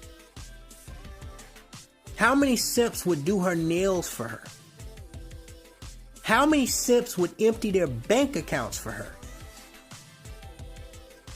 She could have Prince Harry if she wanted to. That's how fine and how successful and how high status she was. And this pretty ass, successful, educated chick, bimbo, jumps off a building to her death. The same one that complained about being racially stigmatized and, not wanting to be seen as a sexual object by men, switched careers and decided to show her ass, and it worked out for her. She was a success story. She wasn't no ghetto rat model like Qualeisha Barnes. She was an American success story. She won a top level prize, Miss USA, and competed for Miss Universe, doing the Miss Universe pageant in 2020 in Israel. I think she made it all the way to like the top 15 girls, and she kills herself. So the idea that this basic chick with paint on her face, because, if I have to remind y'all, it's here right now. Ashley Robinson was not an extraordinarily attractive girl. Was she fine? Yes. But you show me a girl that's near 20. I know she was 31. But you show me a woman in her her mid to late 20s to early 30s that isn't fine if she's not obese. Not easy, but she was not enormously attractive in the face. She had to do all kinds of shit to herself, okay, to make herself have this Barbie doll figure. I found this picture of her from years earlier when she was in her early to mid 20s before all the fake up and all of, the modeling and shit. She just looks like your average black chick from fucking that takes your order at the drive-thru at McDonald's or works as a cashier at Walmart. Okay? When you compare her there to what she looked like in 2026 when she was found dead in her villa in Zanzibar, you can see that there was a drastic shift, not only in her appearance, but that had to first start as a drastic shift and change in her mentality. Okay? Something happened to her psychologically where she decided she didn't want to be a basic looking black girl. She wanted to be this black Malibu Barbie doll that was looking for her kin. And that was the career that she pursued. Straight out of high school. Now I think I had heard that she had played varsity. She had went down to Texas from Miami. No, she was originally from New Jersey. And she left New Jersey, briefly went to Texas A&M University, then went to Miami, Florida, where she began to pursue this career as a video vixen, where she did some music videos for some well-known rappers. And then she went from that to, more like professional modeling. She was on the billboards of some beauty salons. And then from that, she decided to pursue a career as an Insta-thot, accumulating more than 100,000 followers on Instagram over a short course of time. And her Instagram page became somewhat of a success story for her. She also had a TikTok page and a Facebook as well. But the thing is, again, if you look at her aesthetics, okay, it's so easy, especially for low IQ people, which unfortunately seem to be the predominant part of our culture and population and demographic. It's easy to be fooled by the aesthetics and the videos and the exotic locations and the, boss bitch, black girl magic lectures that she would give. Okay? But underneath all of that, if you are a critical thinker and analyzer, you can see that clearly this girl had a lot of low self-esteem. Okay? She had a lot of it. Because she went out of her way to perk herself up physically to look far more appealing than she actually was. Okay? Again, without all that shit on,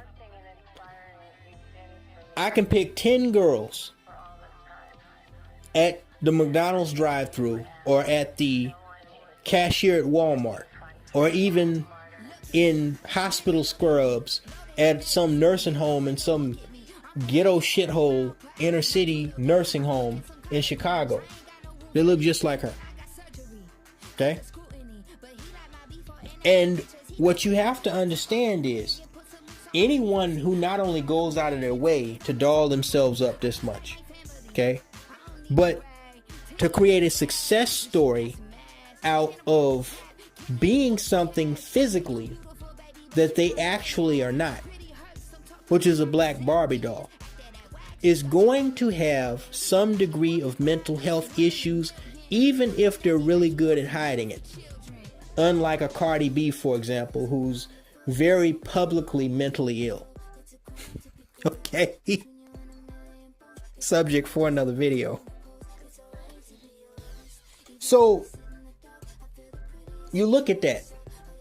But wait now, because there's so much more. A lot of people have already done this, but then I did it I scrolled down on her Twitter timeline, and you know, I'm gonna say this. I like to try to be, especially nowadays, I try to be as fair and impartial as I can. Now, we're gonna address her tweets in a moment, but I will say that I think that black men were kind of grabbing at straws when they pointed out the one tweet that she made, you know, talking about, you know, black men embarrassing her, because she had other tweets where she was uplifting or, you know, defending black men, or saying that, you know, she didn't necessarily find black men unattractive just because she had a proclivity for white men. But let's look at that. When I scroll back through her timeline, what I saw was, in fact, dating all the way back to her late teens, because she had her Twitter page for quite a while. I think her Twitter page goes all the way back to 2012. And you know, back in the 2000 teens, you black men, you brothers remember, the Negro bedwetching scene was huge. Like between 2011 and 2016, I want to say, that was when the online Negro bedwetching thing, everything from back page prostitutes talking about white men only, to, you know, that goofy ass bitch that made that book talking about how to date a white man, to Scandal, to you know, the introduction of people like Crystal and Kerosene. The Negro bedwetching thing in the 2000 teens, almost every black girl and every black woman over the age of 16 was doing that shit. Okay, so, you know, one could say that she was maybe caught up in that because it was trending. Okay, you don't see as much white male worship now as you did, you know, say 10 years ago, but it's still there. They just don't flaunt it as much because they've taken so many public L's doing this, okay, that it's the cat's really out the bag now. That, okay, if you want to suck a white dick, but we all know that behind the scenes, you know, you still getting treated like a slave or a ghetto gagger, you know. So you don't see as much of the open flaunting and taunting, okay? Not saying that it's still not plenty of bedwetching going on, I'm just saying, okay? But when I scroll back on her Twitter timeline, when I type in certain keywords, okay, you can clearly see that she had a thing for white men from early on. And I get a sense that between her dolling herself up to look more attractive in the face than she actually was, and this, you know, preference for white flesh, that this girl had a serious self-reflection, self-esteem problem. And by self-reflection, what I mean is she didn't like what she typically saw when she looked in the mirror. Oh, yes. That's going to piss the swirlers and the divestors off. But the fact is the fact. Between the aesthetics and all the white male worship, in spite of her claiming that she doesn't find black men ugly necessarily, she did not like what she saw when she looked in the mirror. This was more than just about, you know, a dislike for black men. This was about her not liking herself. Okay? And you know, on that note, I think me and Qualeisha had discussed this once on a live stream.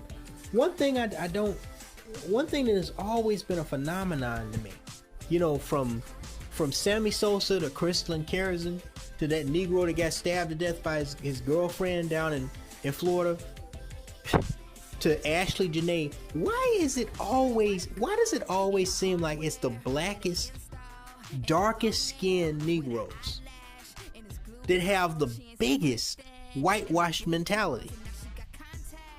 Now, some people say it was because they were bullied. I had my problems in school, but never once in my life did I ever even remotely think of wanting to be white or wanting to be overly accepted by white folks. What is it with these dark-skinned Negroes? Because, you know, you see it like Stacey Dash, but you don't see it as much with light-skinned or mixed-race people or caramel-colored Negroes. You notice that? It's usually if it's a black male, it's usually the biggest, blackest, I'm talking about Shaquille O'Neal size, the biggest, blackest nigger that you can ever lay eyes on, that has this bed buck mentality. If it's a black female, she's always close to being the darkest skinned chick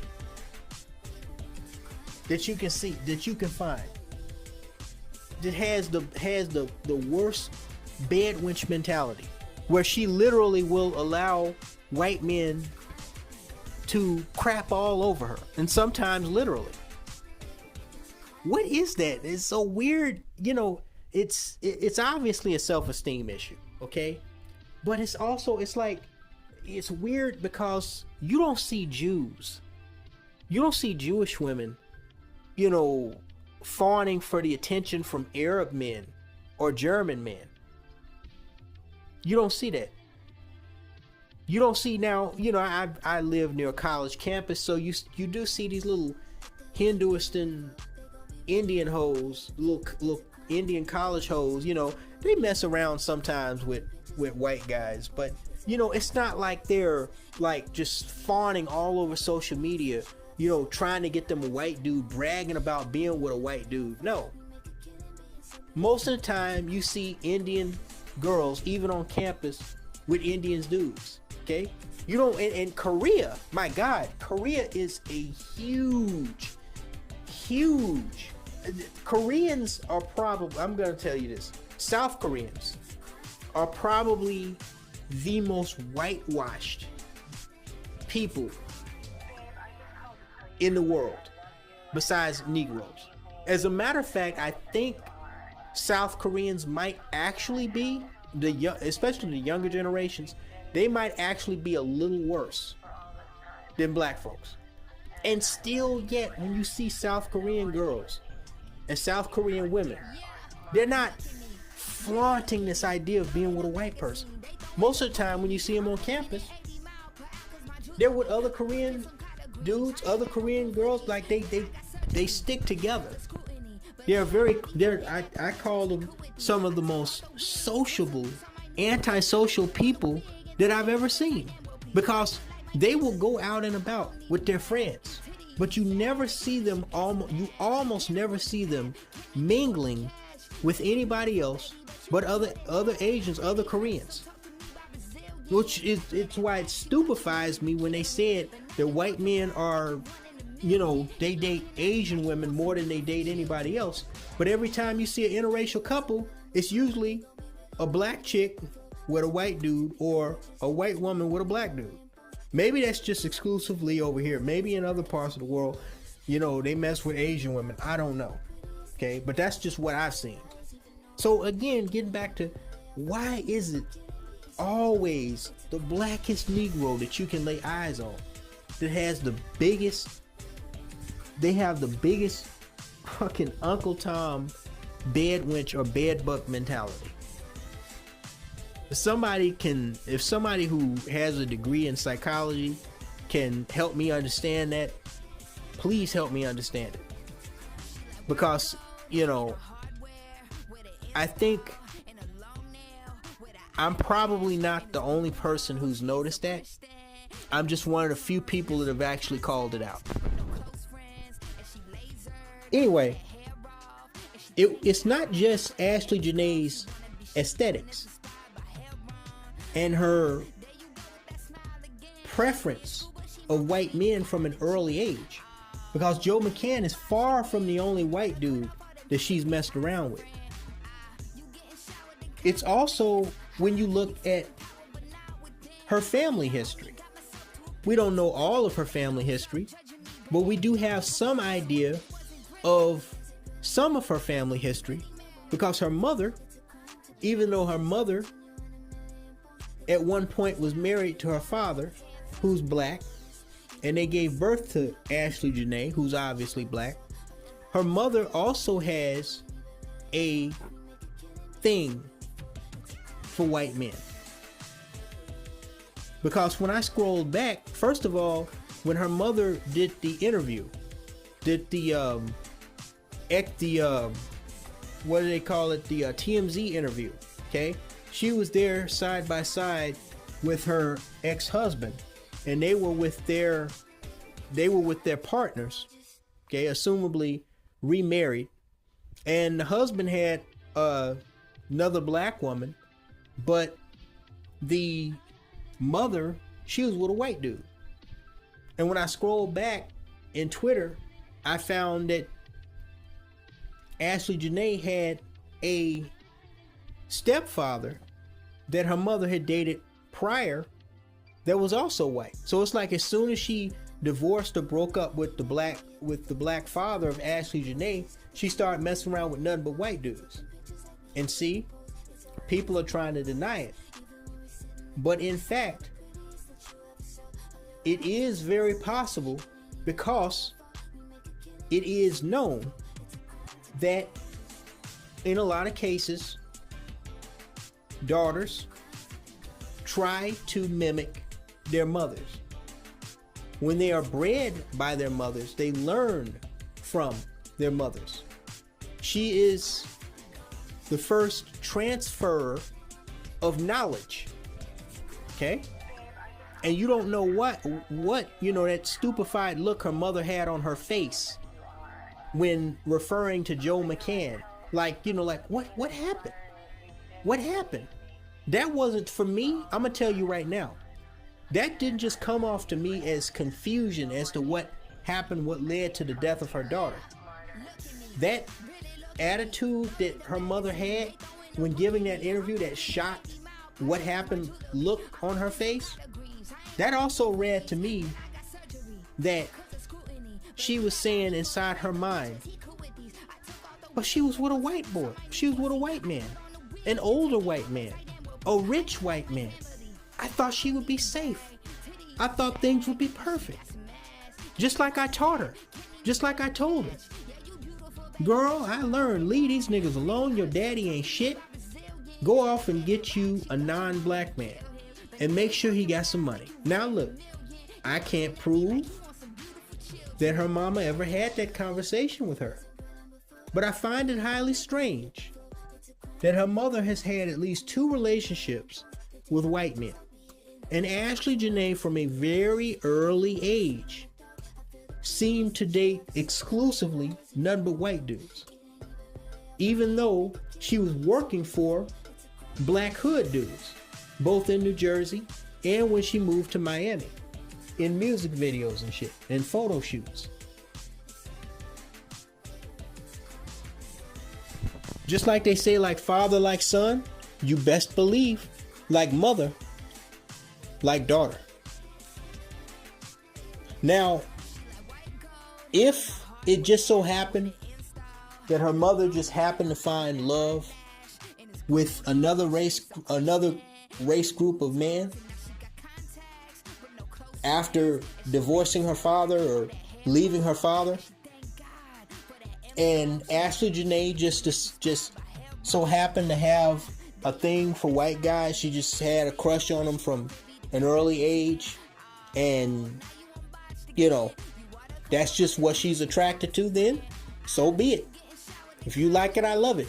I could care less what color dick you put in your mouth. That's up to you. But if it turns out, and this is something that we may never know, because if her mama was responsible for this, she ain't gonna never admit it.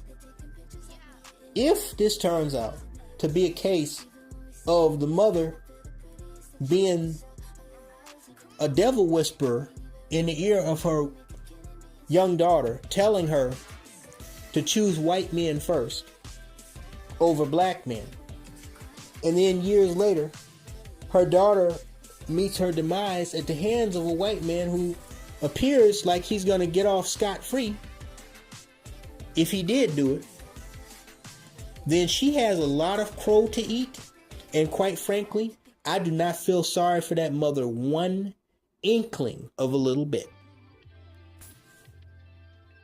Now, as I had mentioned, I think that black men who made a big deal about her tweet about black men embarrassing us, meaning black women or the black race, after sharing a link of apparently of some black guy that had married a frog or some retarded ass shit. I don't know. I think they were being a little unfair because of tweets she had made previous to that.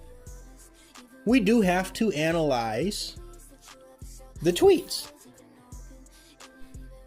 Now, I didn't research her tweets with every single keyword that I could think of like I usually do in these cases because I didn't have a whole lot of time. But I did do what I think most people did, and I did type in the keywords white, and then after I researched the word white, I researched the word black.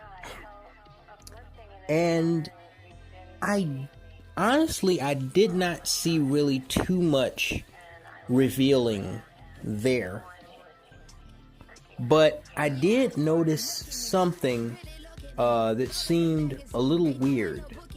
That most of her tweets about, having white boyfriends and, her views and perspectives on racism in America and, being black and black men, most of that occurred in her early 20s, back in the mid 2010s. Meaning most of these tweets were in 2015 and 2016. You don't see nearly as much of that going into the late 2010s and early 2020s on her Twitter feed.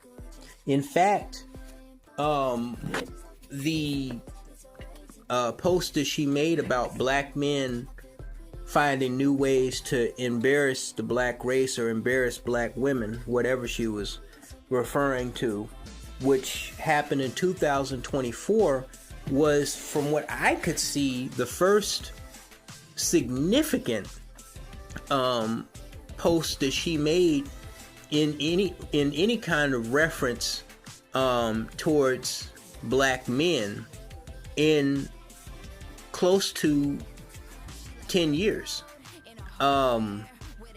Most of those posts about, liking white boys, dating white boys, talking about racism in America, claiming that, she wasn't against black men. Most of that stuff took place when she was around 20, 21 years old, back in 2015 and 2016. And what this, I thought about it for a second, and what this leads me to believe is that what likely occurred is, if you look at the timeline of these tweets and the huge gap in when she was, making commentary on that stuff versus when she kind of stopped and then made that one tweet in 2024, what was happening in Ashley Jenae's life? Well, she was doing the video vixen thing. Okay? And a lot of people have not touched on this. They've talked about, her tweets and, her talking about black men are embarrassing and all of that. But they haven't touched on the fact that between 2016 and 2024, she hardly said anything about black men or white men one way or the other. No matter whose color penis she was riding up and down on and putting in her mouth. But what was happening in her lifetime? In that time period, she assumably was still living in New Jersey, okay? And she was transitioning over to the InstaThot thing, but she was also doing the video vixen thing and the hood modeling thing, okay? Who was she being a video vixen for? She was being a video vixen for the productions of mostly, hip hop, R&B, and rap music videos of, some well-known black hip hop artists. Okay? And that was occurring in her early through mid and even into her late 20s. Okay? So in that time period between 2016, when she was about 21 years old, and 2024, when she made that post, okay, in that time period, it would have been convenient for her to mingle with black men, and specifically Pookie and Ray Ray. It would have been convenient for her to even date and sleep with those types of black dudes. Okay? So, if she did have this huge white boy crush, okay, on the come up, okay, she wasn't just dating and sleeping with white dudes. Because when she decided to switch over into modeling, she first started with the guys that were in her immediate proximity to where she lived, which was New Jersey. Okay? And these are going to be black hood dudes. They're going to be the first dudes that she's going to come across that have money, that have status, that have connections, that have the type of resources that she feels she needs and she wants to put her on the come up. Remember the same thing people were pointing out about Stacey Dash.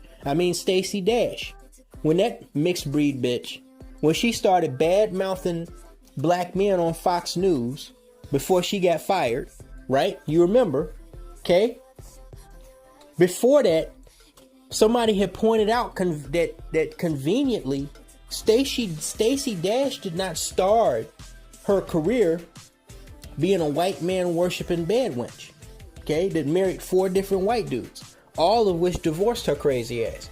She started doing modeling for magazines that catered to black men. Okay?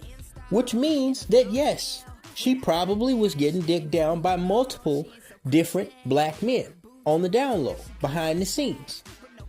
And I believe that Ashley Jenae likely followed the same pattern when she realized that it was going to be convenient for her to do so. Okay? This points to another thing about her that a lot of people are not mentioning or not realizing. She was not only a swirler and a divestor and had low self-esteem, okay? She also was an opportunist, okay? She was very opportunistic. She looked at men more than likely like a lot of these hoes do. She looked at them as potential commodities, okay? She traded these commodities in. She is like buying and selling shares on Wall Street. When she was done, getting what she thought she could get in dividends from this stock, she traded that in for something else. Okay? I thoroughly believe that at a young age, from her early 20s and late teens, when she bragged constantly about dating white boys, she temporarily traded that in to start messing with Pookie. Okay? And hitting the hood scene, the glorified hood scene, doing the modeling shoots and the hip hop music videos. Okay? Then as she started to get older and moving into her late 20s and early 30s, when she got enough of the come up, enough, money, enough status to move from Jersey to Miami, okay? And she started prepping herself up on Instagram. I believe she went back to dating and messing around with white guys, but this time, because of her status, because of her connections, and maybe because of the money that she made, she likely had access to higher up on the totem pole, higher status white guys. And this is likely through club thotting. Possibly, it looked like she had a lot of potential to be a stripper. Okay. Maybe I've heard rumors that she was an escort. Okay. But when she moved to Miami, her options, I think she decided at some point that she didn't want to mess with average white boys or average men, period, anymore. And that's where she got into the hood scene, messing with these rap star pookies. Okay. Then she did what these bitches call level up. And she started leveling up to these wealthy, or by appearance, wealthy white men like Joe McCann. I don't think it's lost on anyone that given their age gap, I seriously doubt that their relationship had much of anything to do with true love. Okay? He was likely a huge womanizer. He had a black fetish, because I believe it's already been exposed that his wife was like half black. Okay? He was likely going around buying up escorts and prostitutes that were black in Miami. And they ran into each other. And she,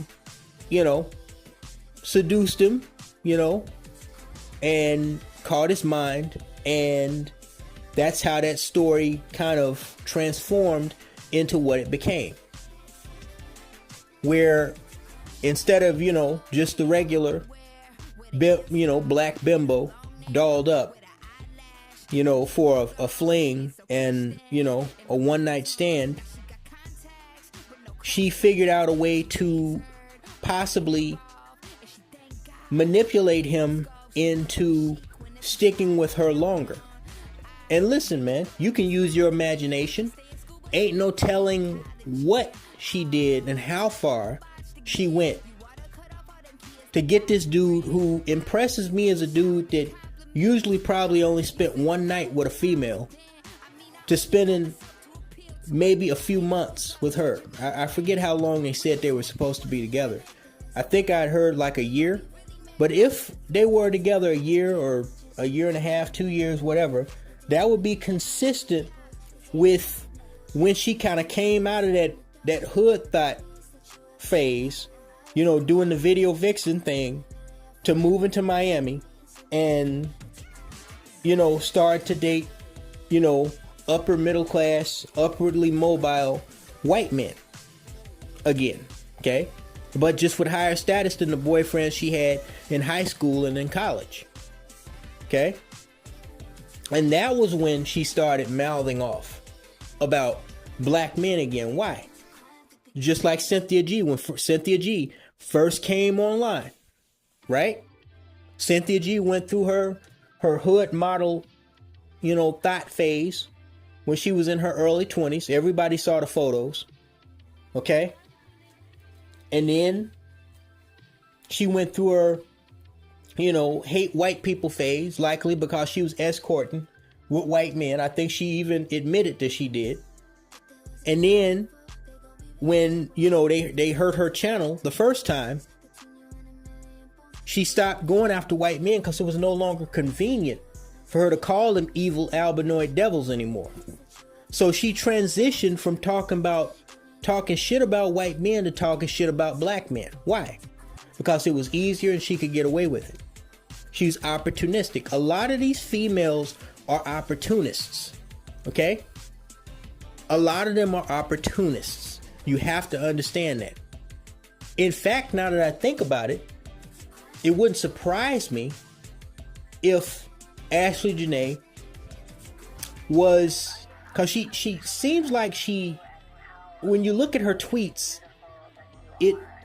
she almost comes off as like trying to pawn herself off as like smarter than the average hood rat, like saying, oh, black love is beautiful, just cause I'm I'm fucking around with white dudes don't mean that I hate black men or think black men are ugly. You know, racism still exists in America. It's like she's trying to play both sides. Okay? Like trying to say, yeah, I'm sucking white dick, but, you know, if the opportunity comes along and he got money or he got status or something else that I want, I'll suck a black dick too. That's what it kind of come off to me as. Not that she loves either one. Okay? And who knows where she learned that from. What I do know is there was a lot of opportunism in her attitude. Like she would, and I told you guys years before that a lot of these females, they will go whichever way the wind blows. Okay? If it blows west, they go west. If it blows east, they go east. They don't really, that's why you shouldn't date and deal with them. Because they will go any direction that they think is going to benefit them. Okay? And that they can leech off of. Now, another thing that people had brought up was not only her infatuation with white dick, but also her infatuation with mixed race babies.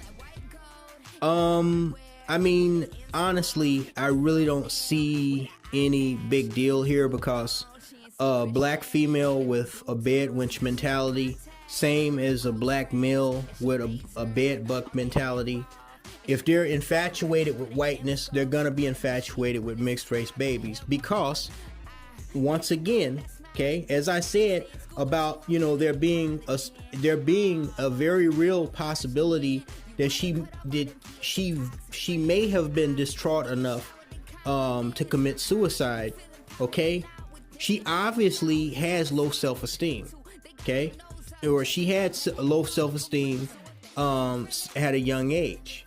It wasn't just her infatuation with white men. Okay, it wasn't just her infatuation with aesthetics, but also her infatuation with wanting to reproduce something with her body that did not look like her mother, or her father. You know, that's the funny thing. People are always saying, you know, I remember when black bitches used to tell white black men, you know, why you wanna date a white woman? Your mama black. Which is completely stupid. It would have made more sense if they had said, why do you want to have a mixed baby or a half white baby that doesn't look like your black mother or your black father or yourself? Okay? So, you know, that I don't really think is as big of a deal. It's not as big of a deal as people are making it, unless you take it and you use it as an add-on to all the other elements of this case and the elements of her history and her mentality that make her the low self-esteem, mentally and emotionally vulnerable human being that she was. Of course she wants to produce something that's not herself. I mean, look at her. She obviously doesn't want to look like herself. She wants to look like something that she's seen in a fucking Barbie doll commercial or in a soap opera. Obviously.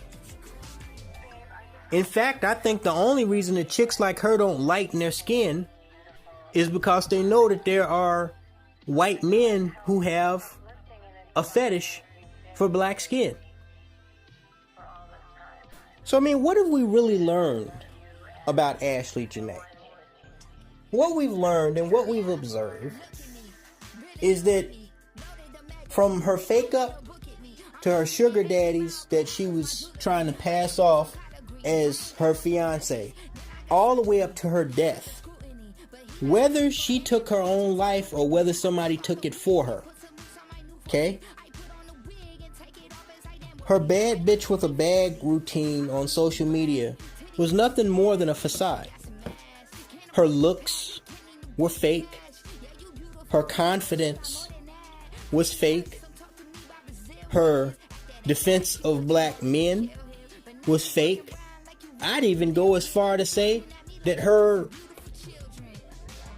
preference for white men, exclusively white men, was fake. To a degree. Okay? Because to the extent that she thought that any man could get her over the top, so to speak, she was one of them chicks that would do anything to attract the right type of dick that could get her, that could benefit her to the point where she could get to the next level, that she could move on up like the Jeffersons, so to speak. I really, frankly, I don't think that it mattered the race past a certain point. It just so happened that she was in a position to attract those type of white dudes that have a fetish for dark skin, okay? And she knew how to attract them, okay? She, played the role of, the finessing femme fatale very well, okay? And for a while, it was working in her favor. One of the things I forgot to mention as to why I believe there could be a possibility why she committed suicide is, because you see that she was heavily invested in this Joe McCann. I believe that she felt, this is what I believe may have happened. I believe that she may have felt that through all of her shenanigans, all of her efforts, all of her investments in, so-called soft life facade online, dolling herself up to look like a Barbie, all the different dicks that she dealt with, the video vixen days, all that, the hood modeling, all of that stuff. I think she felt like she had finally come to her own with Joe McCann. This guy presented himself as a millionaire. Okay? And she felt he's rich, he's wealthy, he's gonna marry me, and I'm gonna live the luxury black girl dream. I'm gonna be the true embodiment of black girl magic. Until she found out some things about Joe McCann that she didn't like so much, that in rumors that we've heard about. Until she found out that he may have been messing around with other women, with other black girls, and that she may have been just one of his hoes, which is why they may have been arguing and fighting from the moment they stepped into the villa. And it may have been that not only did she find this out, but when their argument got heated enough, okay, he may have even told her over the phone, somebody, whoever the investigators are, they need to read the text. He may have told her, you know what? I don't need you. He may have told her the same thing that that Korean dude, June Lee, told Shayla Tabishka when she started to getting all big-headed about, wanting a percentage of his earnings on his YouTube channel, using her, to try to pose as his bedwench girlfriend, where he said, I can get any black girl in South Korea. Black girls are easy. He wasn't lying. Whether it made her mad or not. Was he lying? He got her. And she's infatuated with the idea of Korean K-pop sissy looking dudes. I think she found out that she was just one of his hoes. And I think when the argument got heated enough, even after they got separated, or he may have already told her before they separated them in the villa. He told her, you know what? Engagement's off. I never intended to marry you in the first place. It was all an act for promotion. You want to fuck with me? Fuck you. N-word B, I'm out. Oh, and by the way, you can pay your own way to catch a plane ticket back to Miami or New Jersey, trash bitch. He may have hit her hard. He may have hit her hard verbally and emotionally and psychologically. Or she may have found something on his phone that triggered her. Like him, again, with other black girls that were prettier than her. Or she thought was prettier than her. And that may have been enough to push her insecurities and her low self-esteem over the cliff. That all these years of putting up this facade to be something that I'm not. And while I got the whole world fooled, come to find out I'm the fucking fool. Because this dude been fooling around on me with girls that are more aesthetically perfect than me. Or even worse, girls that are less aesthetically and physically attractive than me. Proving that he never really loved me. And there goes my meal ticket. And at 31 years old, listen.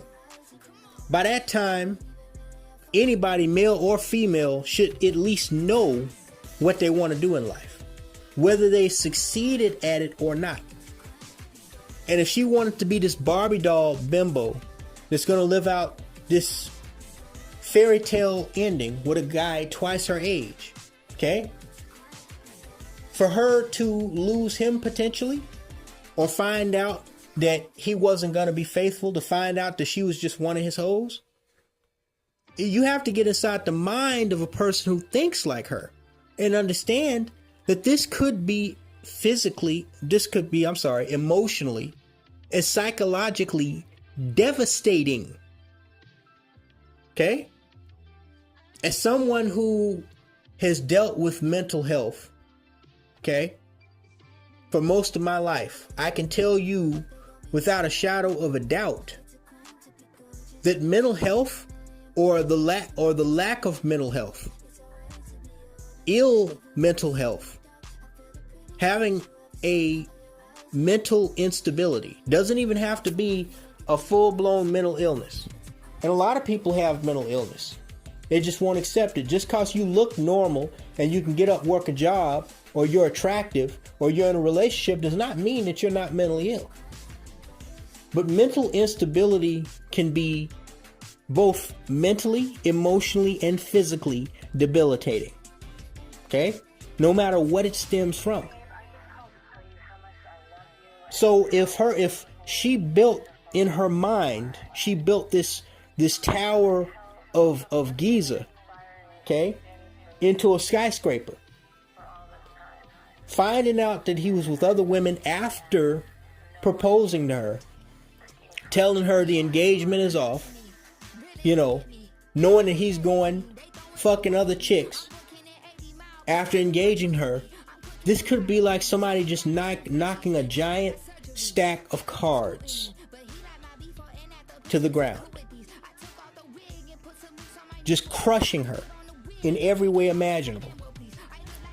And yes, for a mentally weak person that's been fronting their entire life, because none of us were there with her every moment of her life. We don't know what was going on behind the scenes. We don't know what was going on behind closed doors. Not only with that relationship, but when she woke up and before getting in the shower looked in the mirror. Y'all don't know that, this poor girl may have been talking to herself. You don't know. And don't pretend like you know. She could have been mentally devastated enough to try and kill herself. However, on the flip side of that, okay, I do believe that there's just as strong of a possibility that Joe McCann may have indeed done something to this girl. But it is my contention that whether or not Joe McCann did something to this girl in the heat of an argument or, you know, through some diabolical plan to silence her is not the real question that people who are not related to her should be asking. The question that people who are not related to her should be asking, the bigger question that you niggas should be asking, is why do things like this keep happening? Why is the FBI and the State Department and the U.S. Coast Guard opening multiple investigations into Brian Hooker's ass over the death of his 55-year-old wife, Lynette Hooker, but have not said one mumbling word about opening an investigation into the death, the known death, not the disappearance of, the known death of this prettied up young black woman, Ashley Jenae Robinson? Why, when these things happen to black people, you know, including that young black guy in Greece that got beat to death by the Eastern Slavic dogs, and they all got off scot-free for what they did to him, even though they beat him into the pavement. Why is it that when these things happen to y'all overseas by non-black people, or suspected that they do, it's hardly investigated, and when it is, these people get off scot-free, as Joe McCann likely will, whether he did it or not? And the very easy, simple answer to that is because of you. That's right. Because of you. As Jackie Chan used to say in Rush Hour 2, when he said, "Those girls drove off because of you." Talking to Chris Tucker. This happens because you Negroes do not understand optics, and you do not understand how power works, and you have no self-respect for yourself. That's why this keeps happening.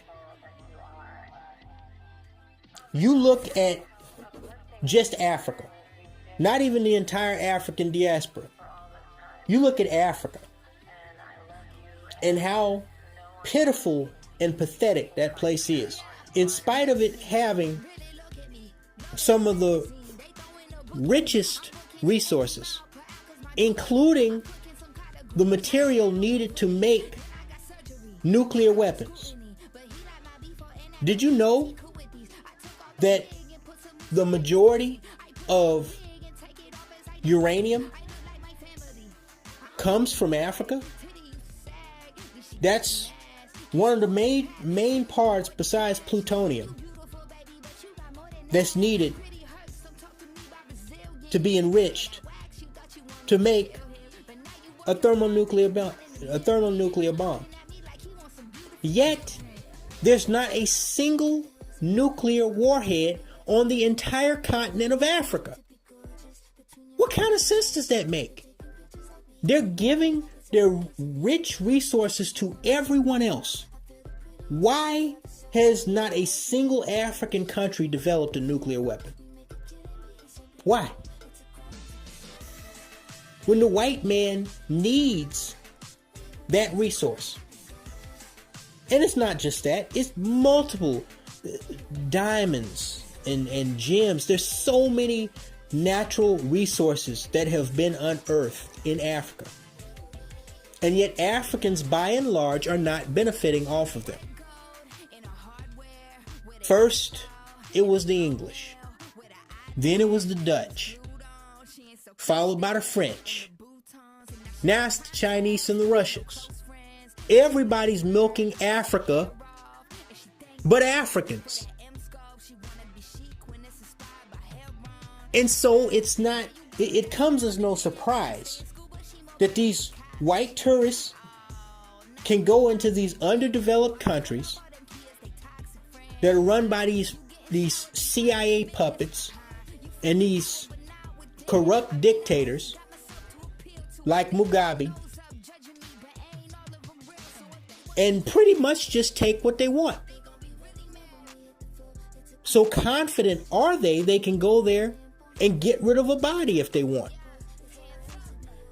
Because there is not enough structure and development in Africa to stop them. Because Negroes seem to have not gotten the memo that nobody is going to clean up your mess, and nobody is going to build your tower for you unless you clean up your mess and build your tower for yourself.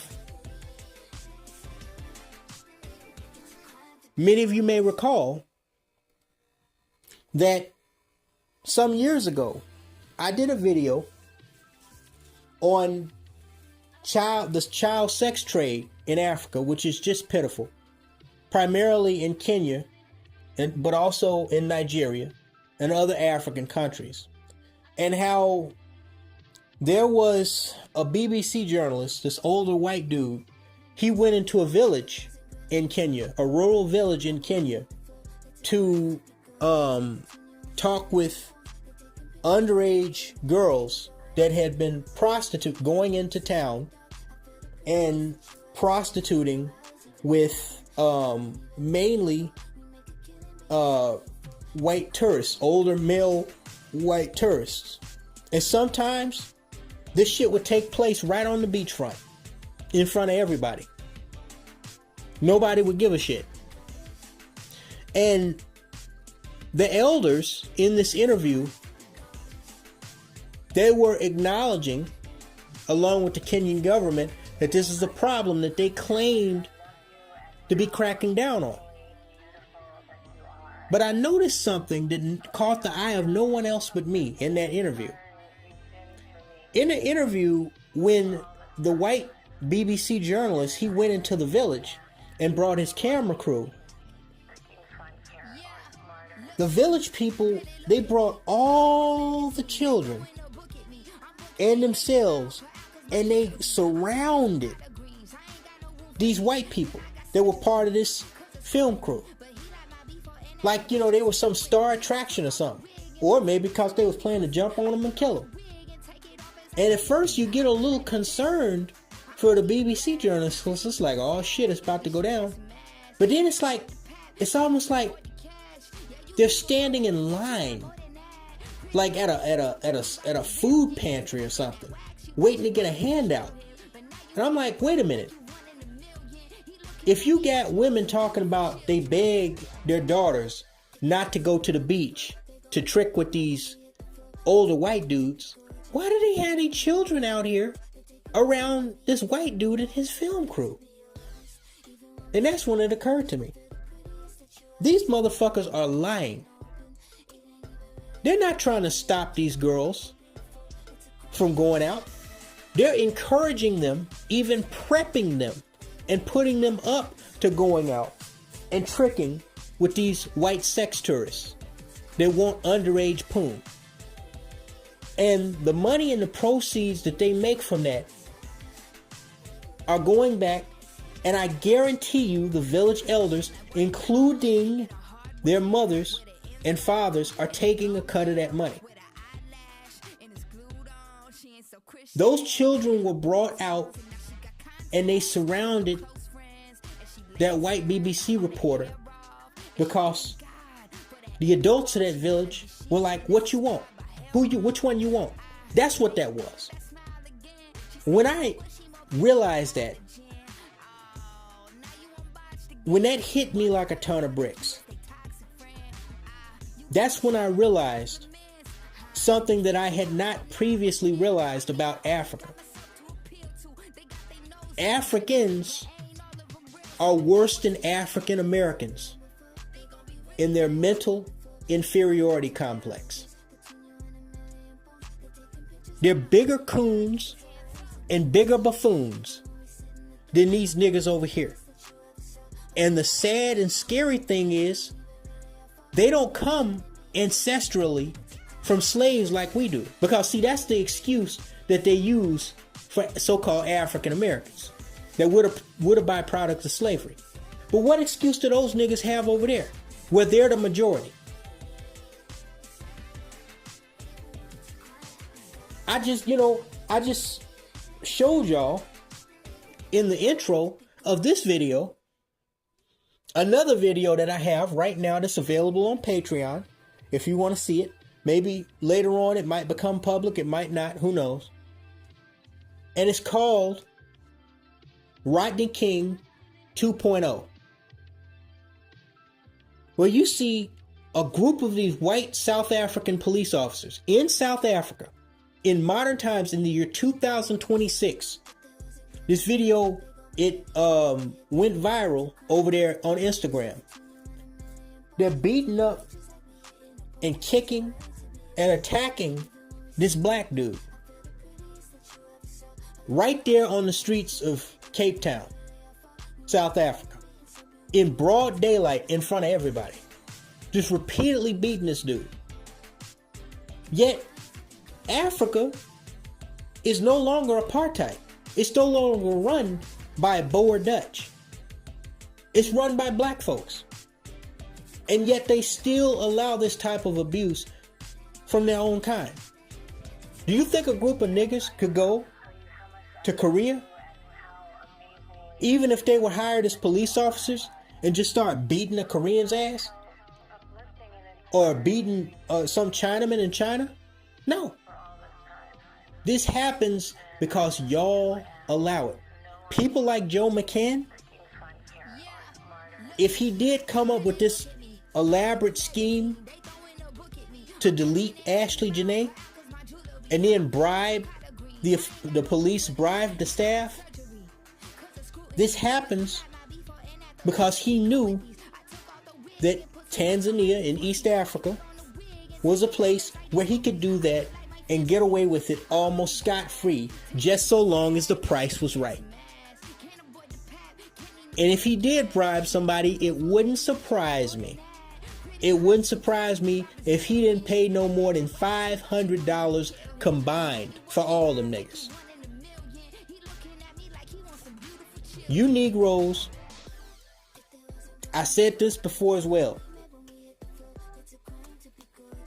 You'd rather live a lie than face the truth.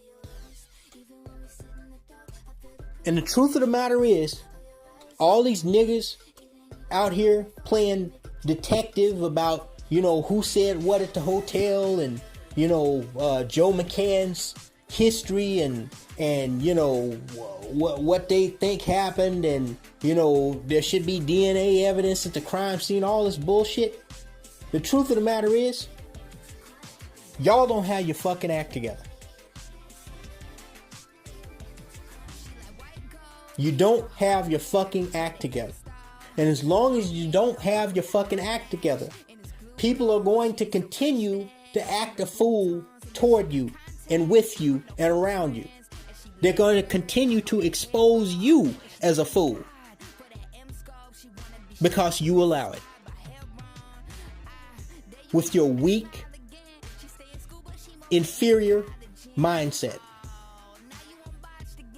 You open the door, they walk in your house, and they kick you in the balls or they kick you in the ass because you allow it. It's also not lost on me that turns out this luxury villa isn't even owned by black people in a black country. It's owned by some white Eastern European dude. Somebody brought that up too. All this detective work, but nobody's asking the real fucking question. Why can these foreigners come into your communities here in the United States and come into your countries in Black Africa and do whatever the hell they want to do? Talk to you any type of way, sleep with your women, kill your women, rape your women, take your resources, take your land and develop it and make themselves rich and richer. And you sitting around here scratching around in the dirt talking about Bible this and Jesus Christ that and God and the good Lord this. Why? Because You don't have your act together. You don't understand how power works. You're mentally inferior. And you don't understand fucking optics.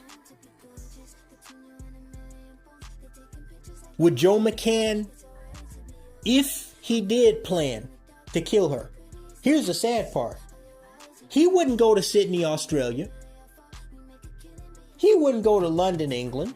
He wouldn't go to Paris, France and try to pull this shit. Or no island run and controlled by those countries. He's going to go to an island run and controlled by your black ass. Because if he did do it, he knows where he can get away with it. About the only place that he could get away with it more is if he took her to Antarctica. And who's going to Antarctica? Same thing with that Brian Hooker dude that, could have offed his wife, Lynette Hooker. If he did do it. Not saying he did, but if he did do it. And he decided on the perfect spot. Where does he decide to go and do it? The Bahamas. A mainly black controlled island country. Because they know you don't have your act together. And in the rare possibility that you do have your act together, they can bribe enough of you to get away with what they want to get away with.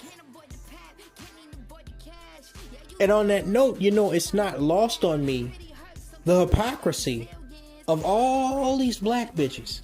All these black bitches coming out the woodworks on social media wanting to play Miss Columbo, Miss Detective Columbo on this case. Some of these same hoes have spent years upon years upon years talking about divesting, talking about leveling up, talking about swirling, talking about the pink pill, and all this bullshit. Now, all of a sudden, they're so against this one white dude with no proof that he did anything. And the reason why, because usually we know they defend white men, even when they're being racist towards black women. The reason why they're so heavy on him, other than the fact that it's a trending topic, of course, is because Ashley Jenae Robinson represented something for them that they don't see in themselves. She represented a successful, not just but a successful facade of success. Because I'm convinced that black women, most of them don't really want to be successful. Most black people, they don't really care to put forth the type of effort needed to be truly successful in life. And to be successful, you don't have to be filthy rich. You just have to have the money and resources to pay your bills, take care of your family, okay? And make sure you have peace of mind. Anything that comes after that is extra. That's not what they really want. What they want is to continue being their ratchet selves, okay? Which Ashley Jenae Robinson was. But at the same time, they want to find Mr. Right, whether he's Pookie or whether he's Brad, and they want to use him and utilize his resources to give them what they don't deserve, which is a black girl magic success story, while they continue to be their ratchet, bad attitude, lazy selves. And that's what Ashley Jenae represented to them. She built up that house of cards, and her or someone else, maybe Joe McCann, knocked that house of cards that was almost as tall as the Sears Tower down. It collapsed like the World Trade Center. And now, here black women are on social media, once again at ground zero. And their score is 0. And now they're mad. Boo hoo. Now, if you notice, the one thing that I really haven't done that much in this video, unlike a lot of the other videos, the hundreds of other videos that you've heard out there, is, play detective and, try to analyze all this information about what really happened in the villa, and, where Joe McCann was, and, if he did it, how he would have done it. I could go into that, yeah. But it's not that important to me, because I'm always looking at the bigger picture, which is why I've pretty much talked about just about everything, but I've talked about that, but it was more along the lines of, if he did it, this is why he did it, or how he did it, not, whether or not he did it, how he did it. Get what I'm saying? Because I realized something else. There's a conspiracy against blackness in popular culture. And popular culture includes, may even, in fact, especially be social media. Okay? You see all this sissified mess. I saw something that was shameful a few years ago, where they had this, it was kind of like a bootleg version of The West Wing, for those of you old enough to remember that series, with Martin Sheen. And there was an episode where they had this black Secret Service agent that was humping a member of the White House staff that was a young black male intern. And I'm sitting up here, I'm looking at this shit while it's happening, and I'm thinking to myself, now all the multiple affairs and relationships that I've seen throughout this TV series, and these motherfuckers gonna wait until they get to 2 black men, and instead of letting them have relationships with black women, they gonna have them in this homosex scene, in this homosexual relationship. 9 times out of 10, when you see a black person in a relationship, when you see a black person in any type of intimate union in Hollywood, okay, whether it's a TV sitcom, a drama series, a movie, they're either with a non-black person, or if they are with black people, it's a bunch of ghetto drama nonsense with all kinds of infidelity and dysfunction, like Empire. Why is that? Or Households of Atlanta, or Basketball Wives.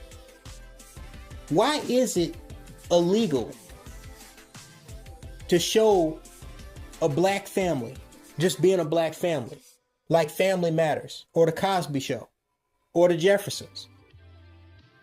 Why is that not legal? Why is that outlawed now? Because there is a conspiracy against blackness. I'm talking about traditional, regular, normal blackness and black relationships, and normalizing and stabilizing black thought.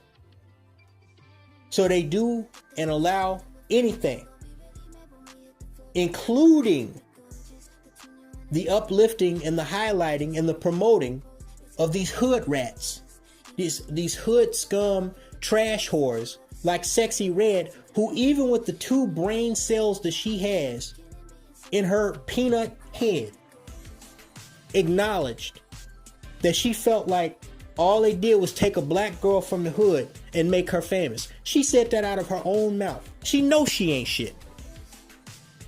Cardi B, Nicki Minaj, even Rihanna, the lot of them ain't shit. But they take these ain't shit hoes and they put them on pedestals deliberately just to deceive you, so that your daughter can grow up trying to mimic and reinvent someone that she should be trying to be the opposite of.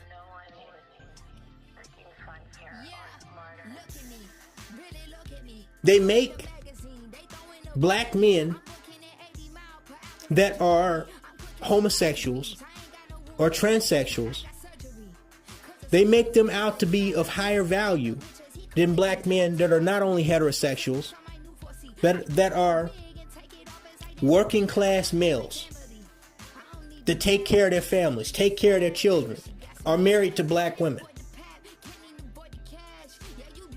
They want to put sissies and trannies on display instead. What do you think that's really about? Huh? What do you think that's really about? It's about destroying normal blackness in your head and keeping the dysfunction going. It used to be just welfare, but now with modern day technology and social media, they have other tools at their disposal to make sure that the very thing that Trump is fighting against, almost willing to drop a nuclear bomb on Iran for, never happens with black people. Which is black people outside of the white supremacist system proving to the world that they are white supremacy's equal. The only reason what's happening to Iran is not because they're an evil regime, not because they're killing their own people. It's happening because they're trying to prove that they are the white man's equal by getting that nuclear bomb, by closing off the Strait of Hormuz, by demanding that people pay them for those shipping lanes in currency that is not the American dollar. But I commend Iran, like I commend North Korea, for at least recognizing the importance of trying to be competitive, trying to develop what you need to develop to show the honky boy that you cannot be fucked with, whether you succeed or not. But you niggas, y'all don't have a fucking clue. It's all about twerking and clubbing and all other kinds of bullshit that don't amount to nothing. They ain't gonna get your black ass nowhere. Cause you a bunch of dumb motherfuckers. I don't care if this is YouTube. I'm just gonna call it for what it is. They want to take this video down? Fuck them. I'll put it up somewhere else. This is why people like Joe McCann get away with what they get away with. Because of you. Because you don't have a fucking clue. Now, I will leave you with these two parting thoughts, because I know it's been almost 5.5 hours. I'm not going to hold you guys for another hour. But I will say this about this entire situation and the other cases that I've spoken of. If they don't prove anything, they prove that for black men, mature, free-thinking, intellectual black men such as myself, the best thing that you can do is invest in your individual self. The best thing you can do is stay away from most people, and in some cases, even certain family members, and build yourself up. Focus on you. Work on forming a good relationship with yourself. Hence, the hashtag Marlboro Man mindset. They can call it an incel, they can call it a loner. But there's nothing wrong at all with enjoying your own company. There's nothing wrong at all for being too busy and too smart for being in a relationship with these hoes. And reproduce. Have children for what? Children that you may never see? Because the baby mama is a total bitch? Have children for what?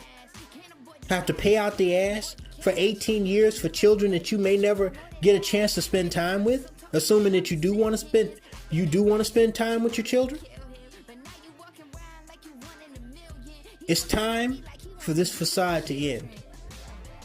So for those of you black men who have enough brain cells to be able to process most, if not all, of what I have said, not only here, but throughout the time that I have been on YouTube and other social media platforms, understand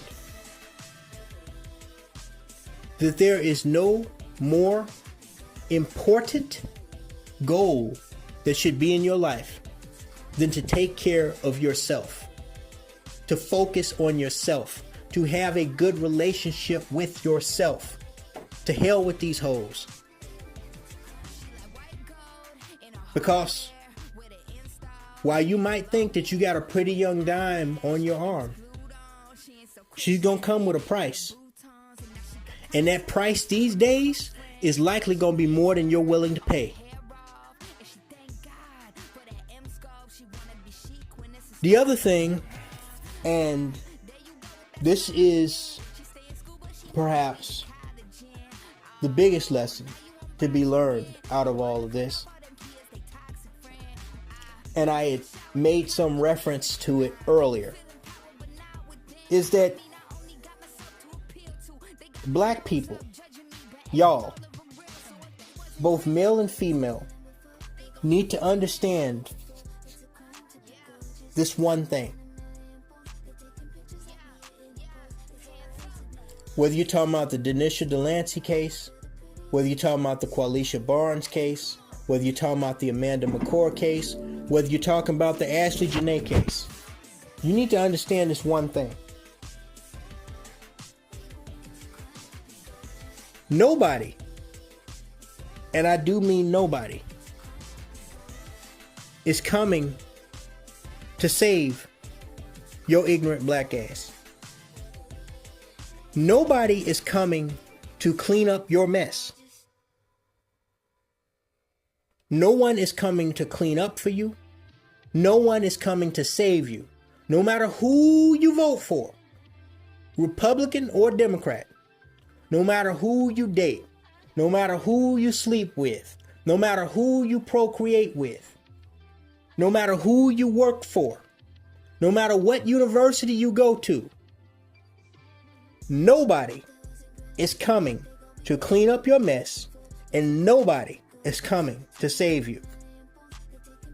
If you don't clean up your own mess and save yourself. Let what happened to Ashley Jenae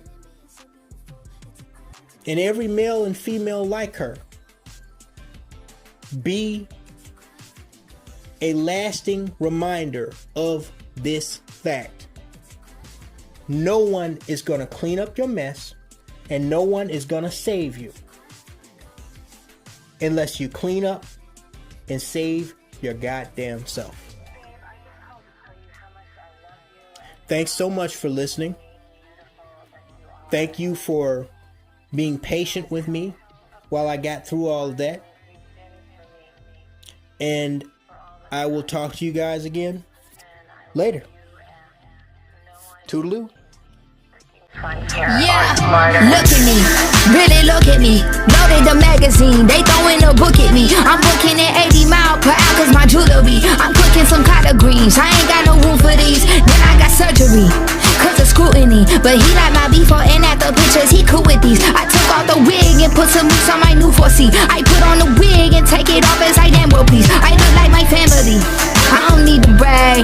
Titty you sag, then she got some ass. Can't avoid the pap, can't even avoid the cash. Yeah, you beautiful baby, but you got more than that. Pretty hurts, don't talk to me about Brazilians. After that wax, you thought you wanted to kill him, but now you walking around like you one in a million. He looking at me like he wants some beautiful children.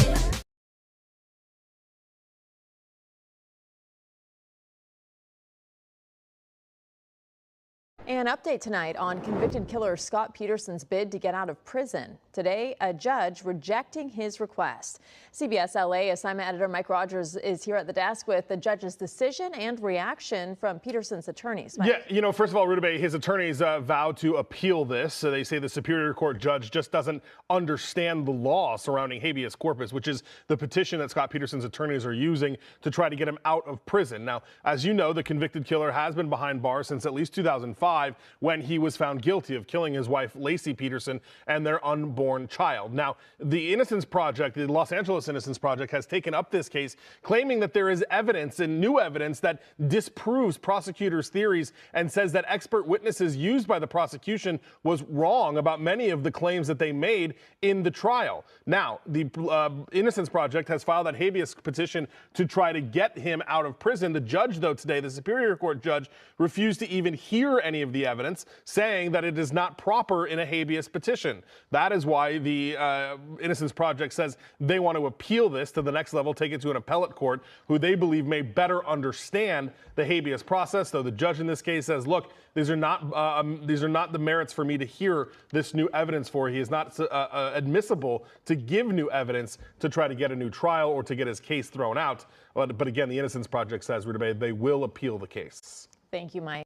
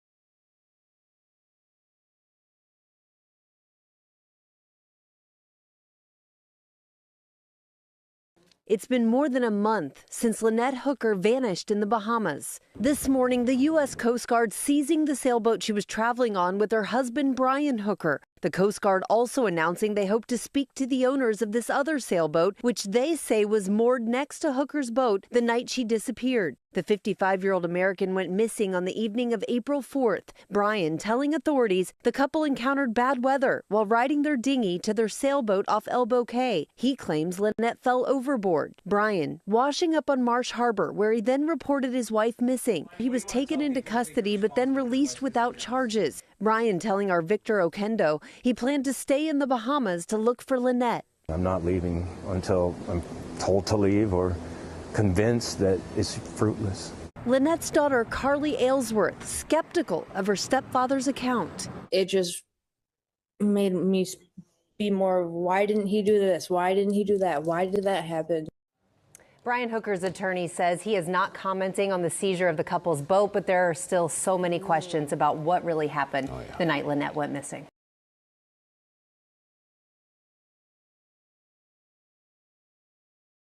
Police in the British Virgin Islands are searching for a Trinidadian man known as Small Brent, who is wanted in connection with a recent murder in the territory.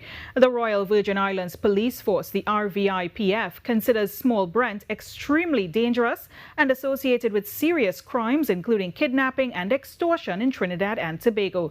He is said to be operating under the identities of John Dawn Emmanuel and Brent Dane Danglade, although authorities haven't officially linked him to the murder of a man who was gunned down near a gas station on May 10th. 4 others are being questioned in the ongoing investigation. The RVIPF is collaborating with local and international law enforcement to apprehend Small Brent. The police also advised residents to secure their homes, vehicles, and boats to prevent unauthorized access.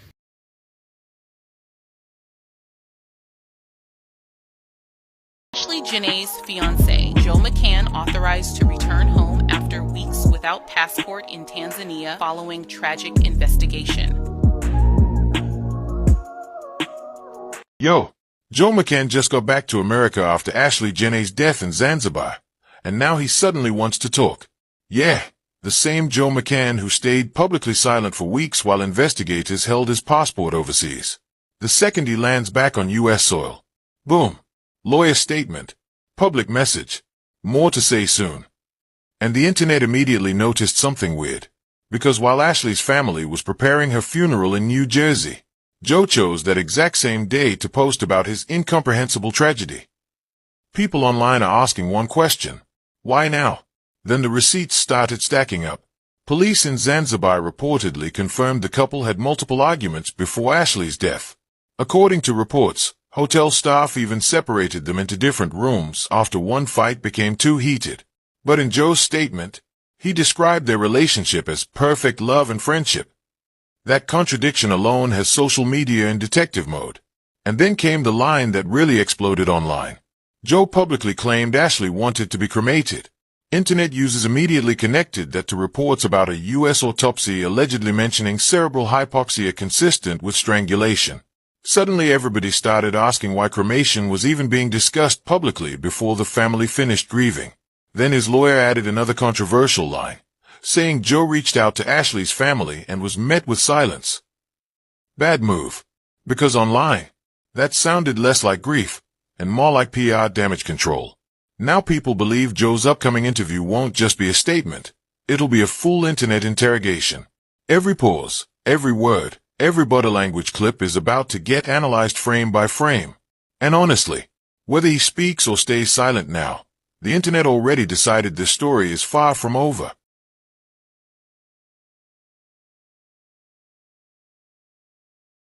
I see trees of green, red roses too. I see them bloom for me and you, and I think to myself, what a wonderful world.